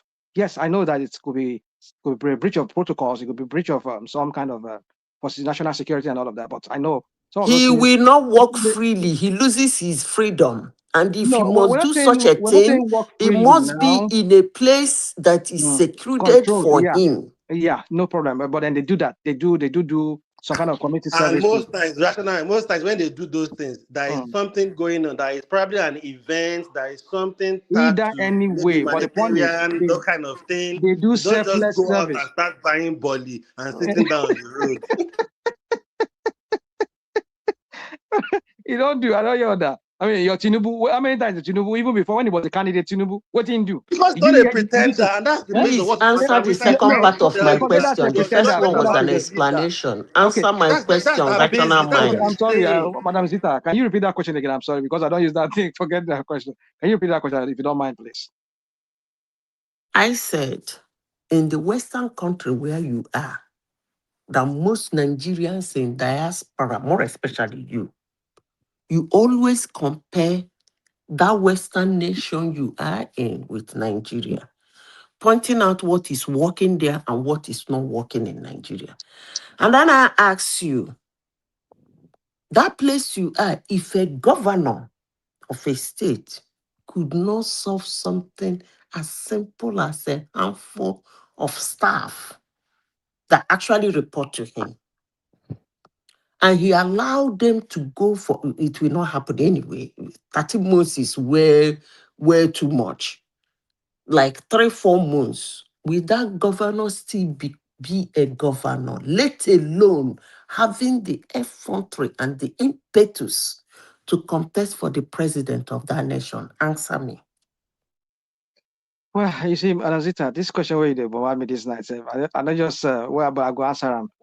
The point is that why I compare Nigeria to, I mean, okay, let's not even compare. Sometimes I refrain from comparing Nigeria when I understand that sometimes Nigerians are not the kind of people you can reason with sometimes when it comes to certain things up here. But there are other countries we say when we were at the top in the 50s, 60s, they were nowhere to be found. Saudi, the Emirates, the Qataris, they were just all desert. Nigeria was at the top. Go and see movie ITV from the 50s. What they said of Lagos, especially Lagos and the Southwest. Because usually when you talk about Nigeria, they use Southwest as a standard back then. Saying Southwest was well advanced for its kind of being in an African continent. But what happened? They have left us behind. the likes of Morocco, South Africa, even Rwanda there, has left us behind. And you wonder why we will not compare them to other countries. Yes, I will compare them. Because Nigeria was once a powerhouse, was once an economic powerhouse. But these rogues in leaders that we have, the one that is even the chief of the rogues I've never seen in my life. Shall I say we don't see one with the one of Abacha and the Maradona teeth, the one that what's it called, Babangida. This one is even worse. Capture everything. Yet what has he done with all the capture he has captured? Capture the National Assembly, capture the judiciary, all to his own, just to. This guy has just been there like 2 years. So no, yeah, it's just been there for 2 years. And what has he done? Reasonable. I beg. So let me answer your question. So my point is that now good. Let me go to the other side of the question. The governors you're talking about. Yes, if they did not do very well, why should Nigeria vote them? But Nigeria is not that kind of a country. Nigerians don't think with their heads. They think with with their bellies. That's not the question I asked you. Anyway, to just chip in, there was also a doctor strike in Lagos State in 2010 for 14 weeks under Fashola. So this one they are jumping on Obi's neck about doctor strike and everything. 14. How many weeks is that? How many weeks? 13 months, 1 year and a month. 14 weeks. Go and do your research. 14 weeks under Fashola in 2010. 14. You are comparing 14 weeks to 13 months, right? It's still the same thing now. Isn't it still the same impact? How long can they do strike for? It's still the same thing. 13 months and 3 months now. The same thing. Yes, now. Why should I continue with the discussion? Obedience. That's the same thing now. Why you not attack that governor? Greatest obedience. Why you not attack that one? The governor did not come out to contest for the president. That's the criteria. Anything goes as long as you don't contest for presidency now. When you carry your shenanigan from your state and want to be the president, that's when it concerns me. So because he's president, that's why people are attacking the guy. No, let me tell you something. Let me ask you something. Let's even be very serious. Now, you see what is happening in that country. I'm still telling you, was it that Obi would have done better than Tinubu given the same situation as we speak today? Probably. Why would you just give him situation? You're not giving the same situation. What situation are you talking about? Now, what I want you to know is this. Are you sure that Obi will have had that guts, for example, to carry out some of those things that is happening to the northern part of the country today? You understand? The defense minister gone, right? Another one elected. So you think this guy will have done something like that? You want me to ask you? You want me to ask you a question? Answer the question now. Okay. I just want to see why you think Obi will this hypothetical situation that you people like to throw around, you Agbado people. Vote Obi 2027 so we can find out. That's the answer. Yes, sir. Vote him, and then because you people like to create this hypothetical situation whereby what about? I mean, what about are you talking about? I mean, Rational, take a break, man. I've been hearing your voice for like past 2-3 hours. You should take a break, man. Yeah, they ask me question now. I'm not the one doing it. They ask me question. You love attention. You love the mic. Come on, take a break. If I love the he's not Peter Obi. He's not contesting for any election. Discussion with you. Okay. Let's say this thing. You understand? Since Tinubu. You don't like my voice. They just don't want me to talk. The people like Prince Daddy. I was talking to answer your question now. You come and attack me that I love to hug the mic. I don't hug the mic. I'm trying to answer somebody's question. So, I mean, what was that question again? I don't forget that question now. I mean, just go on. I say, given the situation we are in that country, the situation that Tinubu made the country, tell me what Obi will have done better. So now this is what I'm about to say before these guys stop me. There are many ways to, I mean, no disrespect to cat lovers, those who love cats. I know I don't want to gross them out. There are many, there's a saying, they say there's many ways to skin a cat. So, meaning there are many ways you can approach matters. He might have his own style that is different from Tinubu. Very likely, I tell you, if Obi had won that election and he formed with the way Tinubu is fumbling, I will be one of those people that will come here and I will say, kick the guy, kick the motherfucker. I mean, Sorry, kick the idiot out. Kick him out. We don't want to waste our time. This idiot, the boo-boo, wasted 8 years of our lives. That's not the question I asked you. I just answered your question. What he would have done better is what he I would asked have you. You done are talking the of thing kick differently. He said he wouldn't have removed the subsidy in a haste. He said yes, he was going to remove the subsidy, but not in a haste the way this guy did his own. He said he would have put things in more emotion, put things in place that will cushion the effects. He said he wouldn't devalue the naira. But yes, we talked about. He was lying. Obi said he will remove. No. DOG, wait now. You asked him question. No. He said how? He The will question remove is subsidy. how? Because they asked him how. Hold on now. Yeah, well, you cannot. Even when he was telling you how, when he was telling you how you're going to do it, you people find fault with him. Now, when he didn't say how. He said I will have done it systematically. Totally then how. What is systematically? He didn't. Hold on. He didn't tell you totally how when he was contesting, when he was during the throes of that of the whole the heat of the campaign. He didn't tell you fully how. But when he was pressed in subsequent after the election, he was saying how he was going to do it. He said he would have put in place things that would cushion the effect for Nigerians. And he said he wouldn't have even done the devaluation of the naira the way Tinubu did it. So that's why I said there are many ways to approach a matter. The only way, no, we're not saying that what Tinubu did. We're not saying what Tinubu did was wrong. He's not a solid guy. But the timing, forget about it. The timing, yeah, and you people will never let. Because that guy is, I don't know why people are falling for that guy's gimmick. We're not falling. I'm not falling. That guy is telling you now. He said it in his campaign. He said the first thing he would do is remove subsidy. He said why did he say, "Oh, we first look for"? Then before election, he should have said it's because he's now countering because he now said that people is affecting people. That's why he now came out after election to be saying, "Oh, I would have done things to pushing the things before I remove the subsidy." Of course. I won't fall for that. Hold on. Yes, hold on. If really he said it, although like you said, he said it, yes, he was going to remove subsidy. But if he did it in Tinubu style, the way Tinubu did this, that resulted to this pain, and Tinubu is becoming T-pain to Nigeria. Well, style. You are going to hold on. Let me give you an example. The way Tinubu did it, I'll be one of the people that will come here and I will is a strategy. Hold on. Okay?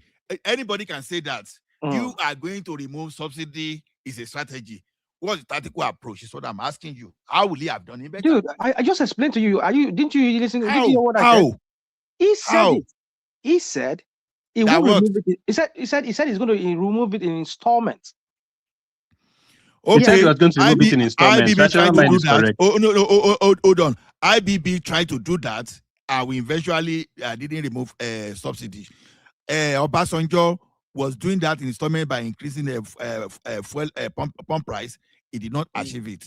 Then this guy, Goodluck Jonathan, tried the same thing by doing that systematically by increasing the pump price, and he did not achieve it. So what is it that Obi will have done that nobody before him did? You people like to hear what you want to say. You want to hear. I just said to you. He said he will remove it in a gradual, organized manner to cushion the effects. That is what he said. And I said IBB did it, and it failed. Hold on. No. I'm giving you an example now. You're not even talking about the devaluation of the naira. The devaluation of even worse. No. Hold on to that first subsidy first of all. I'm telling you that we have 3 classic cases where those people that did it failed. IBB was the one that started trying to remove subsidy. It was increased. We understand. We know the story. And it failed. Then OBJ did it. Hold on, sir. OBJ did it several times. It failed. Jonathan did it several times, and this first subsidy it failed because the thing kept getting worse. So we are not. So Obi is not telling you that he is going to do what those 3 people did. They failed. So is that not telling you that already from the campaign, Obi already failed? That's the point I'm telling you. No, hold on. No, you cannot say somebody because other people did it that way and they failed. It means that if he does it that way, he's going to fail. No, it doesn't mean. So what he said was that he's going to remove it. He will remove subsidy. He's going to do it in increments, and he wouldn't have even devalued the naira. What compounded this wala for Nigerians, this pain that Nigerians are feeling, this economic hardship, is because he devalued the naira. What sent so many multinationals out of Nigeria? The likes of is it Beecham? No, not Beecham. Smithkline. I think it's Smithkline Beecham left. What's his name? These people that does this household stuff. What's it called? They do Pampas and all of those things. They left Nigeria because of the foreign exchange regime that Tinubu brought in. It devalued the naira, and they found out that they cannot be importing most of those things. They imported them from abroad to Nigeria. So how are they going to do business when the naira is even devalued? You're causing more pain. If Tinubu had just only did that, what's it called, the fuel subsidy, and he had hold on until stabilize the whole economy, then you cannot devalue the naira. That would have been another situation. But you did two policies at the same time that will cause Nigeria more pain. That's what we're saying. There are many ways to skin a cat. But the way Tinubu is just going about, look at this tax regime. Is it part of this tax? No. But Nigerians are overtaxed. Nigerians are almost drowning in tax. You provide your water yourself. Your school, your children will have to go to school. You have to pay their school fees. You don't do all that here. Okay, the new tax act, is reducing the tax. No. You and I will live here. Hold on. You and I will live here. No, rational mind. Hold on, sir. Let me land now. You know this tax you are talking about. This January to February, your bubble is about to burst. We are telling you this, you don't want listening. What is it? What is it you're telling me? Mr. Femi, anytime you want to call me, you can call me, sir. So, because now that's both level we did now, please, I don't feel free to contribute. Yeah, go ahead. So my point is that you and I were here. You don't pay your child's school fees here, even though probably you pay it in form of a tax. Your tax is working. Your water here is more like subsidized. Your electricity is at least a little bit subsidized. At least what you are paying for, you make the money, and you are paying the money into the system, but the system is giving you the value for your money. But Nigerians, what are Nigerians benefiting? Tell me, you guys. Tell me, what are Nigerians benefiting? Okay, this now. This is one of the reasons. Okay, hold on. This is how I measure. This is how I measure achievement. Okay. Now, when you put Obi side by side in terms of achievement, hold on. No, I'm just telling you what I'm used to take my decision. Okay, when we are talking of IGR growth, if we are talking of IGR growth, now during the period of Obi, you understand, so we should do watch fireworks. We can give it to him that we don't want to, right? IGR you're going to be going to bed. It's late. 12 to 15%, right? No, it's today. We are currently doing New Year's. So you understand? Can you mute? You can hear you. I've muted. Now, when you want to talk of a total growth in terms of IGR during OB, it was just 12 to 15%. That's what the estimate put it. Then, when you look at that of Tinubu, it was between 1,150 to 1,200% in growth. Look at that gap. Look at that gap of growth. Then, when you go to the annual, you understand? I understand what you're talking about. What are you talking about? What growth are you talking about? I'm just talking about the growth, economic growth under Tinubu and under what's the name of this guy? So what growth are you talking about? How is it translating? How are you saying it in people that are out there? Okay. When I told you, now when Tinubu got to Lagos, you understand, it was Operation Sweep. He started RRS. It was the person that started equipping the RRS with armor personnel carrier. Okay, then he re-envisioned the rail project. Today we talk of a red line, we talk of blue line, right? So now, not only that, what of Eco Atlantic? You understand project? At least it's a project. Now look at how these guys stop that. How Atlantic Ocean was just. Hold on. How does that benefit common man? Eco Atlantic, common man, sorrow, common give on high sounding things. How does Eco Atlantic? Seriously. How does Victoria Land benefit common person? Yeah, man? How does Tommy Land? Yeah, how does Tommy Land Bridge? How does Tommy Land Bridge? Is this what I paid? I'm just giving an example. It's a question now. It's a question. Because you want to tackle everything. How does those benefit? You are talking about Marrakesh, talking about all those places. If they didn't build nice buildings, people have gone to Morocco to just watch football. They didn't go to the dirty part of Morocco. They started complaining,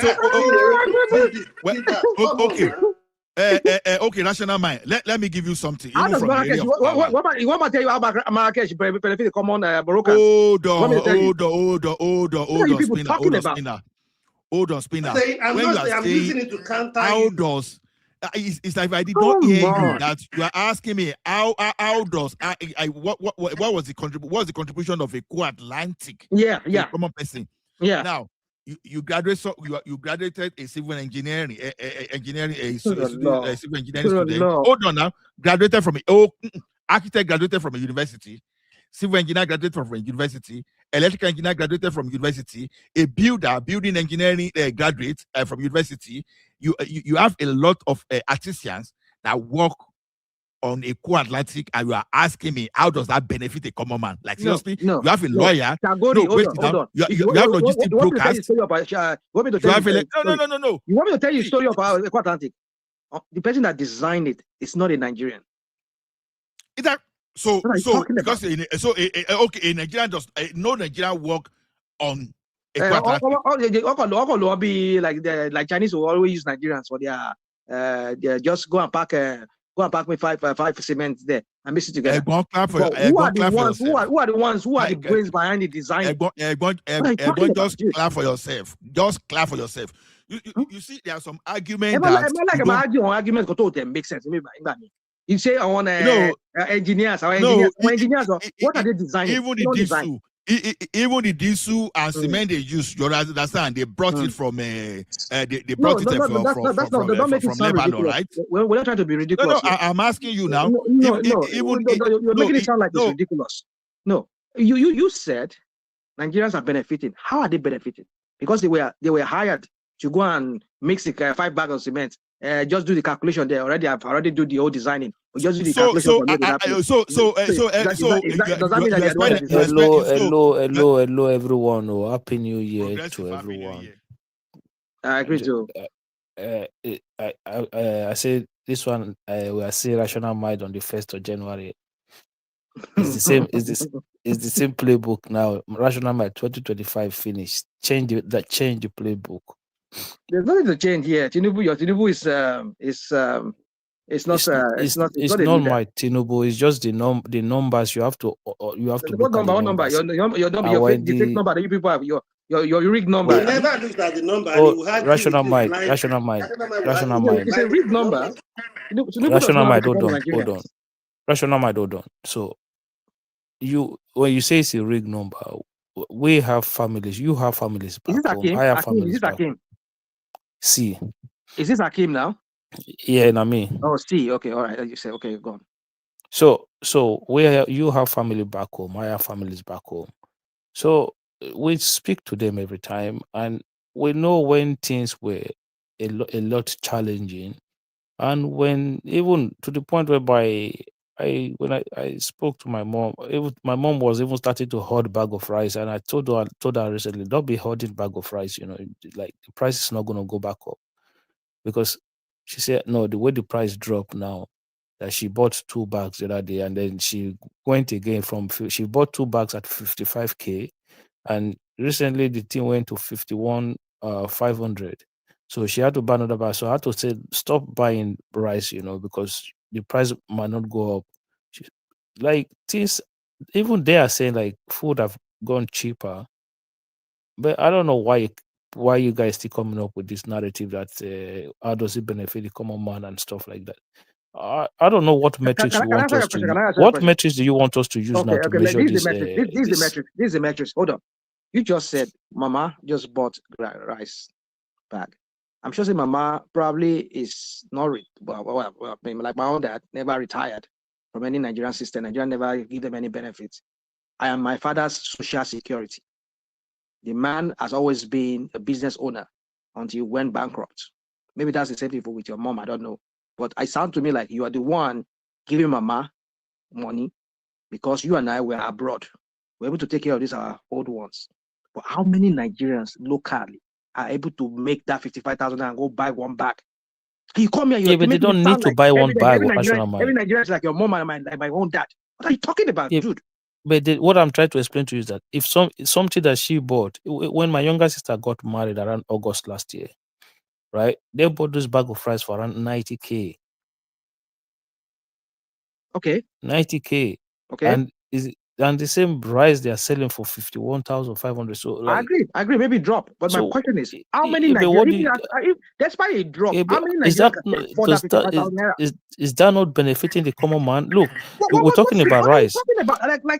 When Ibuku APC they come in there, what was the price of that? Stop it now, stop it, please. If they're selling bag of rice before for 90,000, Congo probably is maybe 5,000. If they now drop to 50,000, that means Congo price will be low. So people that can afford Congo now can actually even think, now I can buy 2 Congos of rice. Hold on. Rational mind. Let me tell you something.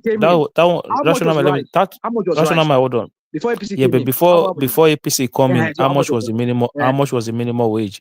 Good. So the minimum wage was 8,000 naira. Nigerians were still able to buy 1 bag of rice. But today, no, minimum wage was minimum 18,000. wage was 18,000. So you can still buy 5,000 naira worth of bag of rice. A full bag. Who said you? Who was selling you? Who was selling you bag of? Who was selling you 5,000 naira bag of rice? Dude, this is simple arithmetic. Let's not double. Let's not beat around the bush. If you make 18,000 naira, you can still afford 1 bag of rice. But today, your minimum wage is about 50,000 naira. I mean, how much they give? No, it's 70,000. Okay, 7,000 naira. You buy bag of. I mean, okay. Before it dropped, people were collecting 70,000 naira. How can they even afford to buy 1 bag of rice but now it's dropped. Now it's dropped. Now it dropped. Okay, inside now it dropped. Now you buy we buy bag of rice for 50,000 naira. You're left with 20,000 naira. What do you want 20,000 naira do?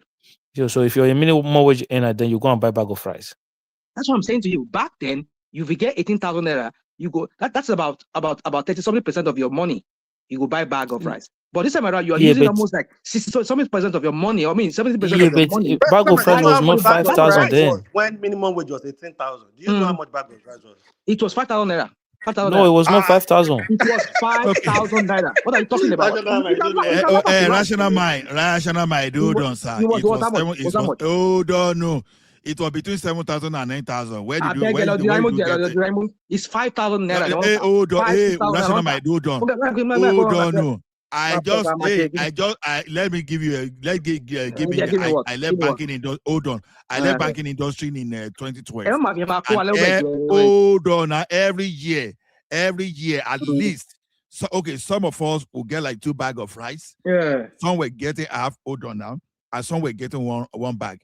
As at that time, correct rice, so authentic one, original one, that were polished, 7,500 max. Okay, fine. 7,500. That is about 45% of your total amount gross income. Now, hold on. That's not the way to calculate. No, hey, that's the way uncle, hold on. Uncle, hold on. That's not the way. Uncle, that's not the way to calculate. Hold on, sir. Those people. Let him even let rational mind calculate it like that now. No, progressive. There's something I want to tell him. Now look at it this way. That time, you that were earning 18,000 minimum wage were still going to pay students school fees, all those stuff. But today, you can get student loan. You can buy your bag of rice and can get student loan. So you take the burden of your school fees off you. Let rational mind. Land. Because I wanted to hear where you're going. Okay, so if you collect 18,000 naira back then, you are not buying things the way you are buying the pepper, all those things. You're not buying a crate of egg like we are buying it today. Now 7,000, let's say 8,000 naira out of 18,000 naira. That's about almost like 40% of your gross income. You still have to keep like 60%, which is about 9,000 naira. Abi, yeah, 18,000 naira. Yeah, 10,000 naira. You have to keep 10,000 naira. You still get that one cash in your pocket. But today you are earning 70,000 naira, which nobody even earning 70,000 naira.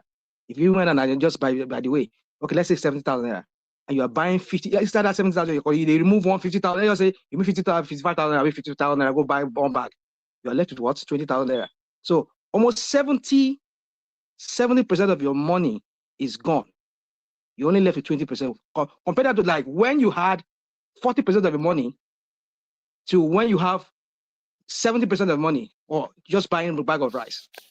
What are So you talking rational about? mind, And you're here rational telling mind, me like as if you rational need to mind. do something very extraordinary. Hold on now, hold Come on. on, You dude. see, when you people come and narrate your economics, sometimes it's like you narrate, you turn it upside down. Okay, so you buy that bag of rice at 35 or 40% of your money, right? At the detriment of what?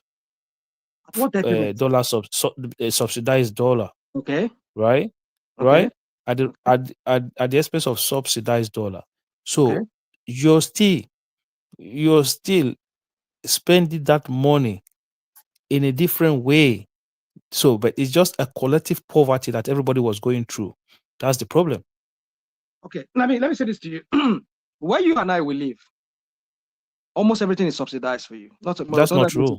Yeah. That's But not absolutely everything. not true. Okay. Okay. Okay, I take it back. There are things that are subsidized for you. The government gives you benefits. If you don't have maybe money to eat, they can give you money, or you get some kind of benefit. We get Yeah, but we live in a first world now, make country. a land now. You get food stamp here. Tell me Yeah, what but you live in a first world country. Your mom, I was saying earlier here, I was saying to somebody here, me, you, and many of us here, we'll get mama, we'll get papa for Nigeria. Now we'll be our grandparents. I mean, our parents. Now we'll be their social security. Rational mind, the budget of the country where you live is $20 trillion. You see, it's very hard to No, have it's not hard. It's common sense, rational mind. It's common sense. The country where you live, the country where you live, the budget is 20 trillion naira. Nigeria budget is just $30 billion. Agreed. So why are you making those comparisons? Agreed. But then you want to tax people that are already extreme poverty. No, they're taxing people that have job, not extreme poverty. People that work, that earn good. There you go again. You are making this fallacy of Oluyode or whatever they call that idiot, the tax guy. You people come here, you brandish all this APC talk. No, economics, rational mind. Economics, it's not APC. Economics, yeah. Now, by World Bank standard, you are in extreme poverty if you have $3.something daily to eat. That is the World Bank standard. Now, if you times that $3 by 25 days where you work in a month, you are going to do like 1.something million, 1.2 or 3 million naira. If you change into naira by the exchange rate today, 1,444 naira, 43 naira. So that is so rational mind. I know. I want to put it in. I want to put this one inside. So that $3 is it generally like generally? Yeah, that's the standard of the World Bank. That say people that are extreme. Take note of that word. Extreme poverty. $3. Yeah. So now times that. Now only what they look at what they call that guy name, the tax guy. They tell you say we don't go tax people for 800,000 naira. What the hell is he talking about? So that's the taxable income. That's taxable income, rational mind. Yeah, taxable income. So anybody that makes anything above 800, which means somebody that, according to World Bank, is $3. And if you times that by 25, you are getting 1.3 million naira. So anybody 1.3 million naira, it's going to be taxed. And by World Bank standard, if you make 1.3 million, rational mind, if you make 1.3 million, they remove 800K and they tax 500K. Dude, the first 800K will not be taxed. Then the 500K they will tax it. Hold on. Don't get me confused. I'm not getting you. I'm not getting you confused. You get understanding of the things you are talking about. Even the 500,000, our tax rate is that at 3%. Hold on. 3%. That's it. Hold on. Everybody's crying. Hold on. You make the table is there, rational mind. Go and look at the table. Can I talk? Don't use this your APC talk line with me. And I know for that. According to him, I'm quoting what he said in their so-called tax, whatever crap. If you make 800,000 naira, we don't go tax you. But anything above that, we go tax you. Yeah, that's the taxable income. So that's taxable income, right? So yeah, taxable income. And they give you IMF or World Bank standard. Bro, that do you understand what I'm saying? Tax, look, any amount you make minus 800 before the tax starts. Minus 800. Yeah, that's your So tax. That's the threshold. anything in That's the excess. threshold you don't pay tax on. So anything in excess will be what?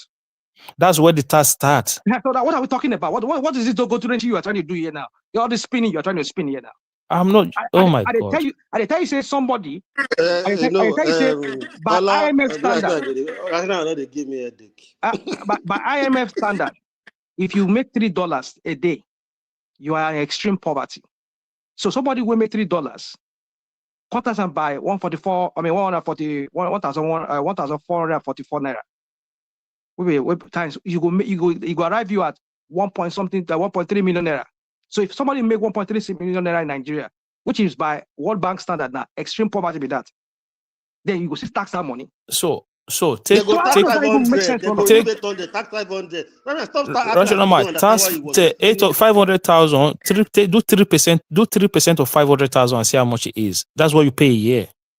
So 3%. So you what I expect you now do. He said you're not taxing poor people. That's what he said. But we are saying that there's a threshold. The poor, look, rational mind, the cutoff rate is 800K. So if you earn 800,000, you pay zero tax. Okay. If you earn 1 million, they will remove 800,000. They will tax your 200K at 3%. They will tax your 500K at 3%. It's when you get to 1 million that tax goes to 5%. Okay. So are they not taxing still? So if you earn 1.8 million, right? Taxing? Don't give me that. Hold on, hold on, now, rational mind. Is that not tax? If you earn let me explain something. If you earn 1.8 million, which is around 100. I understand what you're there. I know what you're talking about. Exactly. So what's your? You don't know what he's talking about. My point is this. He said we're not taxing the poor, and I'm giving you what the poor is, according to what bank standard. Yeah, but I've just explained to you. What I'm saying to you is this: he should have said, if you make anything 1.5 million naira, we don't go tax you. That's what you should have said. No go tax you. But you go tax anything in excess of 800,000 naira. So which means they're still going to tax at 3%. They lied. Yeah, okay. Rational mind. It's not lying. Hold on. No, rational mind. You are defining your own poverty. No, I'm not defining anything. Don't come and do your agbado. Don't come and do this agbado. Rational mind. Hold on now. What is 3% of 500,000? Hold on, DOG. Rational mind. Let me tell you this thing. There's still a difference between gross and net. We can hear you, DOG. We can hear you. What's the difference between you must know the difference between net. No, I mean, we're not putting gross. Hold on, sir. That's 1% of 500,000. If I'm you, instead of arguing, you would have first answer. Okay. If they now English and French, you do now. How much is that? You don't even know that, but you still continue to argue, and they are still trying to explain to you. You don't want to explain. What are you explaining? Don't be like this. You can hold on. I don't want. Hold on. And that's why Allah was telling you that maybe they should give you time to go and do your fact check and everything and come back. You want to argue without having the fact, without having the knowledge of what I know. Rational mind. You don't rational mind. Hold on, rational mind. So that I will not hammer you, bro. I will not hammer you too much at the end of the month. Hold on. Let me. Because if listen to you arguing blindly, the new tax, any tax, they are taxing the net. Okay, look at it this way now.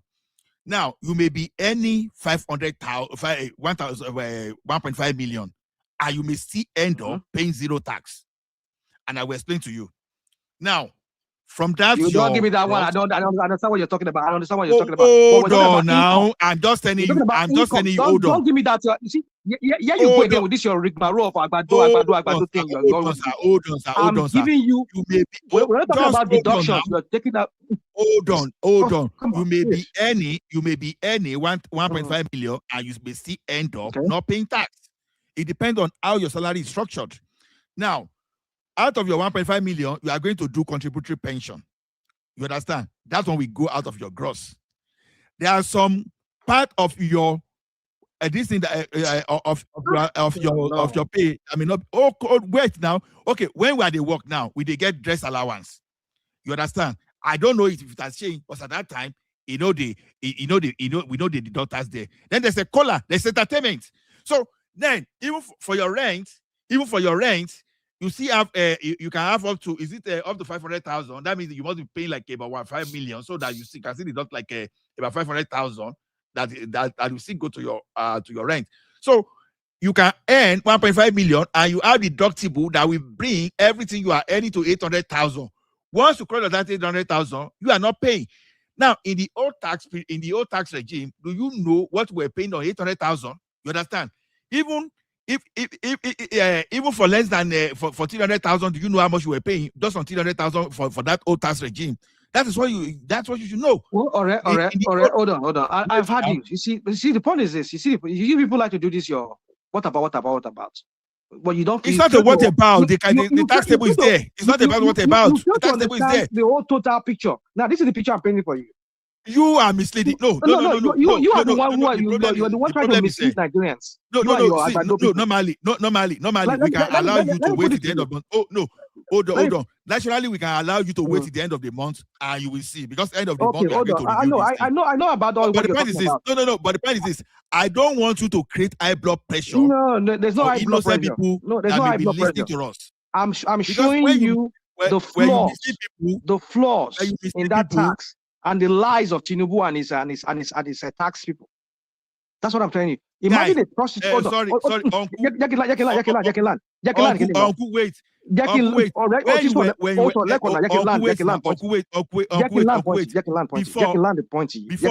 when you were earning like hold on, I will tell you. No, you are not going to say that, because you already said it before. Before when you were earning 3.2 million, you will pay 24%.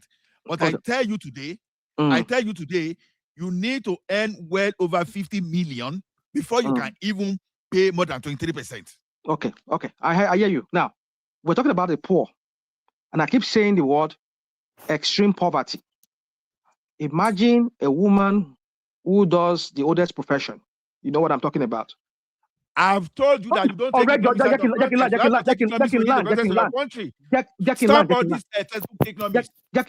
land, because they said economics is relative to your economy. Don't give me that economics is relative.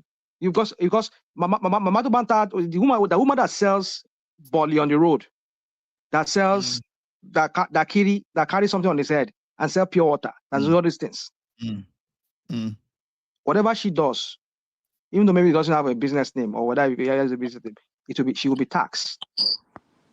They're going to tax her. That's not true now. National mind. That's not true. They will tax her if she. That's not true now. Can I land? Don't be saying all this now. Everybody, we're all listening to you now. Can I land? You can lie, but don't say all those things that are not correct. She will be taxed. How? It's not going to be taxed. Hold on. If she exceed that threshold, that how do I say, the 800,000, after she deduct everything she has to deduct, I buy this, I buy the pail, I buy the bugwe, and then there's still excess on that. It's still going to tax that.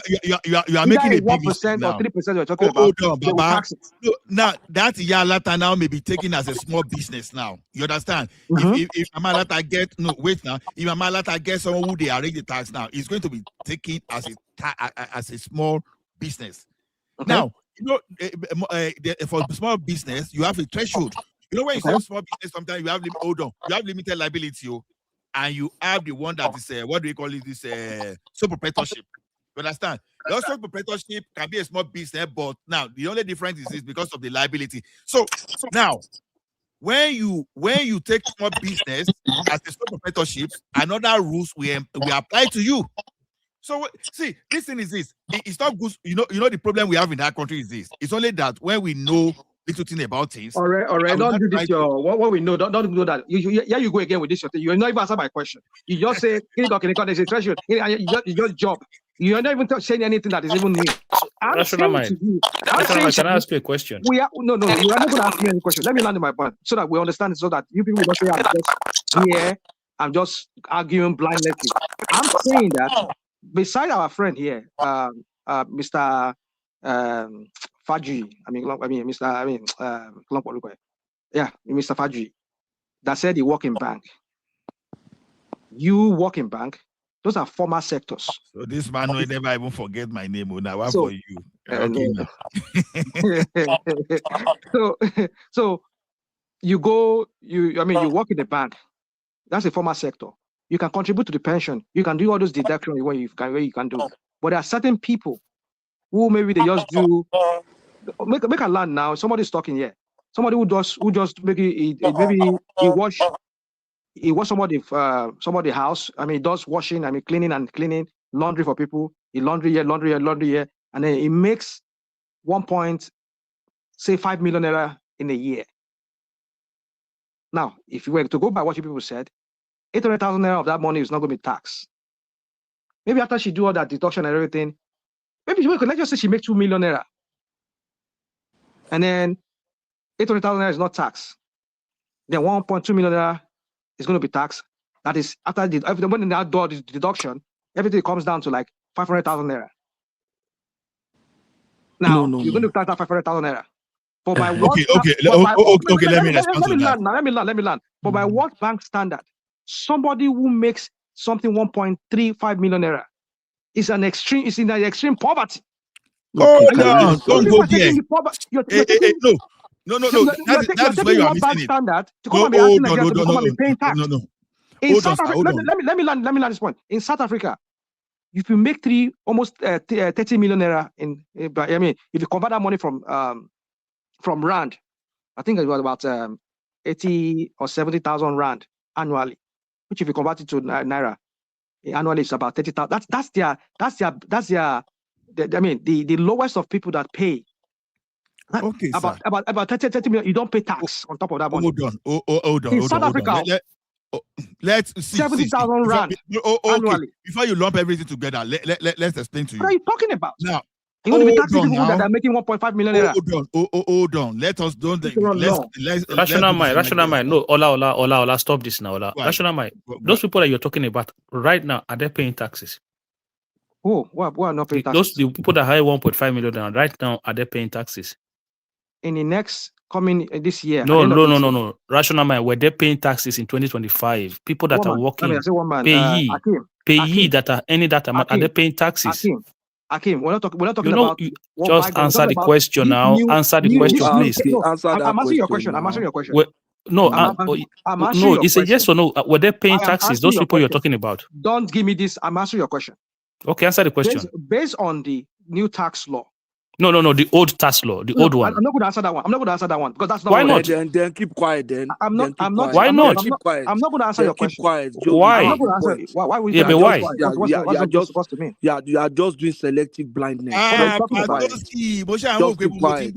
What are you talking just about? Keep quiet. But were they paying taxes? Those people you're talking about, were they paying taxes? Are you telling me? Are we talking about the old tax? Under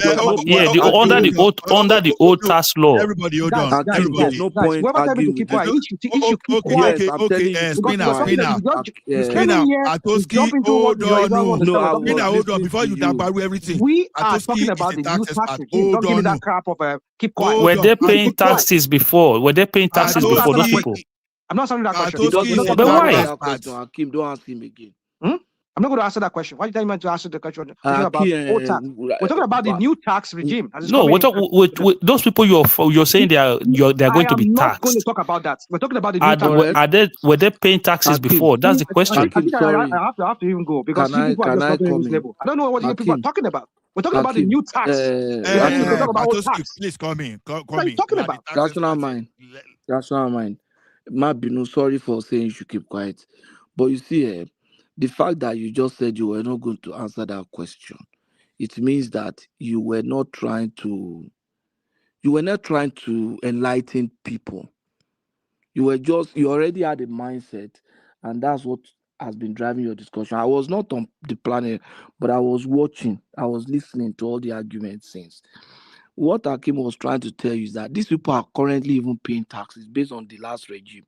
But the way things are structured now, they are even likely to pay less than they were paying before.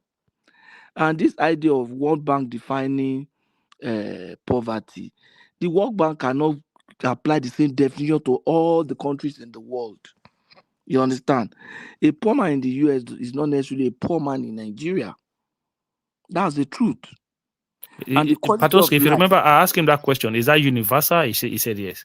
It is. Yes, it is. It is. Then the It World is. Bank is wrong. $3 is what? Can you use $3 to eat in Nigeria? No, rational if you go mind. Nigeria today, if you Rational use mind. $3 to eat for Nigeria. Hold on now. The World Bank is wrong by applying a blanket definition to everybody. I'll give you an example. Today I went to Costco around my area. I went to buy gas. I looked at gas. Gas in Calgary today. We produce gas here. Gas in Calgary today is $1.18, which is something around like 1.213 per liter. Whereas a liter of gas in Nigeria today is 800. So Nigerian gas is one of the cheapest in the world. Canada also produces. Here you go again with this comparison. The same amount of money you make in Calgary there. Is that the same amount the Nigerians they make? Nigerians are making 70,000 naira a month. You've just contradicted yourself now. You have just contradicted yourself. Rational mind. What kind That's of why reason are you Patrick was Rational asking mind, you. you have just contradicted Is the yourself same now. standard across the world? See, You can't use the same thing. You like to do this year when it's convenient for you. You use this comparison. No, what we are saying is that we cannot use the same. We cannot use the same definition. So what bank, all these IMF saying this, they stay in their office. Some of them have not even been to. What bank was not using that to apply to developed countries like Canada where you did or America. It's talking about they say poverty. Look at what it said. But It you says just said extreme poverty. Rational mind just said that's the Extreme standard across poverty. the world. So it was applying to the generality of the whole world. So which Nigeria now extreme poverty. So what are we talking about? $3. So you're making this sound like it's America or rational mind. What we are telling you is that World Bank is wrong. They are wrong. World Bank is not wrong. They are not wrong because your statisticians in Nigeria they use their statistics to make economic plan. What are you talking about?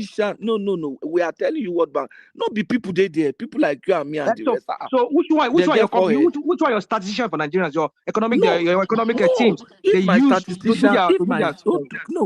If my statistician in Nigeria use the same parameter, I would say they are wrong as well. I beg you. I think at this point I just don't want to go and let me go and sleep because you people are just arguing because of this your Agbado thing. You are the one that what are we doing here? You are the one National that is I was shocked. You openly admitted that you were not going to answer that question. Like that was shocking. Why would I answer your question? We're talking about the new tax regime. You that accuse people of propaganda. You don't see that you are the one carry propaganda. Guys, so the Alagbado that Rashma is talking about, for example, that collect the money on the streets. Did you not report that revenue or rather the income before you can tax them? Or how did they collect the tax when they make a deposit in the bank? Prince Daddy, I'm even going to tell you something today, right? So part of this tax law, right? Even I think Lagos State have passed the bill, is to even stop a lot of multiple taxation. You see, like those people that are selling on the street, they get harassed by. They get. Rational mind, the law is just starting today. Oh, okay? Yeah, Give it time. Is it not 1st of January? It's 1st of January. So part of the law is that states, a lot of states are going to pass the same law. So they will now work together to harmonize the tax system so that you see those women that are selling on the street that are being harassed by hoodlums, collecting ticket from them, taking money from them every day. Those things they are trying to stop it, so that this woman will be able to fight their own taxes themselves. They are trying to stop it. You just hear yourself. Rational mind. The law starts today, 1st of January today. So there's not even anything. Rational, it's a work in progress. I know you're so pessimistic about the whole thing. I understand that. But did you hear what I said? Did you hear what I said? I said the states needs to pass. The states needs to pass the same bill. Lagos State and I think one other state. I think Ondo State or Ogun State. One of them have passed the bill. Akim and Rational mind. Do you know what really disturbs me? Let me not say surprised. I really feel very disturbed. We are the one here in the West. We have been paying taxes, and we know how it works. And we here in the West want something like that for our country. You understand? We should be the one encouraging them and trying to let them know that what we only need to do is put our eyes wide open and ensure that these taxes are properly managed. I'll give you a good example. And I'm surprised. I discovered something in Canada today. You see all this infrastructure. We see, oh, the West is providing infrastructure, this and that. I discovered that in Canada, if you have like an estate, maybe a very big, vast land, developer takes over the land and they chart it. They want to build properties there. They go to the city for approval. The city factors the cost of developing the infrastructure in that place. Lay the pipe, the underground pipe, the electricity, all the roads and everything. Do you know that cost is factored into the price of that land? Of course, of course. So you are paying, if you buy the house, you are paying for that infrastructure. And they will say, oh, look at the government is providing. You are the one providing it. Whereas in Nigeria, it is government that is actually trying to provide it. In this place, you are the one paying for that infrastructure, and then you also What are you pay for talking the about? maintenance. What I'm infrastructure are you not talking talking to you. I'm trying to enlighten people. Hold on. We are not only paid. We have not only paid for that infrastructure when you buy that infrastructure? You are the mortgage. one doing it here in the West. What infrastructure are you talking about? Hold on now.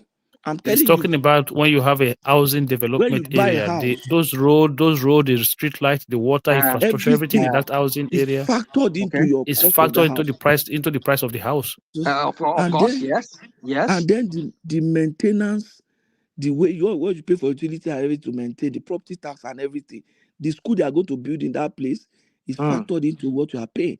And Exactly. then those are the things I'm enjoying here now. And I'm thinking, oh, the government is providing it. When my friend that is working in the city sat me down, we started discussing this thing. He said, no, we have paid. But in Nigeria, government is the one that is even trying to do that for us. Come on. No. You see, this is where you people are getting it Let me all tell you, wrong. hold on now. Let me tell you, in my estate in Nigeria, in my estate in Abeokuta, when in 2007 election, they came to campaign to us and we told them what we wanted, the drainage, everything. And we mobilized for them. Do you know that's my estate? We have the drainage, we have the roads, we have all those things now. We have it before I left. So, and we didn't pay for it. It was government that paid for it for us. Okay, so you want me to explain to you how that works? No. Don't explain to me.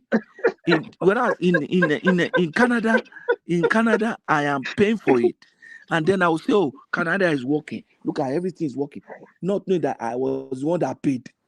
No, you did not. Hold on. What you paid for? We are enjoying. No, I'm not talking to you, rational mind. You have been talking since I've been listening to you. You are the only one talking. Let somebody else talk. I'm saying that you are giving a false information now. People might not totally like true. it. It's not false. It's not false. It's not Maybe totally in the true. US it's different. Maybe in the No, US it's the it's same thing. different. It's the same But thing. in Canada here, that's the experience that we have here in the city of Calgary. I don't know, maybe another city is different too. But I'm saying that we paid for those things. And we think that government is the one providing it for us.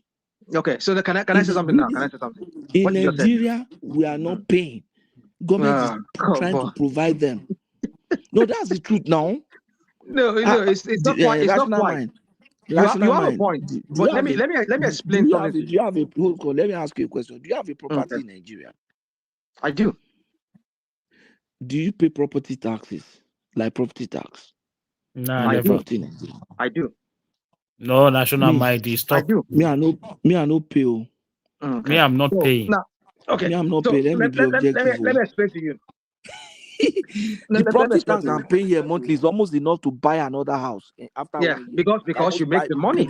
Because you make the money. Because you make the money. See, before Rational goes, let me tell you guys one thing. See, Rational might pretend like he cares about poor people, but the street that it lives on in America is called "Look Down on You." See, that's how hypocritical Rational mind is. Come on, dude. So the street is look down on you. Hold on. What we do here in North America is when people develop a place, a plot, we call it plat. They will develop it.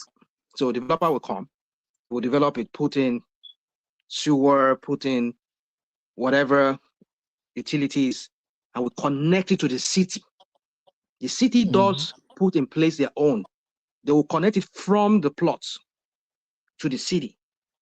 Like, for example, if you have like an housing estate that will be developed in an area, some developers, like for example, Lennar can come, or maybe say Toll Brothers, or one of these big builders here in America.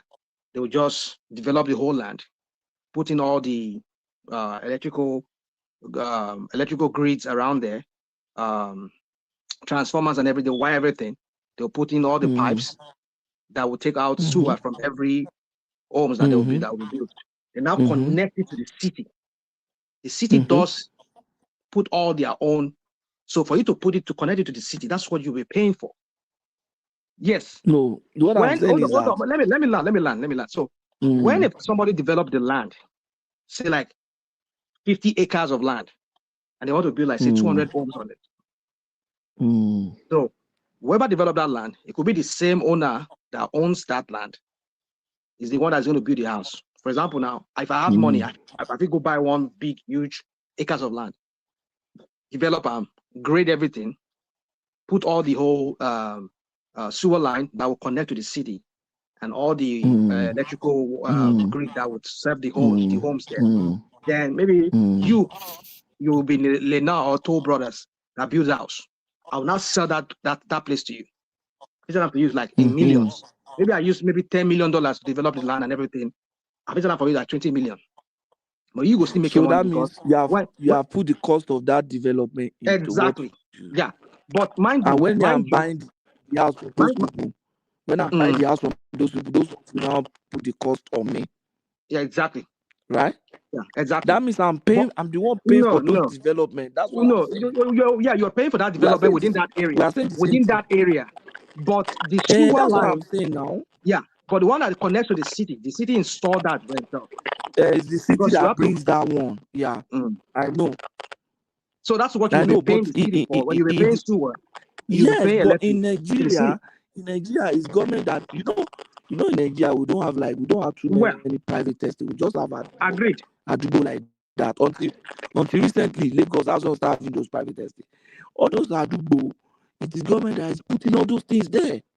Okay, agreed that government put all those things there. But the point I'm trying to make here is this: is that Nigerian government, because we have just non-entities as leading us as leaders, you can bring in private investors like you and I. We can go buy a huge plot of land, put all the sewer line and everything, connect them to the city. But does the Lagos State even, or the city, or maybe our local government, do they even have any sewer line that can carry all the whole sewer from any development area?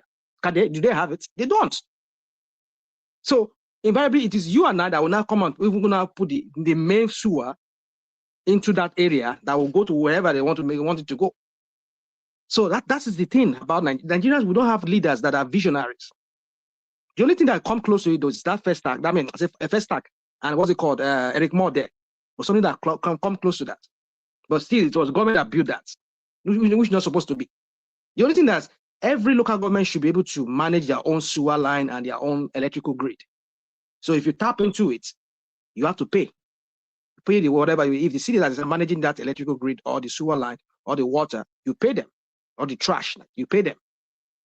So that's how it works. But Nigeria, when they do things backward for that country, yes, they are billing. You are paying for the development of that area where your house is found. But say now the developer and I make the sewer line, and nobody then do the sewer line. That's what I'm saying. That's what I'm saying. No, the developer is the one that built the sewer line in the estate. Then they just connect to the main government to the main, yeah. But the main is owned by the city. So what I'm saying is that we are the ones here, and we know those benefits that we enjoy. We should be the one. We want our country to be like this. Then we know that without what we are paying, there is no way this country would have run. We are the one running this country now. Look at it. Some of us pay as much as 40% taxes. My brothers in Europe, in some countries, they are paying almost 50%. That's to tell you we are the one paying to run that country. But the thing is, we're not making the money. That's like that. It is not hard for people for Europe and you and I for here. Is that we are not making the money, but they are still going to pay tax just based on what you make. Exactly. So if I make small, I pay small. But keep in mind, that's what it's going to. In Nigeria, it's going to be like that too now. But if you make much, then you pay more. Mr. Patrick, keep in mind when you are here, so many things You don't have to pay for like that. As I mean, even though you pay for it, at least you get value for what you're paying for. But my point is that water, everything, We pay for you don't have everything to. here. There's nothing that we don't pay for here. Yeah, I agree with you. You're paying. Maybe in America. Yeah, no, Maybe in even here we America pay. But get free things. my Here point there's is no this: free.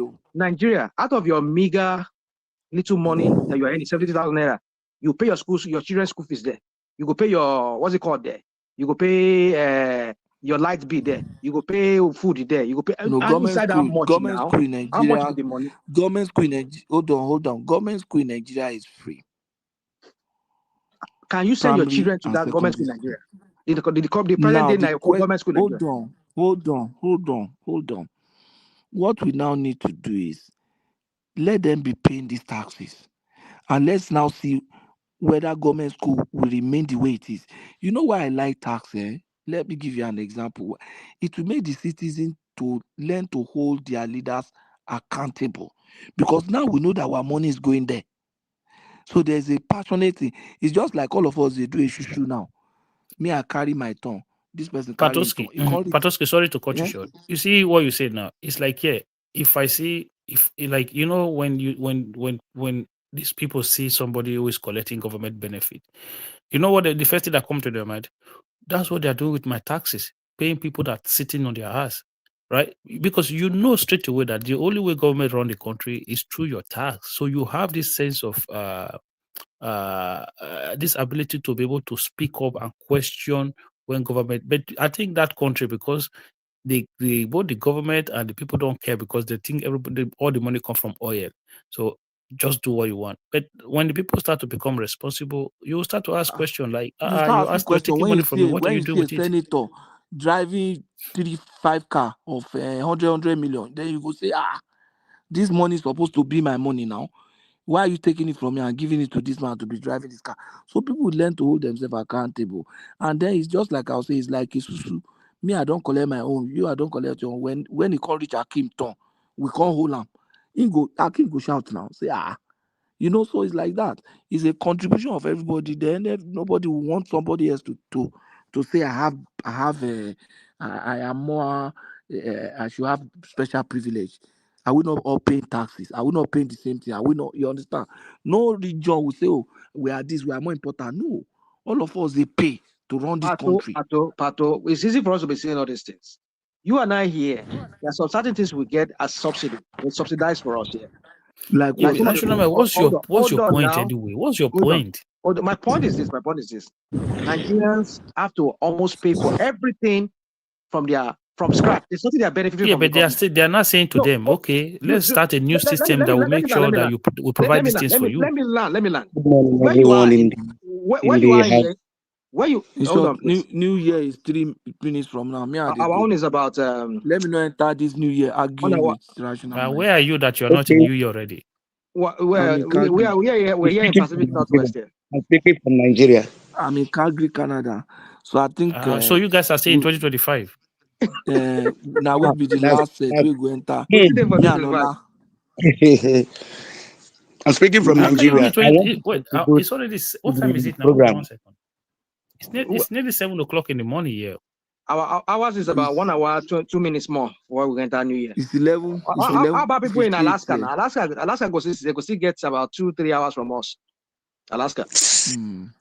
So what are we talking about? Some people is already going to the 2nd of January. You guys are still in 2025. Oh my yeah, God. that is how wonderful the world is. Our Earth, our planet Earth is. So let me go to what we're talking about. Now, in Nigeria, our people almost pay for everything. You and I here, our children go to school here, even though we don't pay that part of the property tax we pay to the city or whatever. But my point is that our food here, some of the farmers that are growing food here, they get some kind of subsidy from the government. They get help from the government. That is why they have to lower, what's it called? The cost of food for people. Like even like our gas now, like recently that Trump has had to come into all this wala of this gas. Some of this gas companies, some of these companies that are drilling oil here in America, they're getting some kind of subsidy or some kind of tax break. That is why a lot of them, the whole thing just crashed a little bit here. Even there, when you are in Canada, there are certain things that the government does for you, like your health. Your health system is free, even though I know sometimes kind of you are getting you are paying, but if somebody when they work, probably that is maybe is unemployed, you still have access to what's it called, to the health system. But Nigeria, you have to pay. My dad is sick now in Nigeria now. They pay for the man. Not me. You be rational mind. This thing you are complaining about, about? it's not like that. Are they asking people to pay more in taxes or less? Can you give somebody in Nigeria a platform to speak? Actually, we were the one. Okay, let option 2 speak, because I think this is your first time, right? Yes. I've been listening to everyone, but it seems like everybody on the platform is in overseas. But you two should hear from we that are directly in the country that is at the receiving end, because you guys' narrative is totally different from what is going on in the country. I wanted to know the basis of the argument so that I will not be arguing blindly. My first question is, if I know what the argument is, I can know how to make my contribution. I want to know the first thing. My first question is the argument based that the current tax law that we have implemented today, is it that the tax is cheaper compared to the one we are paying before now? And that's my first question. Is that the basis of the argument? Number two, is the argument based that if we pay more taxes, we will get more development? If these two questions is being answered, then I can tell you what I feel that is happening in the country right now. I am in Nigeria, Ogun State precisely, and I can tell you what is going on. So it will not be like you are reading from paper. So I want to know the basis of the argument, because I'm seeing the argument from two different perspectives. So I would like you people to clarify, because I'm listening to you for close to an hour. This is what I am getting. So I don't really know. Sorry. First of all, you're not the only one who live in Nigeria. There are 200 million people plus who are still living in Nigeria today. That's one. Then secondly, the conversation is a conversation that has been evolving from one area of topic into another area of topic, thanks to rational mind. So it is general. The conversation started as a general economic discussion as to things, the numbers when it comes to the macroeconomy, and rational mind then goes to say how does it benefit the average person on ground. So we start to have conversation around food prices coming down from where they were some months ago, and things like that. So then that's how we went into the the new tax law. So you can just from what you've heard in the discussion, you can just carry on from there. Okay. When let me add to that, option 2. Okay. Now, the thing is this: the old tax takes more money away from you. The new tax give you more money. That's the summary. Yes or no? No. And I will explain. Okay. No, it doesn't. It doesn't, because we have actually I work in a pharmaceutical company here, so we've actually done the calculation. It rather increases our taxes. It doesn't reduce our taxes. Let me start from there, because in the old tax law, there are some things we don't tax. All my allowances are not being taxed. I'm being taxed on my basic housing and my transport. But with the new law, I'm going to be taxed by everything, and I only have a non-taxable income of 800,000 and 5% of my house rent, which is not up to, if you sum my allowances for every month that are not being taxed. So I'm going to be paying more tax. Initially, before now, I'm paying, my tax is around 24,000 naira based on my salary. But right now, with the new tax law, I'm to be paying 35,000 naira, because my allowance is some of the things that jack up my salary. I don't know whether you understand what I'm saying. That's generally, basically, anybody that is working in the company in the southern part of Nigeria, that is how it is. What jack up your salary is your allowances. Now, the allowances is not going to be taxed, which also increase our taxes significantly. Because if you look at your pay slip, half of your salary is your allowance, which initially are not being taxed. But right now that it has changed, that it is only 800,000 that will be removed from the gross of the salary, and 5% of your house rent. That is even if that is for the people that were able to file in their house rent receipt and so on. So I'm paying more. That is not even my problem. But my problem is that a government that removed subsidy last year and tell me No, that they are let's going stay to. with that tax, because when you go subsidy now, you move away from the main topic. Let him make his point. Let him make his point on that. Let him make his point. Please go on, please. Like I said, increasing it from 24,000 to 35,000 is not my argument right now. But if by the time people will start earning their salary from January ending and above, they will see the changes. But my argument is this: after paying these humongous taxes now, because I will still pay school fees, I will still pay my house rent. My house rent is going up as I'm moving from a year to year. If in Ogun State here now, for example, if you want to live in a room and parlor self-contained, which is the minimum that you can live as a married man, you'll be paying 350 to 300 to 400,000 naira. If you are moving to 2-bedroom, it will go up. The same thing with light. Light is also going up. So the taxes is also going up. So it's not as if you will be enjoying. You have to be starving a little more than the way you starved in last year to be able to meet up with all your bills. Now, tax. Sorry, I just want to quickly clarify. The tax you're talking about, is that monthly tax or yearly tax of 35,000? It's monthly, because it's monthly. My tax is calculated by my employment letter has my gross per annum. So all you just need to do is to remove the 800,000 and 5% of your house rent, then divide the rest by 12. That's give you your tax. So that is for somebody who does not even do any other thing, that it is a full salary earner like me. That's my tax. So now that even the light bill, before now, we were paying 203 naira per unit of light.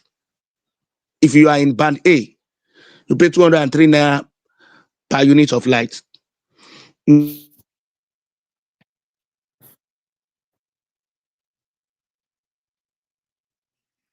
What's happened? We can't hear you. Or is it me? Option 2? Maybe Nigeria has happened to him. Nigeria has happened to him. Even network, they drop here, I beg you. Yeah. Take time easy now.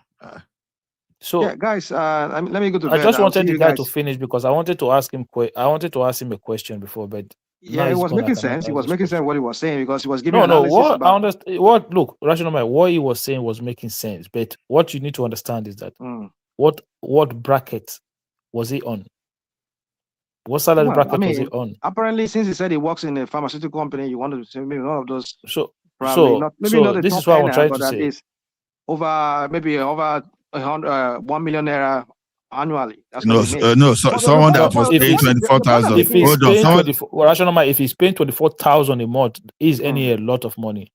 Yeah, probably he's earning a lot of money. no, hold on. If he's hold on, if he's paying 24,000 a month, it's any a lot. I was even paying more than 24,000 in Nigeria. What are you talking about? That's not a lot of money. 24,000 in tax. It's not any a lot. Well, by the standard of Nigeria, by the standard, because if somebody's even in the old, you understand, because the thing is this: for him to be paying 24,000, what I want to understand it is how much of the salary were they hiding other allowances? Because see, let me tell you one thing: some organization used to do some kind of shady thing. Like, okay, I'll give an example. Now, I work in a certain bank. My tax from the bank that acquired that particular bank totally different, because the way the thing was structured. The first bank, I earn a lot. The first bank, let me give you an example. If they told you that your salary is going to be like say 100,000, at the end of the day, by the time you add everything, allowances, everything like annual performance, you may earn more than 100,000 monthly, for example. But the other bank will tell you, say, okay, I pay you better, you will earn 140. By the time they restructure everything, you may earn less than 100. Even despite that on paper, you will earn more. So I just want to know, because it depends on how they structure some of these things sometimes.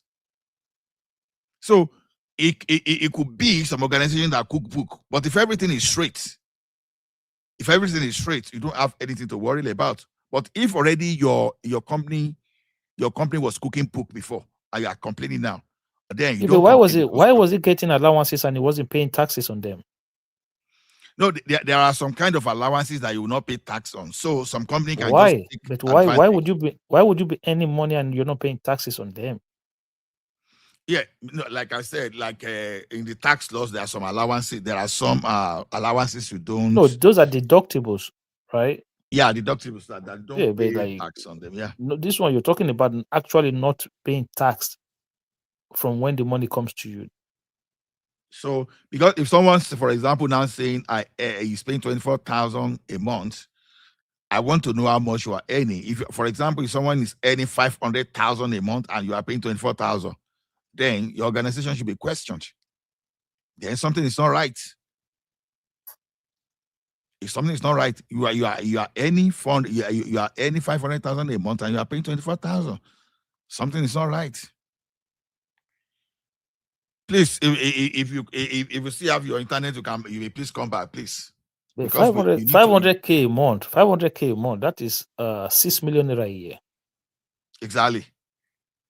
So if someone is earning so much, okay, try to mute and unmute so that your device can connect. It's good that you are coming back, okay?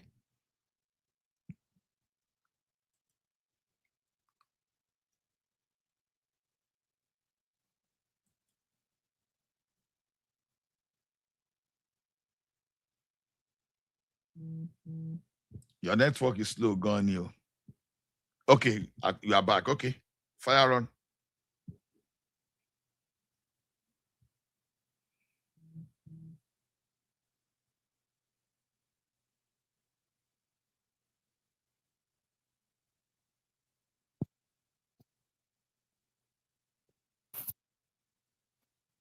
Continue, option 2. Continue.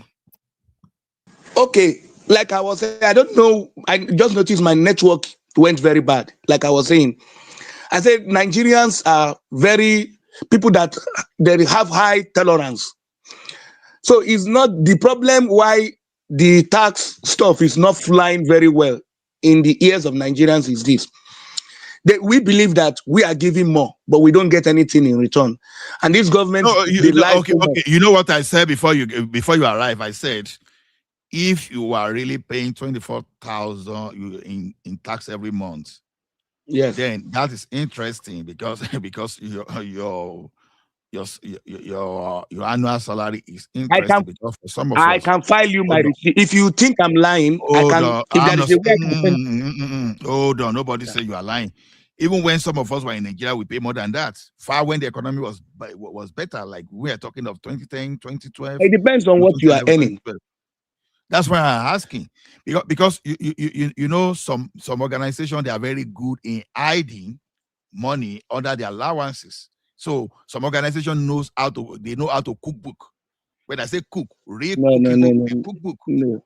Okay. Okay. Right. No. In this case, I've actually worked in 2 organizations. Actually, one is actually good in that area you are talking about. I cannot argue that. That's true. But the current one is a bigger company, and they didn't bother doing that because they don't want. They are also trying to look for opportunity. It's a foreign company, so they are also looking for how the tax that they are paying will also benefit them in terms of access to loan. So they didn't do that for us. Your employment letter, because when a foreign auditors comes, like the one you were saying that they are very good at cooking. When foreign auditors comes, what they do is that every staff has like 2 or 3 employment letter because the auditors will always ask you for the employment letter of the personnel. They will already see what you are earning. Then before they will now go through your pay slip for the company to see whether what you are earning tallies with the taxes each personnel is paying. They did that for us in my first place. I had my first job, but the current one that where I am currently now, is not like that. You only have one employment letter, which is what they present to the auditors when they come. So they didn't do that for us. I don't know whether you understand what I'm saying, but what I'm saying is that in the two, our allowances like your transport allowance, your feeding allowance, your overtime, they don't tax it for us. They don't tax it. What they tax is our basic housing and transport. So, and that makes our tax to be around that amount. In my first place of work is even very sorry. Did I hear you say they don't tax overtime? Yes, they don't tax the overtime. And then that's wrong. Just imagine yourself do overtime here. They will tax you because even when they tax you for overtime here, you don't want to do overtime unnecessarily. So they were doing something wrong. Continue. The basis of whether they tax overtime now or they don't tax overtime is not the basis of the argument. The question you asked me, they were cooking the book as well, man. They were not cooking anything because the ones I'm paying, they make you by not taxing that overtime make it look like you're earning more, whether you're not. The ones I have paid, what did they do with the money? That's my question. Because if you are no, forget about what they do with the money. That's another argument entirely. Okay. That's another argument entirely. You understand? Okay. Let's concentrate on the taxation itself. Okay. Now, like you are saying they are cooking anything. It is there because your job commences here Monday to Friday, and that's what they tax on. Whatever you do on Saturday, and that happens in the two places that I've worked. One was they don't have Saturday work. The one that has Saturday work pays you off the pay slip. So there is nothing shady there. If they are not reporting it. What do you mean there's nothing shady there? Yes, now there is nothing shady there. There's nothing shady there. Yes, why I say there's nothing shady there? That in my employment letter, the Saturday overtime I do once in a while is not compulsory. And if you present it to the auditors that receive a duplicate of my employment letter, you saw it there. In the pay slip is there. So it now left for the auditors to ask why my Saturday overtime was not taxed. Are you getting me? And even if you tax it, it will not go up significantly like that. It will not go up significantly like that. I will still be very comfortable with what I earn with it. It will not make any margin difference. But now, including my feeding, my shift allowance, my family medical, and you are going to tax all of them, I'm going to have a significant increase because my margin initially only covered the first layer of the tax. But now, when you add all these ones join, I'm moving both the first layer and the second layer. So it makes a significant difference to me than to say, okay, maybe because they didn't tax the overtime, it doesn't make any significant difference. It makes a significant difference. And you are still going to charge me for every liter of fuel I buy. After you have taxed my salary, the salary I'm going to use to buy fuel, you are still going to tax 5% on it again. And so it does not eliminate any multiple taxation. What 5% are you talking about? The first law they passed before the new tax law is that from January 1st, 2026, you will pay 5% on every liter of where you buy it. We call it the subcharge. It's on the news. They've removed it now. They've stopped it. They did not remove it. They did not remove what they did. They've suspended that part of it. They've suspended No, that they did part not of remove it. it, sir. They did not remove it, sir. What they, No, what they removed was the consumer is electricity transfer fee that they converted to stamp duty. But out of 5% surcharge, no. The 5% surcharge on fuel, on petrol, when they talked about it, right? They said no, it was a mechanism for the government to use, and it's only the government that will decide when to apply it. And they said it's been suspended. It's not going to be used. It's not going to be enforced as part of the new tax law. it was not part of the new tax law. That 5% surcharge is on its own, it's independent. The people that was even fighting it is the NLC, but they've not reached any agreement. It was NLC and TUC that were fighting that you cannot implement that, but they've not reached any agreement. No, I'm telling you that the Even this government new have tax law, suspended that. no, sir, they've not. Even this new tax law, we are confused because few weeks ago, somebody raised an alarm in the House of Rep that what they gazetted is not what they agreed in the House of Rep. They've not even concluded that. As it is right now, we don't even know if you did not meet up with the tax target, whether you are going to be arrested. So there is a lot of confusion everywhere. All what Nigerians know is that we are going to be paid. Option two. Let's forget about all those expansion of what we're saying. Now, if they come and arrest me, will you bail me out? You are on payee. Look, you are wait, one second. You are on payee. How are they going to arrest you? Your tax is being deducted directly from your salary. Or like, what are they going to decide? Like, are they going to come and arrest you? These things it's not even that they're going to arrest people. The idea. Let me answer your question. Question. I'm on payee. That's correct. But not all the allowances comes in with the salary. For example, your leave allowance does not come in with your salary. It only comes when you go on leave. We have family medical, children education support in my own place of work. It doesn't come with your salary. It comes in on a particular month. Are you with me? Yeah. We have something like the Xmas bonus. No. Do you understand what Akim asked you? No. Your company is liable. You understand? Because your taxes and everything deducted from the source. So you are not responsible for deducting and remitting to the government. You have your office doing that. So why will you be arrested for what you are not liable to when they know that you are on payee? Why will you be? Why will someone do that? That's the question.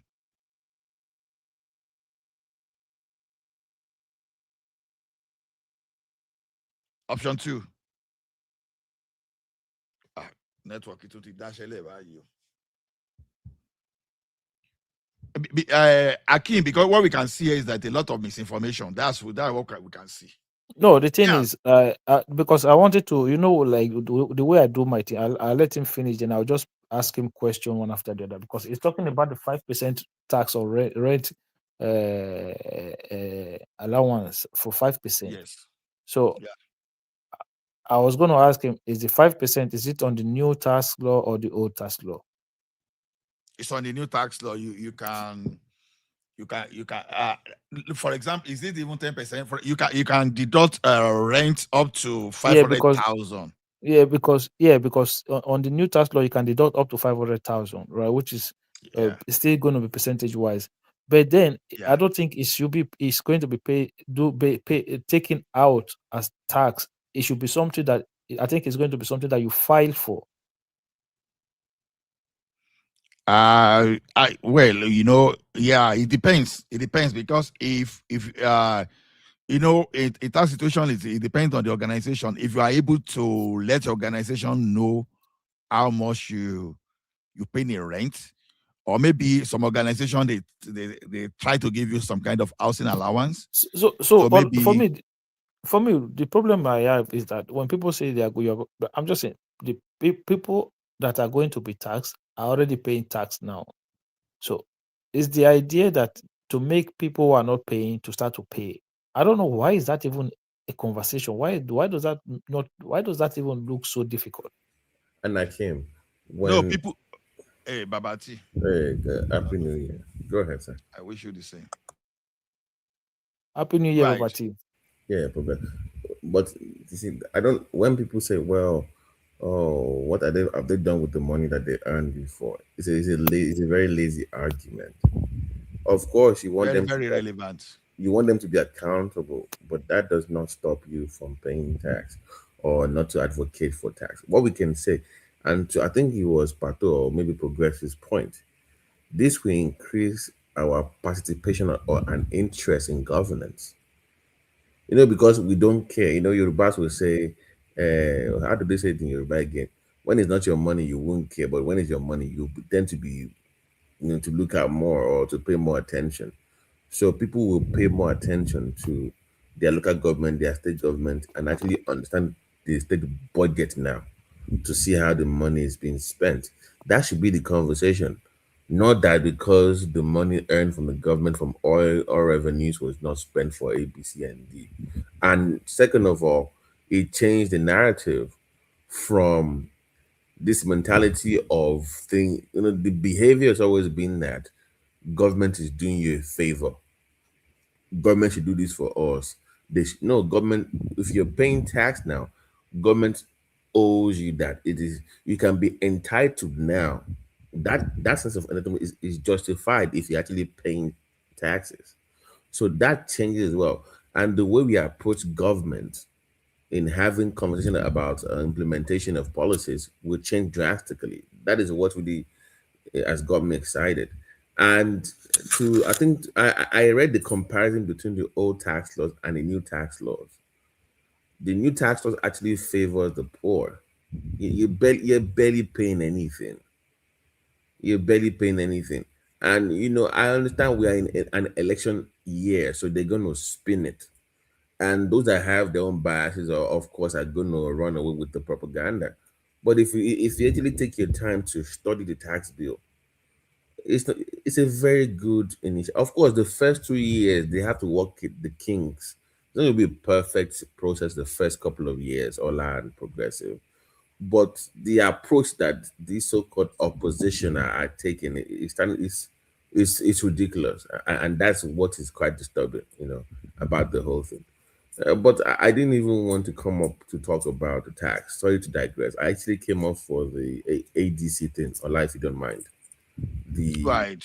the ADC Obi's move to the ADC.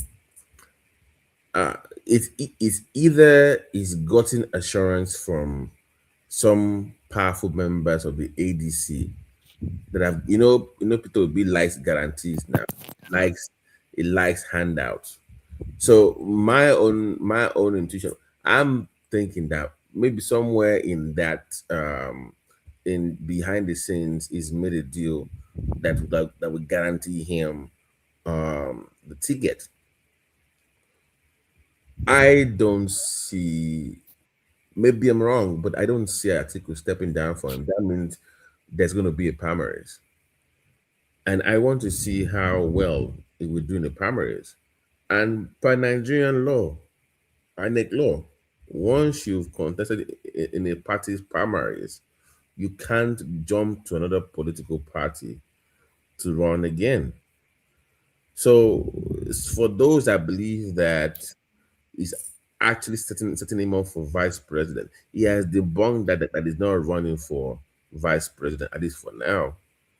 Or maybe he's trying to um show that at least he tried his all first, then take the offer of article. That's I want to see more how this unfolds. And to my greatest surprise, I saw our favorite Nigerian advocate, whatever it is. Aisha Yusuf was at the press conference, Ola, which surprised me because the way she talked about her journey in ADC and she's there for yeah, I was stunned. And but to Obi's credit, this time around, he came in with the whole region now. it has a political backing in the South. It's unlike when it ran in '03. So I want to see how that works out. I would have preferred that he created his own political party or fight for the soul of Labour Party rather than join the ADC, because I believe he will lose some supporters, especially non-Igbos, obedience. If he's not careful, he's going to lose the majority of those that voting bloc, because they are the ones that actually have concerns about this move to the ADC. So that's the concern I have about him. But let me leave it there for now. I missed the conversation earlier. I'm not sure if you guys went over it, but I just wanted to say my little piece about that. Thank you, Ola. Okay. Thanks, Babati. So, yeah, progressive, should we continue with option 2, or you want us to go through? I think I think the Babati news topic, that one is good, but let option 2 finish, because if he's coming in from Nigeria, it means so let him just finish what is his contribution so that we can then move on. Okay, option 2, please fire on. Option 2, are you there? Okay. It's like the network is So okay. maybe it should You want change to option continue on 1. Babati? Yeah. It should change to option 1. Maybe that would be better. Yeah, progressive. But Yeah. what is the political calculation for? I'm trying to understand. To me, it does not make any sense. So basically, the way I see it now, the the excitement that came with that Labour Party and obedient movement in 2023, that excitement it's not there. It's just, I don't know if you understand what I'm saying. So even if he was to be the candidate of ADC, I think the government of they have been able to capture a lot of ground. There are a lot of there were a lot of people who were not, because don't forget, we didn't have an incumbent president running in that in the last election. Right. So it was more like, even between a lot of political structures, it was more like an open field.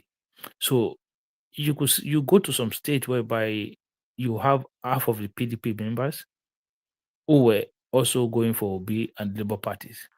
So that helped them a lot. So there were a lot of cross carpeting. Not that they will cross carpet, they will remain in their party. They say, oh no, we're not going to support Tinubu, we're not going to support Atiku. Even though we are PDP member, or even though we are this party member, we're still going to support Obi at the presidential level. So that happened a lot during that last election. But you're not hearing that now. It's like it's either you're on this side or you're fully on the APC side. And it looks like a lot of the PDP structures in the southern part of Nigeria collapsed, not to ADC but into APC. So right now, 100% in the south, 100% in the north central, 70% in the southwest. You're looking Kano going APC gives them around 100% in that region as well.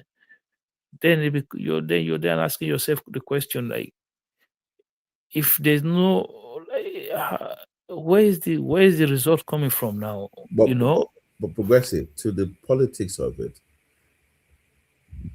what guarantees, just a couple of questions to you. What guarantees do you think Obi has behind the scenes for him to launch into the ADC, knowing fully well that Atiku is the main player there? And number two, do you think he's playing his fans or his followers just to show that at least he fought to the last minute, then he then succumbs to taking the VP slot? I think the goal for them is, I think the goal for Obi is alternative, anything outside, anything but Tinubu. That's the same goal for Atiku, is the same goal for Amechi, is the same goal for Rauf Aregbesola. Everybody that is on that boat, they only one thing that is binding them together is that they remove Tinubu from office. I think Obi promises would have been that he will get a fair play at the primaries, but you and I know that's not going to happen. And if he doesn't win the primaries, that there will be some policy agreement. So they would have agreed to some policy, that those one is just to hoodwink his followers to say you will gain some policy ground, like certain thing. We have to make sure it's about the people. All those kind of nonsense talk. It's about the people. It's not just coming together to form a party or to be in alliance. It's about putting the people first. You're telling that to Atiku. Okay, I'm listening. But in the end, the problem with Obi is that, like you said, if he had just after that election, Labour Party problem starts, hold a press conference, register a new political party, and move everything into that. Don't look at it that I want to be the president. Look at it like I want to create a mindset. I want to create a followership. I want to create a brand of different kind of politics. And then if you win, fine. But if you don't win, you continue to grow that brand. And that brand will be an opposition that whole government, whoever is in power, to account. That's all. That's for me, that's what he should have done. I think this idea of going, like, there are some of his supporters that are looking at like, oh my God, no. Like, you're going to be the vice president to Atiku, the structure of criminality and all of that. There's too many non-performance in that party. Like, you look at Rauf Aregbesola and you look at them and you say, you look at our missions, these guys were just ministers two and a half years ago. But progressive too, because I listened to his ex interview or whatever you want to call it, and this guy he kept saying that because somebody asked him about that VP slot, and he said his response was, "Oh, I've been traveling, meeting head of state across the world for 2 or 3 years. Do you think somebody will meet head of state just to run for VP?" So he's setting himself up because when he of course he wants to run for the first position, but it's not, if he doesn't get it, like, what other choice does he have? But you are putting yourself, you just set yourself up for, because they're gonna dig up this video now if you then become VP to article. Like, but you said it was presidency or nothing. So why are you? You're saying that because you genuinely believe Obi have some credibility or something. Okay. I think you're becoming one of them, thinking the man has some level of credibility. Like, I have an open mind now. Is it the first time that a politician or even Obi himself will break a promise? When he told people that he was not going to leave Afghan, he left. Do you not see excuse that his people are giving to you online? The people, look, if if somebody don't have a lane of credibility where they stand on, you always see them move the goalpost at all time. And that's when you know that it's not about genuine interest. It's about one person. But if you have, like, there are times you will come here and you look at government policy and say, no, that policy is not good. I don't like that policy. Right? And there are times you come and you say, oh, yeah, I like that policy. So you're just being objective. But a lot of people who support Obi are not objective. If Obi come tomorrow and say, we're still in 2025, or he said we're already in February, they will try to explain it to you what it means. They will try, no, this is what it means. He's trying to say it this like they will try to explain it to you. So these are the things that we are dealing with today. So in my opinion, there's nothing new. The man he knows. Even if you look at Keyamo's tweet before we even declare, Keyamo already put out a tweet like 3 or 4 days ago, stating that certain candidate is going to declare, is going to join, and then because they've promised him a VP slot.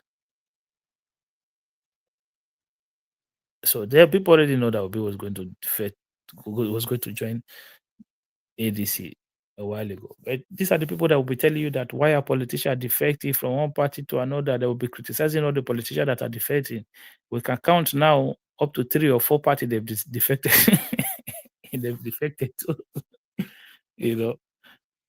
So for me, like, those things doesn't really matter. You're fighting. I don't know how people still think like Tinubu is going to lose election. Like, if if you have anybody else as president, you can have that dream.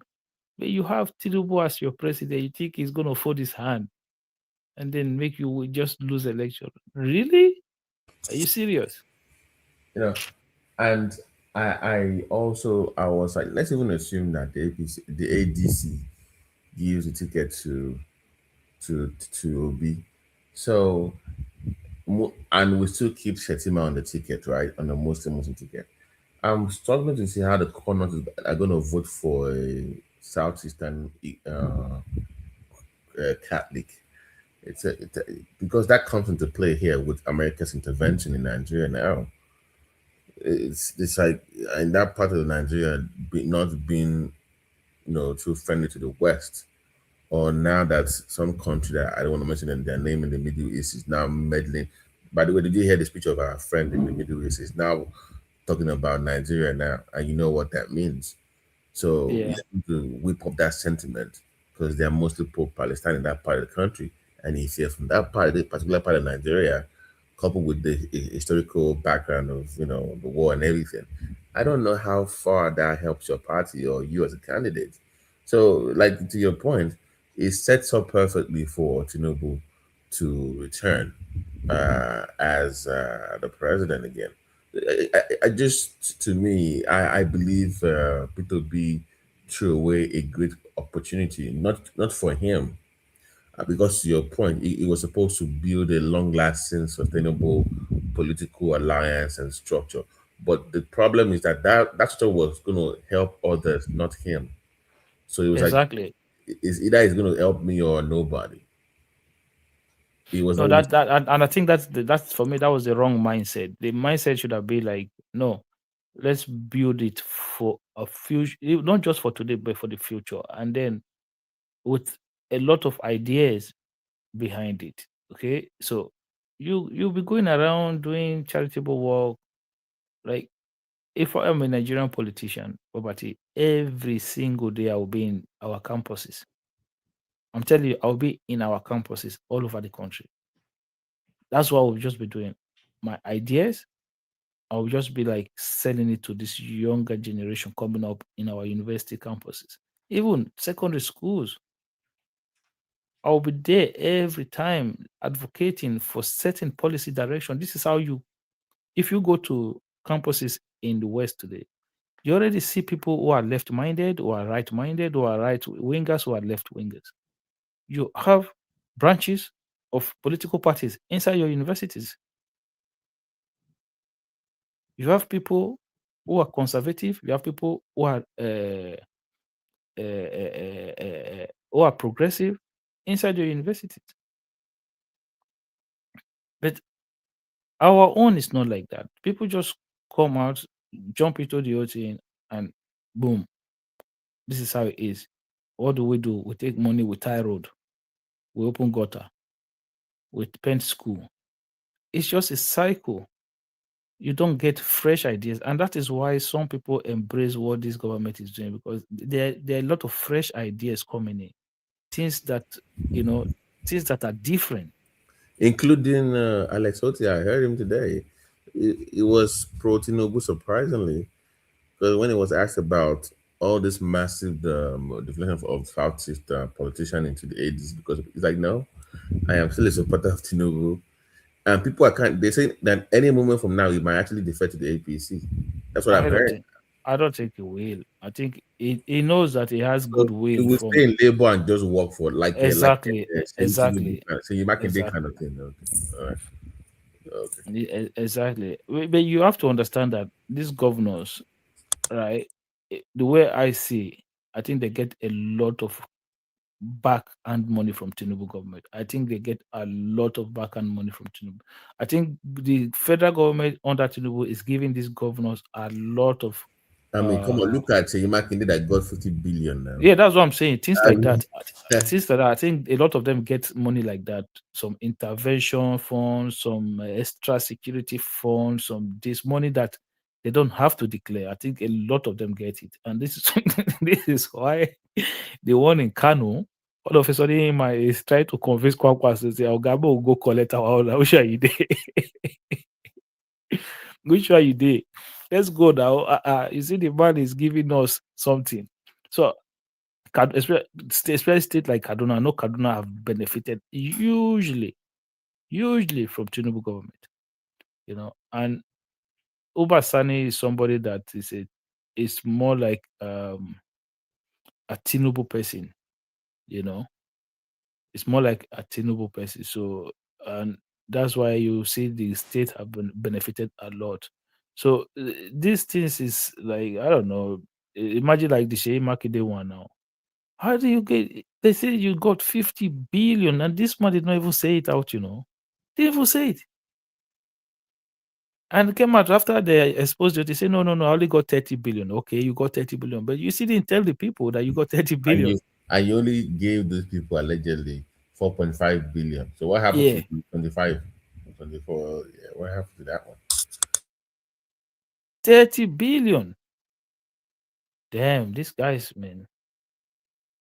So what did he do with the money? Like, because don't forget, it's not part of his FAC, it's not part of his security vote, it's not. It's just money to say take to support the victims of the thing that happened in your place.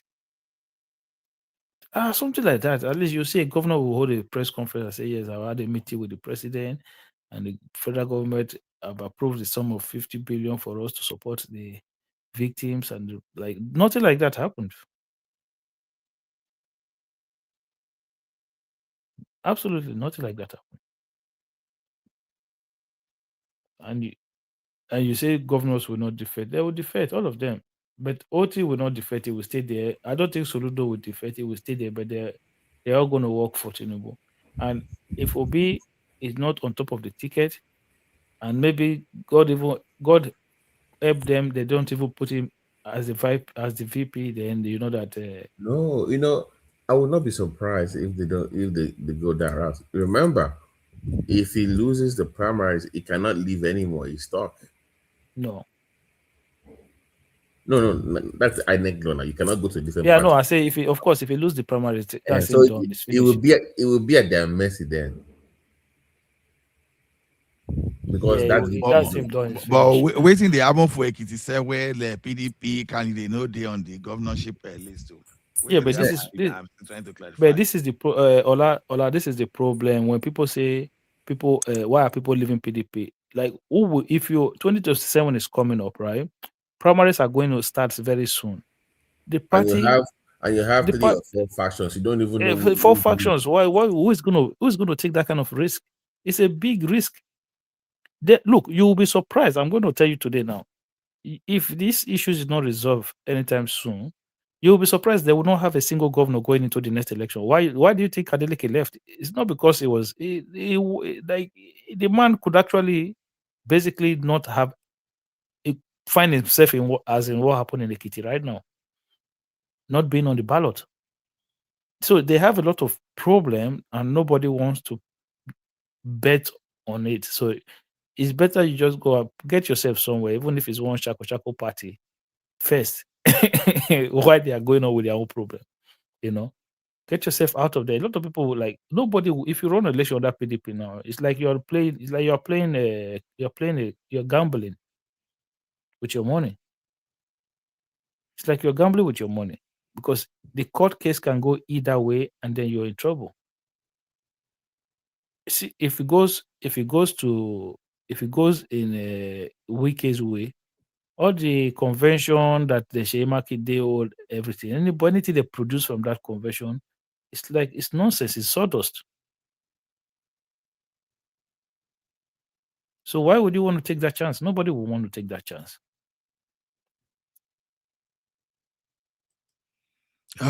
So are you giving 2027 to Tinubu now, or is it 2027 or 2026? When is election even coming up?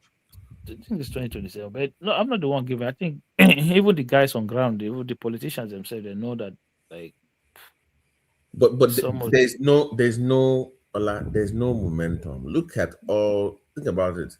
All the elections after 2023 that Peter Obi has supported the candidate, zero wins. that does not show me that you actually have progressive. I hope you get where I'm coming from. Yeah, I get your point. Everybody they are supported. The energy is not there. Yeah, ADC, PDP, everybody are supported at all levels. There has been zero wins, and they just don't only lose. Oh, they get destroyed. Like it's like close second or close third. They don't even return on the radar at all.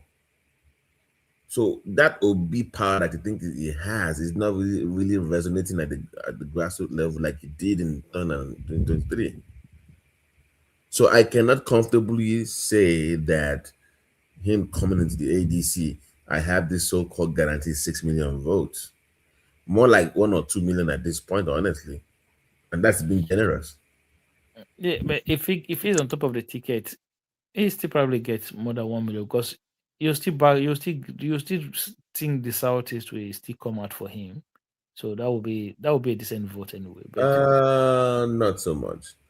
Now all the governors over there, I'm not saying that Tinubu is going to win the Southeast. I'm just saying that his numbers will improve. Where if I even remember to win, you don't need to win the state, you just need that 25%. I can yeah, see him winning a couple of states. Look at Ebonyi and Imo, maybe Enugu. He can, yeah, I think Eboyi and Imo because don't forget last election it was bad, but Imo was not that bad. yeah. But Aba and Anambra, you know why? Those ones will never vote in. Those forget those two.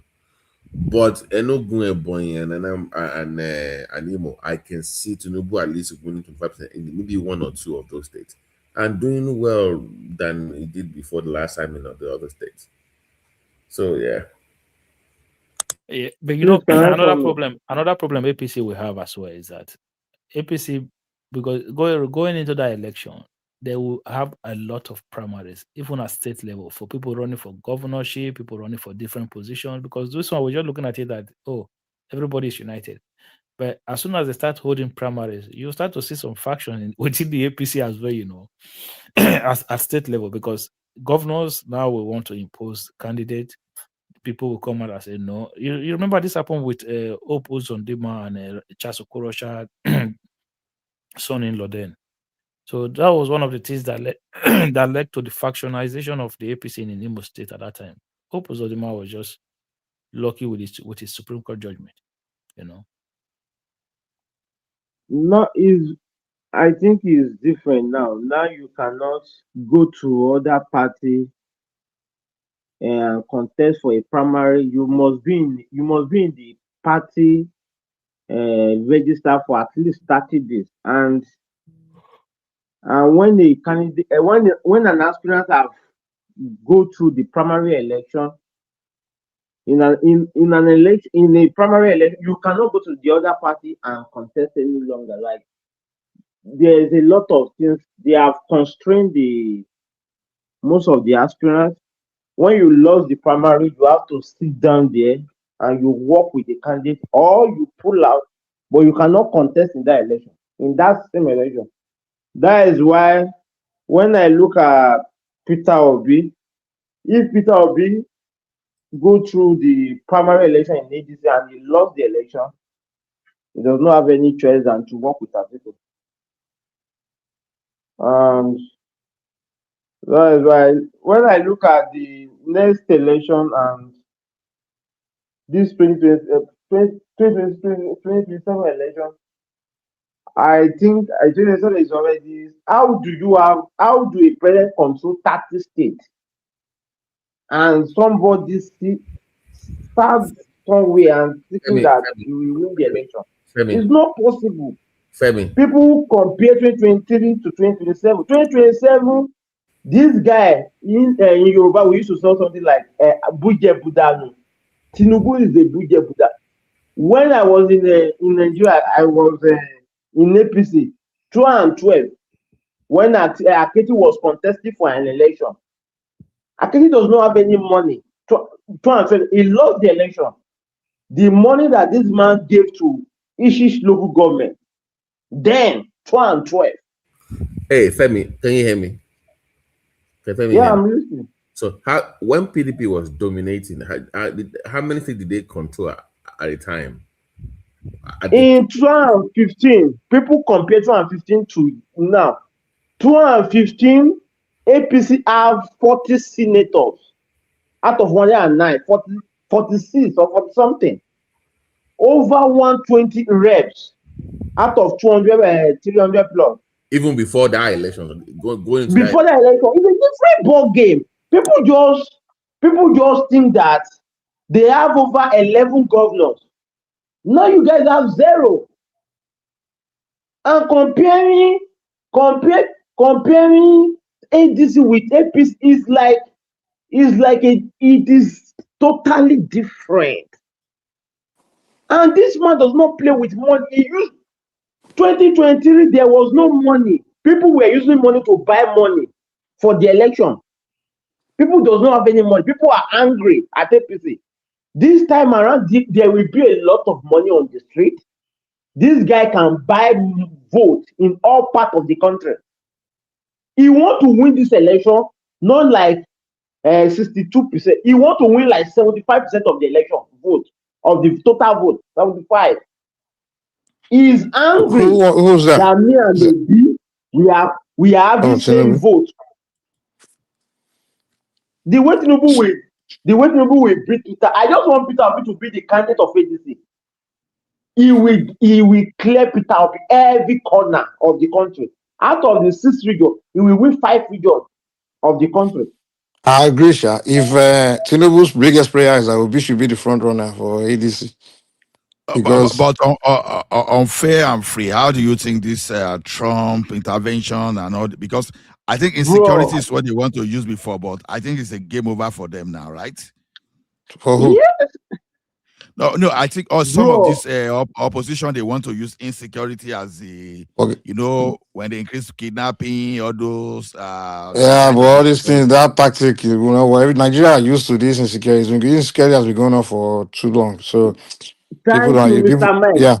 People that won't sell anymore because they use it for the last. You cannot. They use the same security against Jonathan. They use it with Buhari. Everybody know that the next president will not solve it. So everybody know that whoever new you put there will not solve it. It's going to be the same. So if you are using security to campaign, you're wasting your time. Me, Obi. One thing I know is that guy can even be able to do it because of the security initiatives now. Because I think some of these politicians, some of them are land in jail before that. I don't think anybody is buying that. Look, I will come there and solve the insecurity. No, everybody know you can't do it.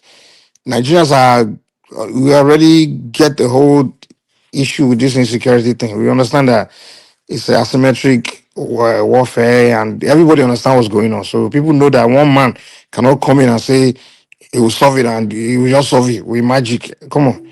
Stop. So that if you want to campaign, use something else. Maybe you can use the economy or something like that. But one thing I know is Obi can never get good vote in the north. So that north, forget it. The only person I can have a chance to defeat Tinubu will be a northerner. Because the northerner will always do well in the north. Obi can never do well in the north in terms of votes. He can't do well in the north. The guy can only do that south is even in the south. I don't think he will do as great as he did it last time. So if he's gonna run, if he's gonna be the front runner for ADC, might as well give Tinubu the victory. But if a northerner run, come on, it's not go easy for Tinubu, man. Because that northerner will take the southeast. Well, it will depend on the world that northerner is now. You understand? Just imagine her to find and go and run now. You understand? Then the what I'm saying is a northerner, most of the north will always vote for the northerner. So the northerner is gonna take that maybe 60%. Tinubu is not gonna take more than 50% of the northern vote now. No matter who the northern person is, he's only gonna take maybe like he did it last time, maybe 30, 40%, something like that.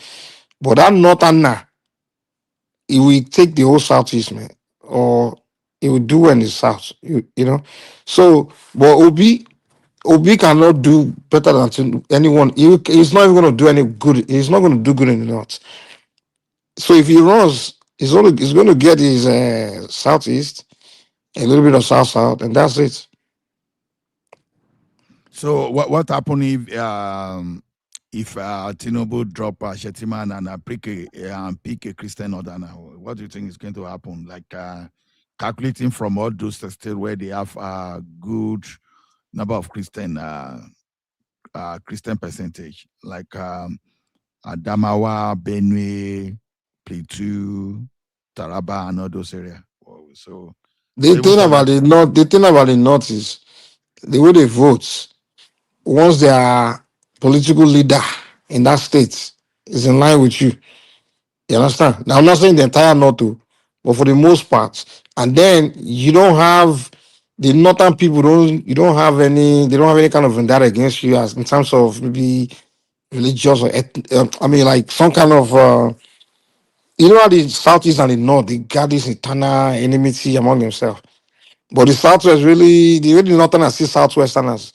They really don't have that internal issue with us, like personal beef. Though the Southwesterner, though we have issue with them, but they don't have issue with us. So if you're a Southwesterner, you're running. As long as you smile at them, you have good friends in the North, you always get good number in the North. But someone like Obi can't do any North, man. Where is we going to convince? Where the guy will not do any North. A Southeasterner is not going to do any North anytime soon, unless he just can relate with them very well. Can he help? Can he help on a ticket though as a vice president? Who? Mike, if Obi runs as a vice president to Atiku on Yeah, that's about it. He will do better as a vice president. Yeah.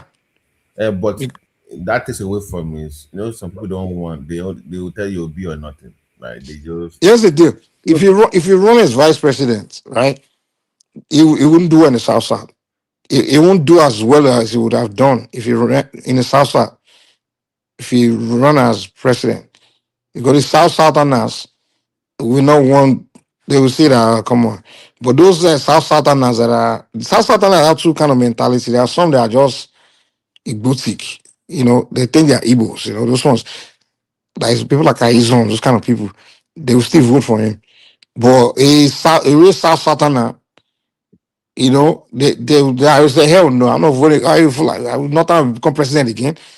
Those real South Southerners, the reason why they voted for him last time is because they were thinking it's the turn of the Southeast to be president. That's it. It's not because he just got them. So if he run as vice president, he won't do well in the South South. If we only even the Southeast, he will still some part of the Southeast, he won't even do well, but he will still get the Southeast. But it won't do well in it. It won't help the candidate do well in the South, but it will help the candidate do well in the North. And also in the Southeast. But overall, I think he will still get more number run as a vice president than as a president, to be honest. So do you think he's going into the ADC? Because I listened to his space, and he's like, it's either he becomes president in the ADC or not, and that he's not going to take the offer for vice president. So I'm This like, guy's going to run as vice president, I believe so. yeah. So I'm like, I don't see him winning the primaries. Yeah, I think they already agreed that the guy will run. He will. What article will probably promise him is that Atiku wants to do one term, and then he will, allow him to take over. Oh, so yeah, he has to act like at least I fought for it to the end. Exactly. And then they now okay, so he's just food. Yeah, that would be the agreements. Because Atiku will just say, I just want to serve one term. Or Atiku might even say, I just want to be president for 2 years and I will just resign and let you take over. Maybe you may trick him like that. He may lie to him, and then change his mind. Atiku might lie to him like, hey, Obi, I just want to be president because I want to do something. I want to revenge or do something. And then I will resign because I'm old and you continue. But then when he become president, Atiku might just change his mind. Like, okay, I changed my mind. Obviously, he would. But he has done it before. And I promised them now. Like he say, okay, remember that one election they all aligned to run against Buhari. Nobody contested. He said, okay, it's going to be not. And he promised them that, okay, the next time he's not going to step away, it will be the turn of the South. Guess what? When the time came, my brother ran, man. Yeah, but Mike, it's my worry for the Southeast. I shouldn't be worried, but if they align with the North and then Atiku loses, when it comes down south, they don't have any leg to stand up now. How do you then say it's our turn? So that's I'm like they have to be very careful. If you as a region go all in with Atiku and does not end up well, and Tinubu ends up winning, when it comes down south, nobody's going to vote for you. So it's like you gotta calculate this thing, and they've historically they've been terrible, with that, not calculating this thing very well. So that's my concern for them. Like, if you're gonna go all in with Article, you better be sure it's gonna win, because if it does not, just forget it. It's wait till like 20, 30 years from now. So that I don't know from there, but I saw the press conference today. I saw our friend Yesufu. That chick is so annoying, man. I'm like, so what happened to you against all this? So yeah, she just all over the place. I don't even know why she pandered to Obi so much. Like, she's just so obsessed with Obi. I used to think she was a legit freedom fighter kind of person before. I used to think she was like so already kind of person that's his friend before. Now I don't know what happened. Yeah. I mean, if you're gonna be lusting over a politician, you shouldn't be Obi now. I'm like, also be No. Everybody they look for opportunity now. You understand? That chick disappointed me. I thought she was a born again Muslim. I know one doctor like that when they gather people. You go that's one they go they talk for President Buhari. Before you know, that guy just got some kind of scholarship. Happy New Year, everyone. BT. Happy New Year, Prince Daddy. Mike. Yeah. Hey, Happy New Year, Prince. Yeah. You understand? You see that doctor just got some kind of scholarship, go study, see come back, see the organize people. See, some people like that, when you see them doing like that, it's all about benefit. They look at where their door will open easily. You understand? Look at Reno Mokiri, for example. Even Dele, all those guys, they were all Showore, Dele, Deji, they were all Showore guys. So I don't know how they left him to go support. I don't understand that. Doesn't make any sense to me. No, they realized that Showore was not. Showore too much now. When you are too rigid, you see, because you know what people don't know. Because Showore is a better politician than Obi now. Obi is virtually useless in terms of the only thing that push him is just his region, the region turn of his region. But the guy's not the one that really propelled himself. It's not really like Obi. Are you sure Showore is a better politician than Obi? Obi doesn't even play any politics. You just play one dump. Obi politics that even irritates someone like Shoyinka. The guy's politics is so irritating. The only support base he has is just a bunch of Biafrans, and then the people they bully. His supporters bully people like the Aisha Yusufu to support them. Mike, let me give so you it's really his base, like those Ipobian kind of. They are the one that really prepared. It's not him that campaigned or did anything. Obis didn't do anything to acquire anything. Mike, let me give you an example of what happened today. To your point, at least Showore, at least it will respond to your question. You might not like his answer, but it will give you a response. Obi never gives you a response. He never gives response. The guy, if Obi wasn't. Do you know what happened today? They asked Obi on space that insecurity is on the rise. What will he do about insecurity? Mike, do you know what he said? You will not believe it. He was talking about the time he was on a plane and he was washing toilets. Go, I'm not kidding. Go listen to it. The guy doesn't say anything. The guy sounds so docile. The guy, I mean, washing toilets. Like, I don't know why. Obi never did anything to earn the numbers, even anything politically. That last BT, what was the connection with washing toilet on the plane? What the question was, sir, increase insecurity. Somehow it was washing the toilet on an airline plane. Can you anything but security? He just want to escape the question. That's what he does. And when they ask him if he cannot respond to the question, he will tell you leadership No. I'm serious. Look it up. Oh, for toilet. I mean, I was so annoyed. Like, what are you talking about? Toilet and security. Chai 788. You say I'm supporting Trump for invasion. See, what Trump is not invading Nigeria. Don't get it twisted. The level we have today, you understand, where we have all these criminals, all these terrorists, they've infiltrated the government. See, when Jonathan was there and he was trying to fight, the next thing, they were shouting that persecution against Boko Haram was persecution against the North. They even went to the extent of lobbying Obama, all this Transparency International and the Human Rights Watch, all those, you understand? They were writing reports that were making it difficult for Nigeria to fight that war. But now that it is the US that is eating now, where are those Transparency International and all those people? Make them talk now. They are not talking. So all those guys, see, Transparency International, on the surface, you will see, they are not sponsoring terrorism. Yes, they are not giving them money, but their activities... Yeah. I put the link there it's just 1 minute and 20 seconds for that toilet thing. I put one just looking for. No, I know. I listened to some of his interview. Oh, Danny Boy here now. Look at toilet security. No, he has been doing that one. He has been doing it not be today now. You understand? When you were asking one question and he said something else. So as you just mentioned it, the thing I just busted into laughter because and you will see people still supporting. So guys, it's not that Trump is not invading Nigeria. Don't get it twisted.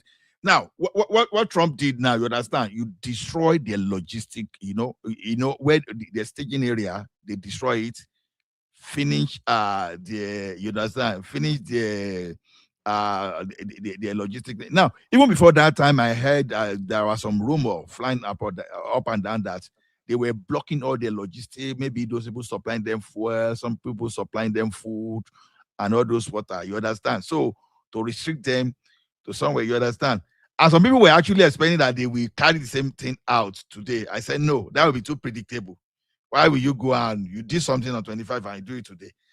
The next one they were going to do that if needed, because America might not even need to even strike again, except the government of Nigeria is stepping. They've already finished training 7,000 forest guards, uniform one, armed with AK-47, deployed to Sokoto, Kebbi, and all those areas. You understand? Then there's this attack helicopter. I think the American government has they speed up they've tried to speed up the delivery of it. One attack helicopter is something like that. I can't remember the name of one. 8 of them. I think 2 might come this year. So that attack helicopter. I think Mike, a like Mike, we know more about it. See, this one can carry the regular missile and can carry small arms. So that helicopter can fire like normal gun. Maybe you already throw missile and you disrupt all those areas. Then it is not time to start shooting from that helicopter. So see, if they bring that helicopter, if those helicopter, if that what I read was true. The Apache. No, they call AZ something, AZ helicopter like that. Let me see whether I can still get the name of that helicopter. It's a one AZ. Where did I put this man? To me, I think it's a waste. They probably pay maybe another $200 million or something like that. To me, I think this is a waste of money, to be honest, because the kind of those kind of weapon when you need it is if you are fighting conventional war where you are going, where the enemy has a territory where they occupy, and you're going to fly there to go fire them there. That's when you need that kind of. You want to be buying that kind of stuff. But this is asymmetric war where these guys are just terrorists that live among people. They just wake up, go and strike and run away. So what are you helicopters? It's a Bell AH-1Z Viper attack helicopters. Okay, how would that helicopter stop their attack overnight and disappear? That's what we are dealing with now. No. What I'm saying is this. Okay, look at how when they fired that Tomahawk now, for example, and all those terrorists are running away. Now, this helicopter, if you run after them, you understand, that helicopter can fire like you are firing normal gun. You understand? Like when you have So so you're saying the use for the helicopter is when after the tomahawk land and they start running and then you now use the helicopter to go after them. Is that what you're yeah, telling me? and they start running. Yeah, just like when you are replacing them with like a grand troop. You understand? When you as they are running on the motorcycle, you now be shooting like you are shooting normal gun. So that thing has some kind of all those revolver gun. How do I call it? That will be firing them. That thing itself can throw missile from a very far distance. And once you scatter like this, now you run after them with that helicopter. I'll be shooting with But the those helicopter. guys are usually not hanging together. They're not ganging a group together. Like it's not. They're not like just because if that's the case, Nigeria Army would have finished them a long time ago. We have fighter jet already now. They're No, not no, no. always. They are not like always ganging together in a group, like packed in one location. They are like spread out. No, That's why it's yeah, so I difficult to agree. defeat them. I agree. Okay, now they call some people from in Ondo State, the Amotekun, and some of them said they are from. They don't even understand the environment. They said some of them now say they are from Sokoto. That Sokoto is all for them. So 39 That of them. 200 million is to that what we have, like the Amoteku kind of thing. What we have is the solution where you have your own uh, security group where they to themselves they'll be among the people. You understand? Like Amoteku people now they may be operating like spine, you be among the people just like the bandit. So when the bandit come among the people, then they are coming among Amoteku. Amoteku can quickly discover, notice them. You understand? And then give Yes. information and then they can arrest them. So that's the way you can solve the problem. But not buying a helicopter. So you got as among working among people, what will helicopter do? So the only time those helicopter are only good for when these things has happened now. You now call the person to bring helicopter. By the time helicopter get it, don't disappear now. That's no. Like I said, one thing about that helicopter itself is can fire missile. You understand? Yeah, but it's Helicopters a in waste of flight money. can If fire missile. if it's Nigeria that's building helicopter, I won't mind. But we are paying so much money for it. Why pay $200 million for helicopter when we can use that $200 million to I think recruit we are buying it. like about 100,000 more Amoteco guys? We are buying 800. We are buying 8 of them. Is it 8 or 12 of them for $900 million? Can you imagine? So then, That's a waste of money. 788. That training repentant bandits, I don't think it's happening again. This one, you know, this one, they are recruited from the local government. It's like the local government recruit them and That $900 million, training them. you can use to recruit another 100,000 people and give the great jobs. And now 100,000 people, you put them in positions in. Let me even tell you guys the easy way to solve this bandit problem or this kidnapping or all this terrorism. All you have to do is put money out there, right? Tell people, look, if you have information, if you know a bandit or have information to successfully prosecute a bandit, a kidnapper, or a terrorist, you get 1 million naira. Or put an amount of money that I know that people won't resist. And you even say, if you are a bandit and you give up your fellow bandits, we will give you money. You know what will happen? Even bandits will no longer trust his own fellow bandits. Everybody will be afraid.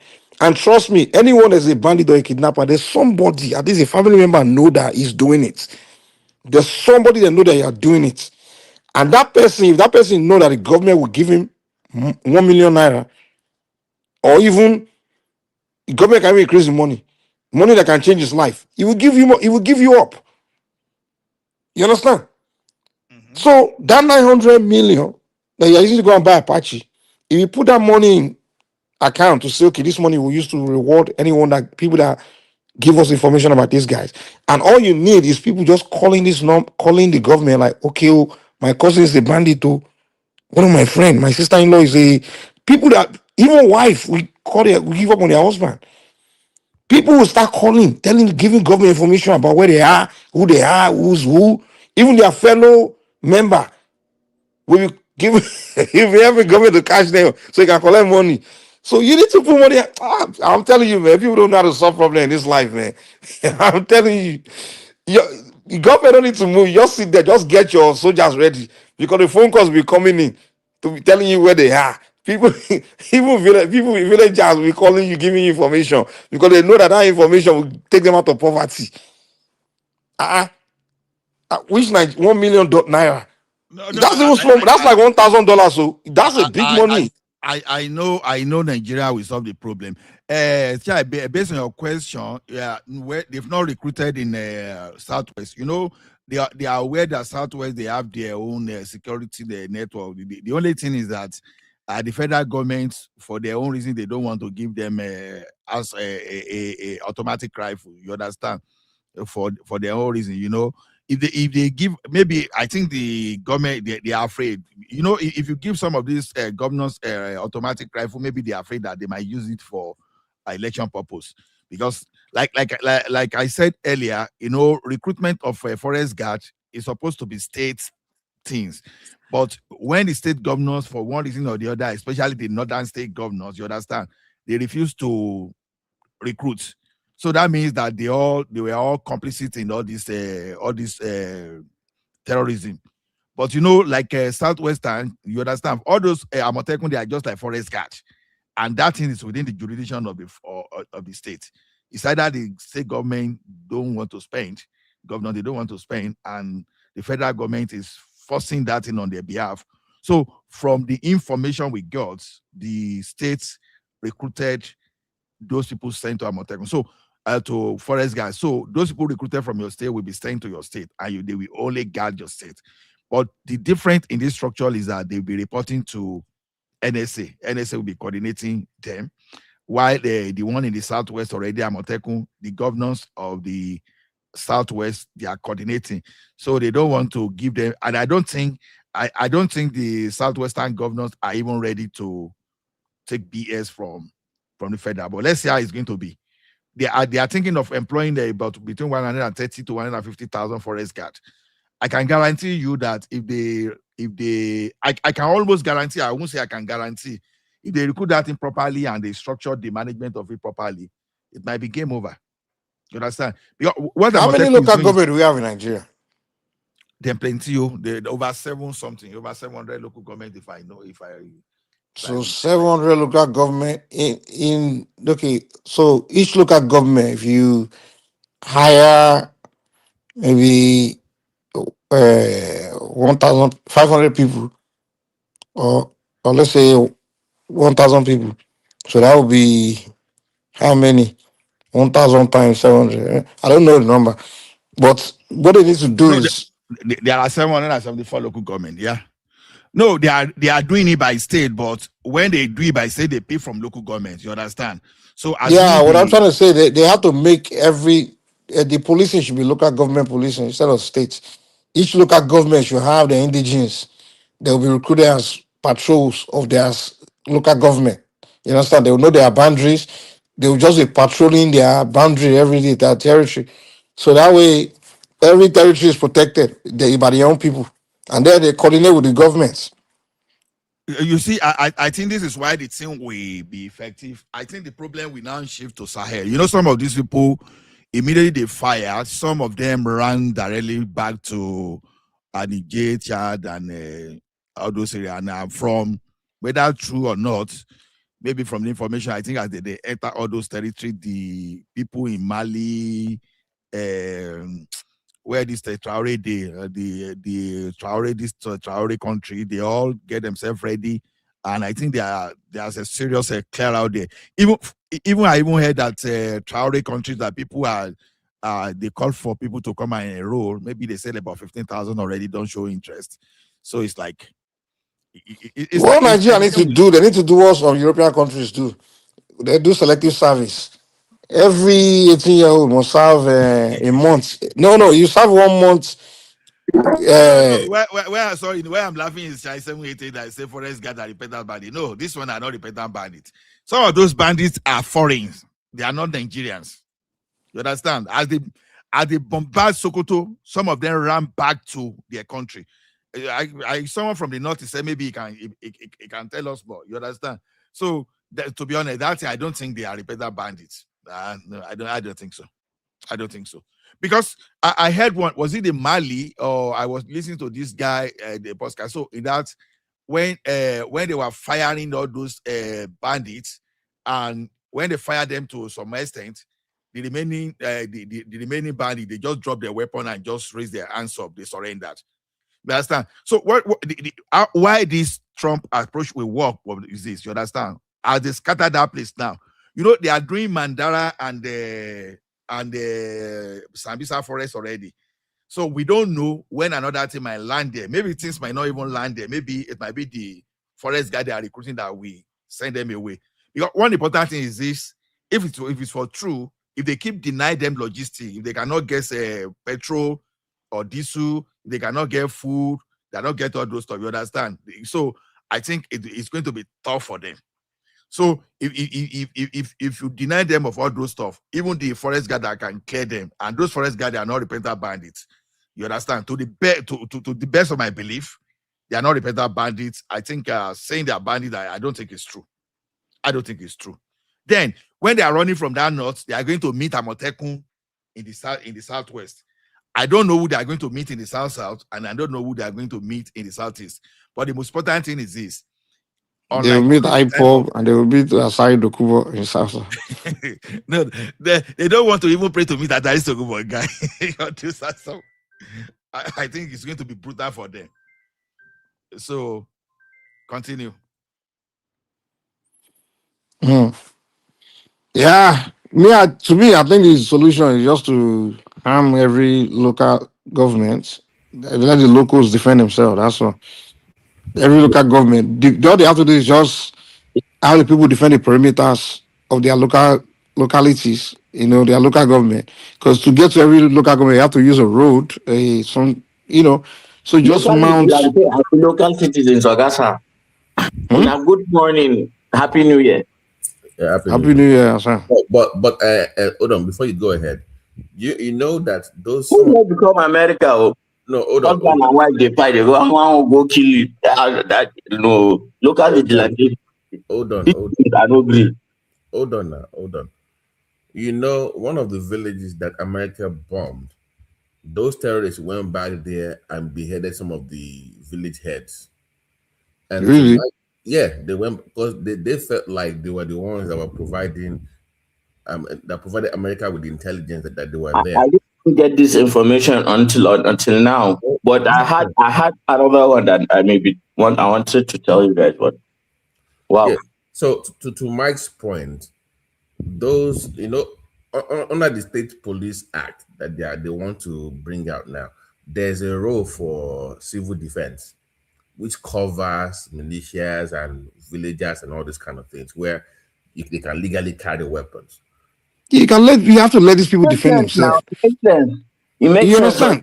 But the solution to this thing is to let the communities defend themselves. I think Nigeria became a curse tonight. The creation of Nigeria became a curse to the people of Nigeria. Because before Nigeria was created, every village, let me say this. Before Nigeria was created, every community had their people that defend their communities. They had their own military, and in a sense, they are tribal warriors, whatever. They protect them. They patrol their villages and communities to defend their people. They had a system. They had it before, but it was this creation of when the British created this new system where they just abolish all these things and created this. They copy and paste something from England where you just use police stations and army, which is good, but you just don't throw away what the people already had going on before. So the community used to understand that they have to defend their communities before. They have every tribe, village, community have warriors. If you read about Oyo Empire, Benin Kingdom, there's a way where the king can rally 100,000 men, soldiers within 15 minutes. They have a way of defending their land. So what you need to do is, as a government, is create community police and have the people in the community be the police and have weapons, whatever, to mount in key locations in case their community is invaded. They can defend themselves. They can fire back. You have to let the people defend themselves. But did you notice the federal government is always apprehensive in arming the other Nigerian groups because somehow they feel like they're giving away power or something like that. If it's well coordinated, you won't worry about that. If they have the brain to coordinate things, they don't have to worry about that. you can still supervise it. Not like they're going to be. Yeah, you have to coordinate it. That's all. It's not like you're just handing weapon to somebody to take. There's a way. There's a time and where the weapon can be, where the weapon cannot go. There's time to check the weapon. There will be an armory. Well, okay, if it's your time to patrol, you come and check the weapon. You go and patrol, and when your time is over, you bring the weapon back into the armory. It's not like your weapon will take away. You understand? Mike, you will also meet with them time to time. You will have exactly with them. And everybody will be on schedule now. And maybe chip the weapon so that you can track it, something like that. No. You don't even. You're not giving any weapon to keep. The thing is that we have schedule when is their turn to. Okay, everybody will have schedule when they want to do their patrol, and that's when you go check your weapon out from the armory or whatever, which could be a government owned. And they'll give you the weapon, they give you the amount of bullet, and they tell the area you patrol for maybe 2 hours. When you are done, you bring the weapon back, and the next person that's coming to patrol, take over from you, will come and check the weapon and go and patrol. When it's done, they bring it back. It's not like they're carrying weapon home or they are keeping the weapon to themselves. Yeah, they know who you are. Hassan, and to hold on as well, that would be a deterrent. If they know your village has weapons, there will not be any herdsman because they will stay away from you because they know you can return the attack. Yeah, they know you will shoot back. Yeah. So this is what we had from Maiduguri. I generally believe they will push them to the Sahel and they will finish them there. I see this thing that if this thing continue this way, maybe in the next 4 or 5 years, this thing will be eradicated. Amen. The way they are going, there will be no room for them in Nigeria. We're having a new spate of suicide bombings right now, but we've been able to apprehend a lot of them before they attack. They have if you are paying attention, you can recognize a suicide bomber before he strikes because the way he moves, the way he walks, there's a kind of a nervousness of knowing that you're about to buy. But then you want to buy with a lot of people, as much as people as possible. And so there was one that was successful. After that, because the community now, the heightened sense of security, 2 were apprehended. Another small child too confessed before he didn't want to die. He went and told somebody, and they were able to defuse and then remove the bomb from him. From his body or something like that. But then we heard that the reason why the United States did not strike BH positions was has more to do with the example they gave us was that you remember when the United States was looking for Osama bin Laden. And they were all over Afghanistan and all those places, looking in the mountains and all that. All the while he was in Abbottabad, a very different area, very different, where you would not expect him. So that logistical hub, they said, is serving a lot of purposes. But it's not a logistical hub itself, like there were no arms and ammunition there or something like that. But it's more like a meeting place of the top people. Staging place. That place, they've turned the place to a village according to what we heard, and they have borehole, fine buildings. How did they turn that place to a city? That one is look like a city, for goodness sake. How did that happen? Is it a city? Are you sure it's a city, not a village? I mean, like a village. No, I say city like a village, right? You understand? They are building, they have borehole there. You understand? From the image. Okay. Yeah, but any blow to the enemy is good, but it's not good enough for me for now. I know I'm very selfish. I said this, and I may sound insensitive to some people who are in the other areas of northern Nigeria, but if this is coming from a true place, this is where the trouble is. This is where the firepower needs to come. And maybe Nigeria has proven, to be more serious in this area rather than the other area. And maybe that is why the United States said, okay, let's maybe focus on the Northwest since we can see what you guys are doing and you are really putting some effort right here. But let's see how it goes. I don't wish for another strike anyway. That's enough. If they can supply the intelligence, I believe we have precision weapons too. We have Super Tucanos. We've got some, and the Viper, the Z Viper too.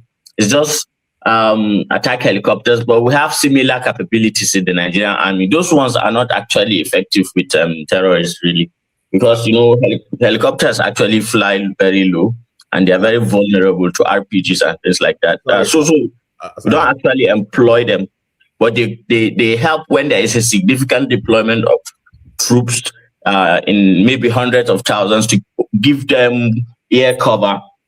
Well, you have like Super Tucanos who are flying at a higher altitude, and maybe you have a satellite that is. So it's a layered way of deploying and stuff like that. No. I hear the Viper is quieter and can fire like from the long range. And when you probably fire missile, then immediately you fire that missile, then you move to that place. So they say the advantage of that Viper is it gets closer to you, not necessarily like the 10 meters or 100 meters, maybe like 1 kilometers away from you. Here's the problem with the Viper: it's also vulnerable to attack. So if you have a gun hawk, you can also shoot it down. It's easy to shoot down. So it's not one way. If you're chasing them, but if they repel the attacks, they can take you down easily. But my question is no. The point is this: you first send missile to them like far in several kilometers away. You are not going to get closer. So they say the advantage of this one is this: if you are coming, if you stay like 3 kilos, some helicopters can make noise like almost 8 kilometers away. But this guy, they say, is quiet. I don't know. I'm just reading. I don't know so much about it. So now they say, okay, it can get like 3 kilometers where it can have a clear view and fire a missile to the target, so that the remaining one will now be to follow up on people that scatter around. I don't know. You understand? Okay, I don't see where even what did they call them? These fighter jets, how they fly. Even if they even at takeoff, the way they fly at takeoff is very different from conventional airplanes.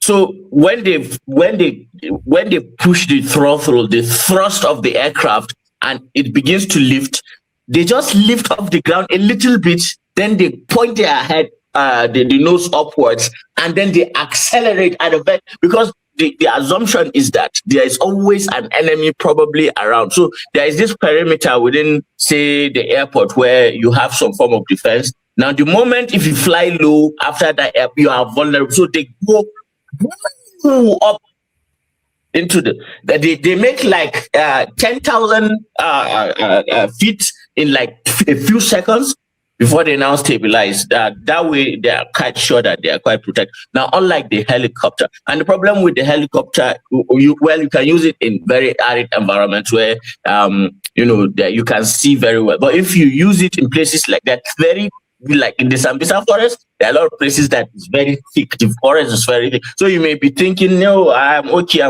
You never know who is hiding in one bush or something like that. So it's still very important, don't get me wrong, but it's not the all and be all.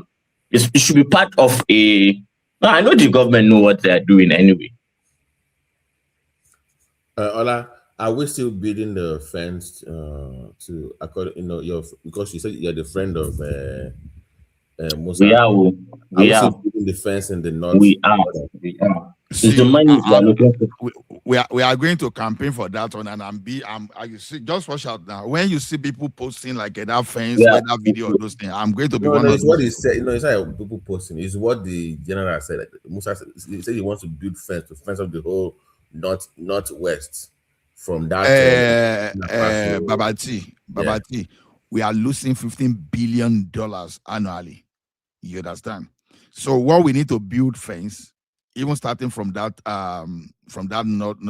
northwest and northeastern part, you understand? We don't even need up to $9 billion. And this thing is not even going to be built in 1 year. So if we are losing $15 billion, it makes sense for us to build that fence because it's going to do a lot of things. So you guys want to be like Trump? No, not that Trump. You build know, the like wall as well. Trump Kenya. say he wants to build fence. He haven't finished building it. No, So not we for want to be Trump. like Europe, like Poland, like all No. those European countries that put barbed wire so that Africans can enter.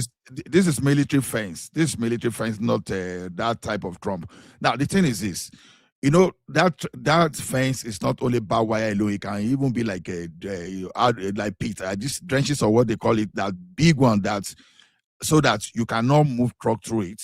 You understand? You can. So it's going to be a combination of double layer barbed wire, laser, UDB gold, sensor, a lot of things. So because the thing is this, once we are able to bridge any particular place, we know where they bridge, and you have some kind of a weather drone or attack helicopter, whatever. Now, do you know who are against it?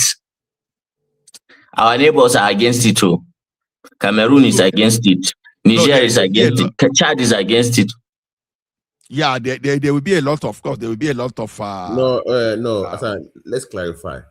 Musa said he wants to build in the northwest. He didn't say anything about building in northeast or anywhere else.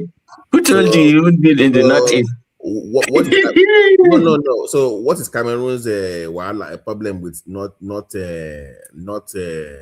west fencing? See, we are going to cover everything.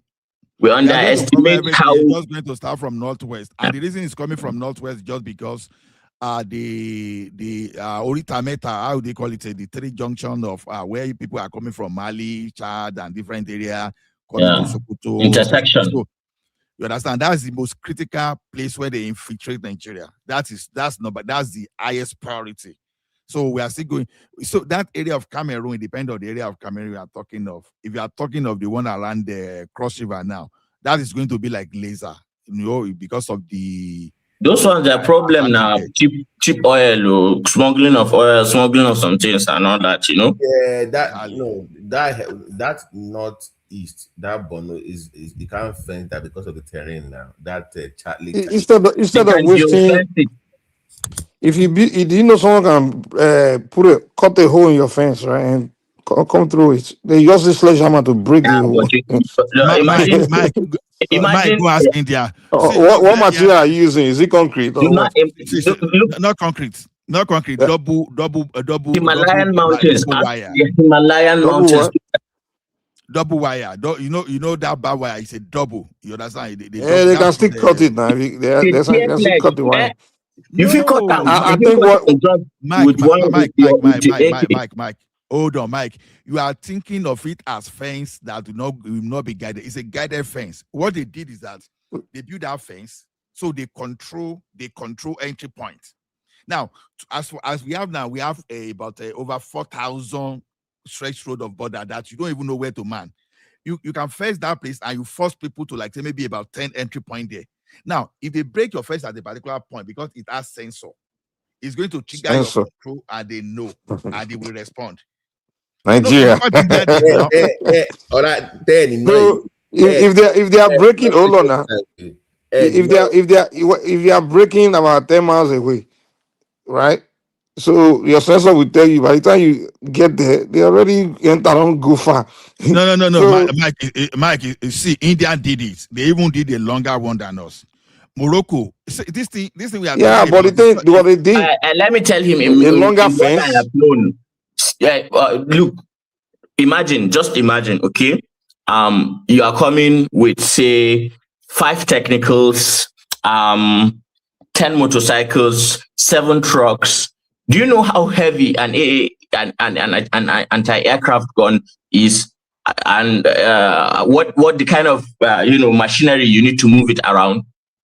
So the very logistics of moving, like you alone, yeah, maybe you can scale, but if you scale through and without what you used to do destruction, we have still significantly, reduce your capability. And at that, when our sensors are triggered, you go hear from us before you know it. So these things, it's not like a magic wand, but it's a progress. We are moving somewhere where we're stopping some things happening at the speed at which they happen, that they take us so unaware that we suffer so much. Yeah, it's not necessarily a I bad don't know idea, why you guys don't but think this there's through. a yeah, but there's a better idea though. That's why I'm saying that because the money you used to build you can use that money to buy cameras. No. To hold on, Where now you are wait, let me saying is land. I haven't even said it. To buy bunch of cameras that can be watching that border where you can be watching someone can be watching the camera. Monitoring the video from a location. So if somebody is crossing the border, the camera is watching them and they can go stop them. no. You see, Mike, you are missing it. You are missing it. See, That's what America does now. They have camera oh watching the whole border. So you are crossing, they are recording you. wait. And they are watching you live. Hold on now, listen. See, in the fence, let me give you analysis of the one of India. There's a physical barrier itself, you understand, that will cost about 2.5 billion to $4 billion. Then the technology around it, different e-sensor, all those stuff, you understand, that be around it. That alone is about 1.5 billion. You understand? Then so like a combination of some people, like I said, when you are talking of this fence is not only barbed wire. There are some that are just a big hole.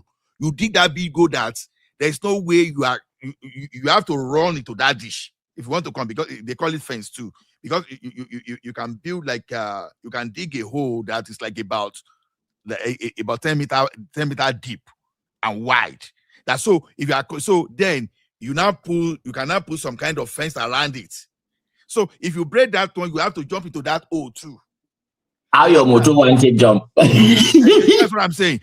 So you build hole, you put the barbed wire around it there, then you put another one there. So you cut this one, then you will have to enter that hole, then you climb again and So Nigeria are struggling to build to fix roads.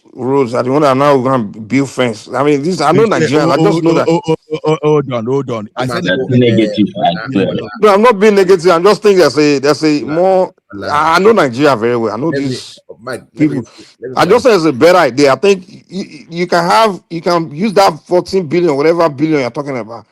That can buy you no Pantheon Zoom cameras with audio on it. Where you can hold on. Where you can be zooming, watching your border live on a screen. You can have people watching your brother live on the screen 24/7. You can use drones Yeah. From miles away. You are watching your brother from miles, from even like you know what they call pattern zoom camera. It circles. You can control. Hold on, wait, let me land. That camera, you can be controlling that camera to be turning in a room and you are watching the video. So you are watching your brother live, you are monitoring. So if they are coming, you see them coming. Let me give you an example of what India do. You understand? It's cheaper. Saudi Arabia. Hold on. You can't know better than those people that did it. See, India face was hold on now. India face worse than us. Now, what they now did now? So case one is when they built India-Pakistan road, Pakistan face. You understand? Now they did that. Then again, we have Saudi Arabia, Iraq.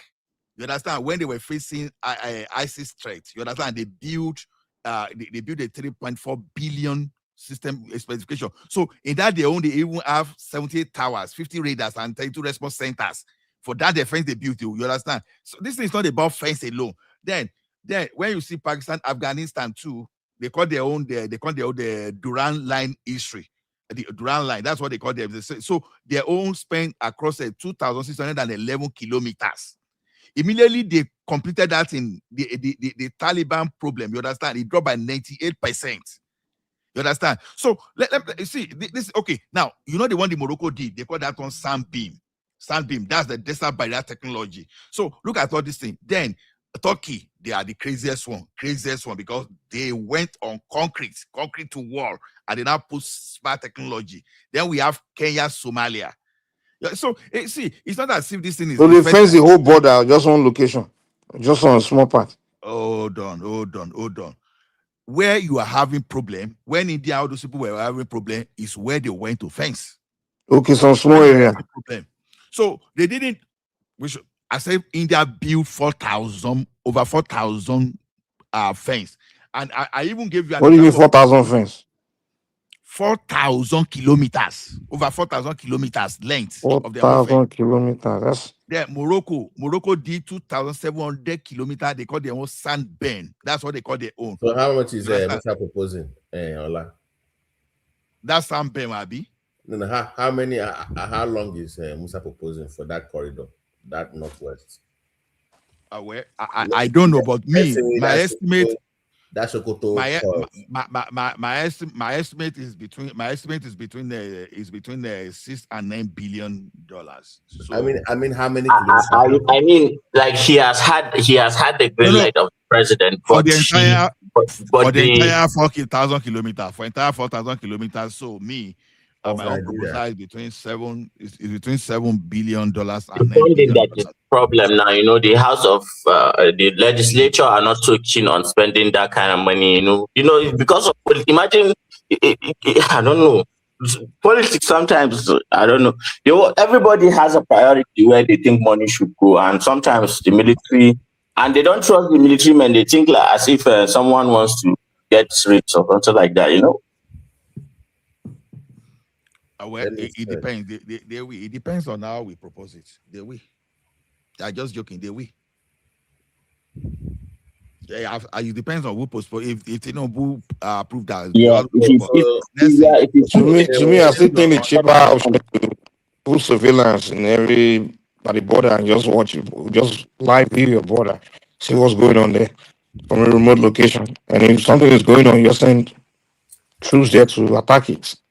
Which To kind me, of that's troops? cheaper. Drone. A drone will greet you first before the troops come. No, you The who? Hassan, you have to incorporate everything. Some areas we need fencing, some areas we need boots on ground, some areas we need barbed wire, some areas we need drones.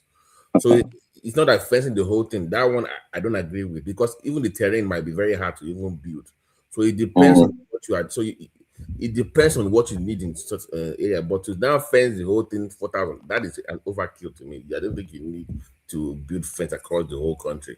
But in some areas where you know that you need to stop the influx. Maybe they have all these roads. Some areas where maybe roads easy to There drive are to. coming in illegally. All Some these areas bikes. that you don't even need to No. fence because already that's where there is human, settlement. We have border patrol, we have military presence there, so you don't need to fence there.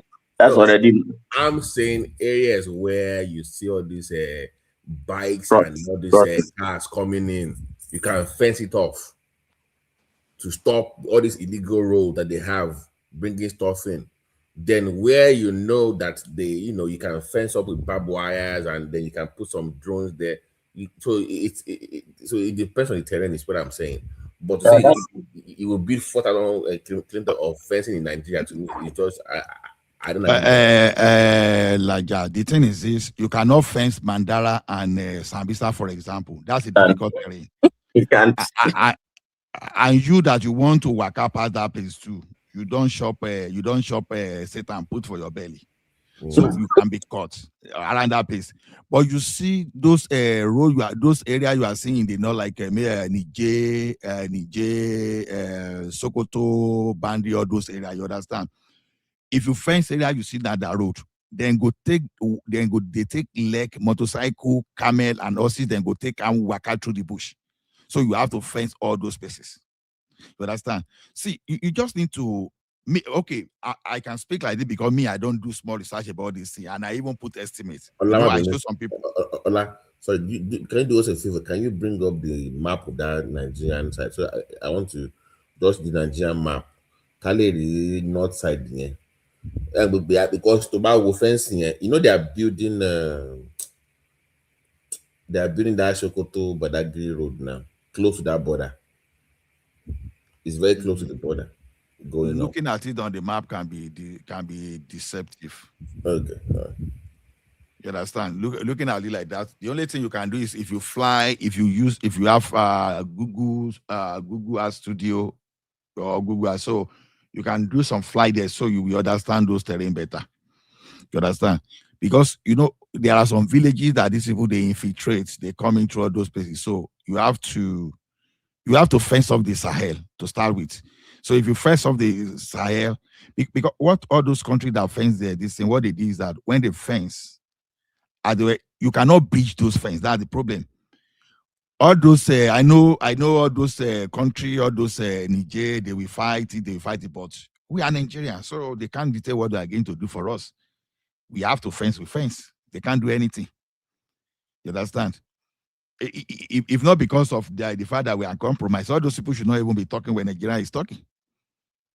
If you put all the military might of all these people together, all the entire Sahel, if you put them together, they don't even reach half of Nigerian military. Then, when you are talking of Air Force, nowhere to be found. When they are talking of Air Force, they don't even have. I'm not sure they even have over 115 of our equipment when it comes to Air Force only. So the thing is, that fence we have to. If you want to remain Nigeria, or if you don't want to remain Nigeria, yawa, that's good. Then people that want to go can go. Then if you decide to fence you understand. Like I said, India just fenced their own. I think around the early 90 or early 80 or wherever, if I remember. Maybe if I check to my document again. They never know peace until they fence that their border. They never know peace. So what we are facing, we are not the first person to face. So, okay, will you ever believe that Morocco, they have 2,700 kilometers of sandbin? What's the population of Morocco? What's the economy compared to Nigeria? You know, that's desert barrier methodology. That's what they call it. So, I encourage people to do little research about this thing. Then you will know that fencing is not new to us. Okay, So, if that's not my question real quickly. So the purpose of Trump or America, bombing the terrorists, I thought was to work in conjunction with Nigerian army or Nigerian military. So they Yeah. bomb those people. They bomb those people. So how come, just like any military operation, you would think they use the air assault, then the ground, assault will come along. Is Mhm. Nigerian army, chasing after the terrorists, or what is going on? They just bomb and everybody went home. Is that what is going on? You remember that Prince, our new Minister of Defense, after the bombing, went to see the Sultan of Sokoto the next day, right? 2 days after. We went there immediately. I think to kind of smoothen things so that it's not like to us indirectly. There were ground troops as reported in some quarters. That is the reason why those people are fleeing down south. But to my earlier point is there's still camps that they have in some of those villages. Okay, that like it's like you leaving your camp within the village, then coming back to find out who leaked intel about you, because these people they're embedded in all these communities that don't have the tools to fight back, so they can much tolerate their presence there. So there were ground crews that came to check in, but they fled. Okay, but the problem is like those kind of places, you don't just check in and leave. Prince, to your point, you must maintain a presence there. So if you don't maintain any military presence or police presence, and you don't arm the local militias to defend those territories, you're gonna have issues like beheading of kings and bailiffs or whatever they call it over there. That's the issue. They did check in to verify. They did check in to chase people, but once they fled and you don't maintain any presence in those regions, they will come back to their base anyways. Then go after the head of the villages for exposing them to you. That's what's going on. Right. I mean, so you would think they would know this already. That's why when I'm talking about the seriousness of this is terrorist by the government. I mean, this is kind of groundwork or legwork they have to do. So I mean, it gets really confusing. I mean, no, now, so you're saying that the villagers are vulnerable right now to the terrorists to come back and They are eliminate beheading them. their chiefs because they are being accused of. Remember, those terrorists actually have camps within those villages. It's like you living with a terrorist that you have no choice because he has all the weapons.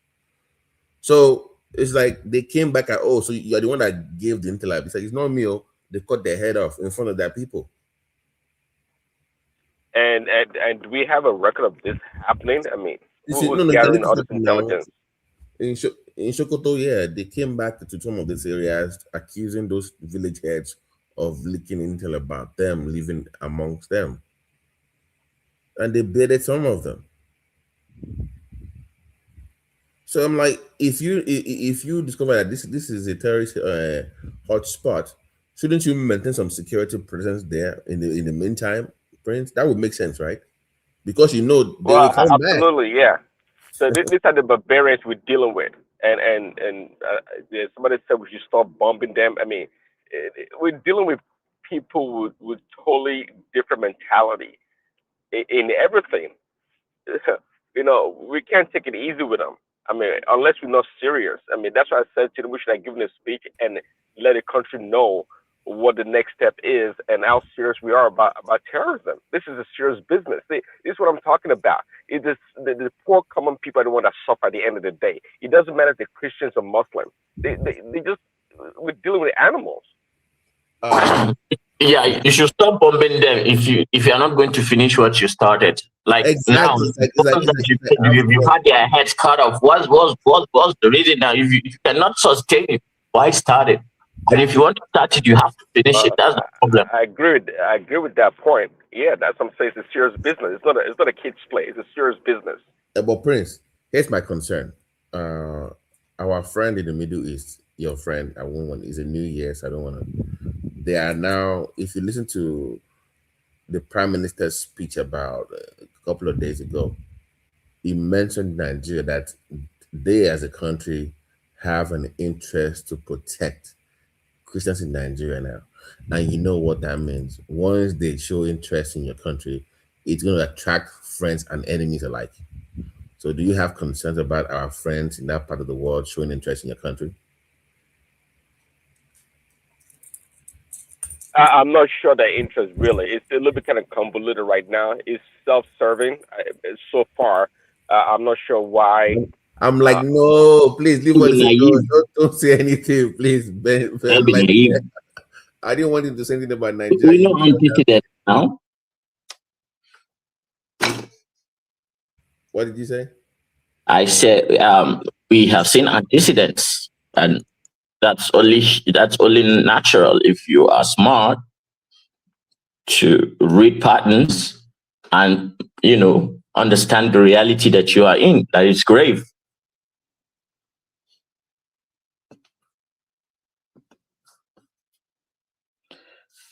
Have you seen what they are doing with Somalia? So Somaliland thing. Somalia, yeah. No, that's Prince. Prince should comment on that one because I know he supports it. Every country in the world is opposed to that. I don't understand just going to balkanizing the country for your own interest, anyways. If they want to move people out of Gaza to Somalia. They need scramble for Africa. If we normalize this, we're gone. The black man is gone, man. And I'm watching Sky News and they're discussing, the Christian Biafra nation. I'm like, what is? So you're discussing Somaliland and you're bringing up Biafra as well. These are foreign military professionals on foreign channels. I'm like, what are these guys planning? It's a quite interesting world. But Prince, that is your territory, Somaliland. I don't know what that is all about, honestly.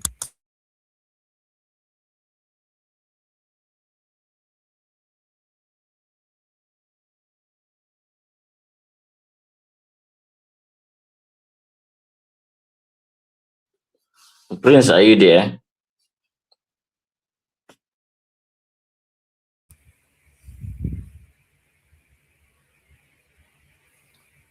So, anyways, Asan, I think your man will still be on the ticket for now.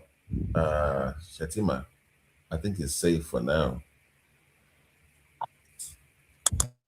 I hope so. But I don't see anyone like challenging. I haven't seen anyone like challenging to the point that will make any of us anxious. So I think we're safe. But make no mistake, the years that are coming are not going to be any joke. These are very, very turbulent times, and a lot of the things that we are facing, the American action here, the sink leaping of the innocent, the killer of babies, the killer of women, the I don't know, that evil those evil people who think everyone is a goy and is just supposed to be a slave to them. Well, I know a lot of our people in the Southeast believe they want to kiss their ass and worship them. They are now link simping with the United States. Of course, we know that during the Iran war, that they barge into the offices in the Pentagon and they're ordering people do this, do that. They take the Trump as the boy. You know, hello, just call him. Go, yeah, you little puppy, go do this, go do that, and whatever they say, yeah, he follows. He go licks it up. So that's a big problem for us, man. And the earlier Africa, because this is so bigger than Nigeria alone, but it's another scramble. The Russians and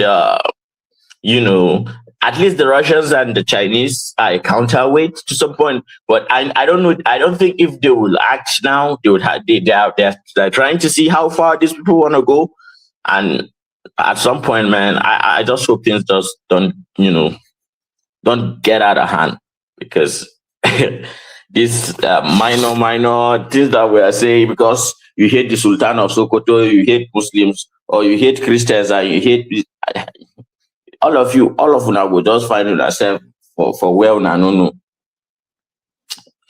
May God not allow that.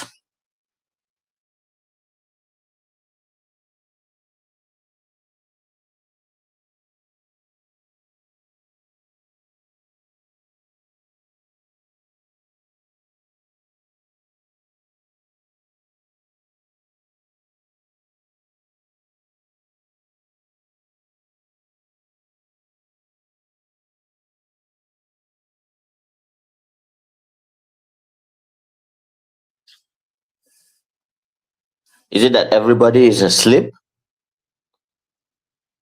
Babaji.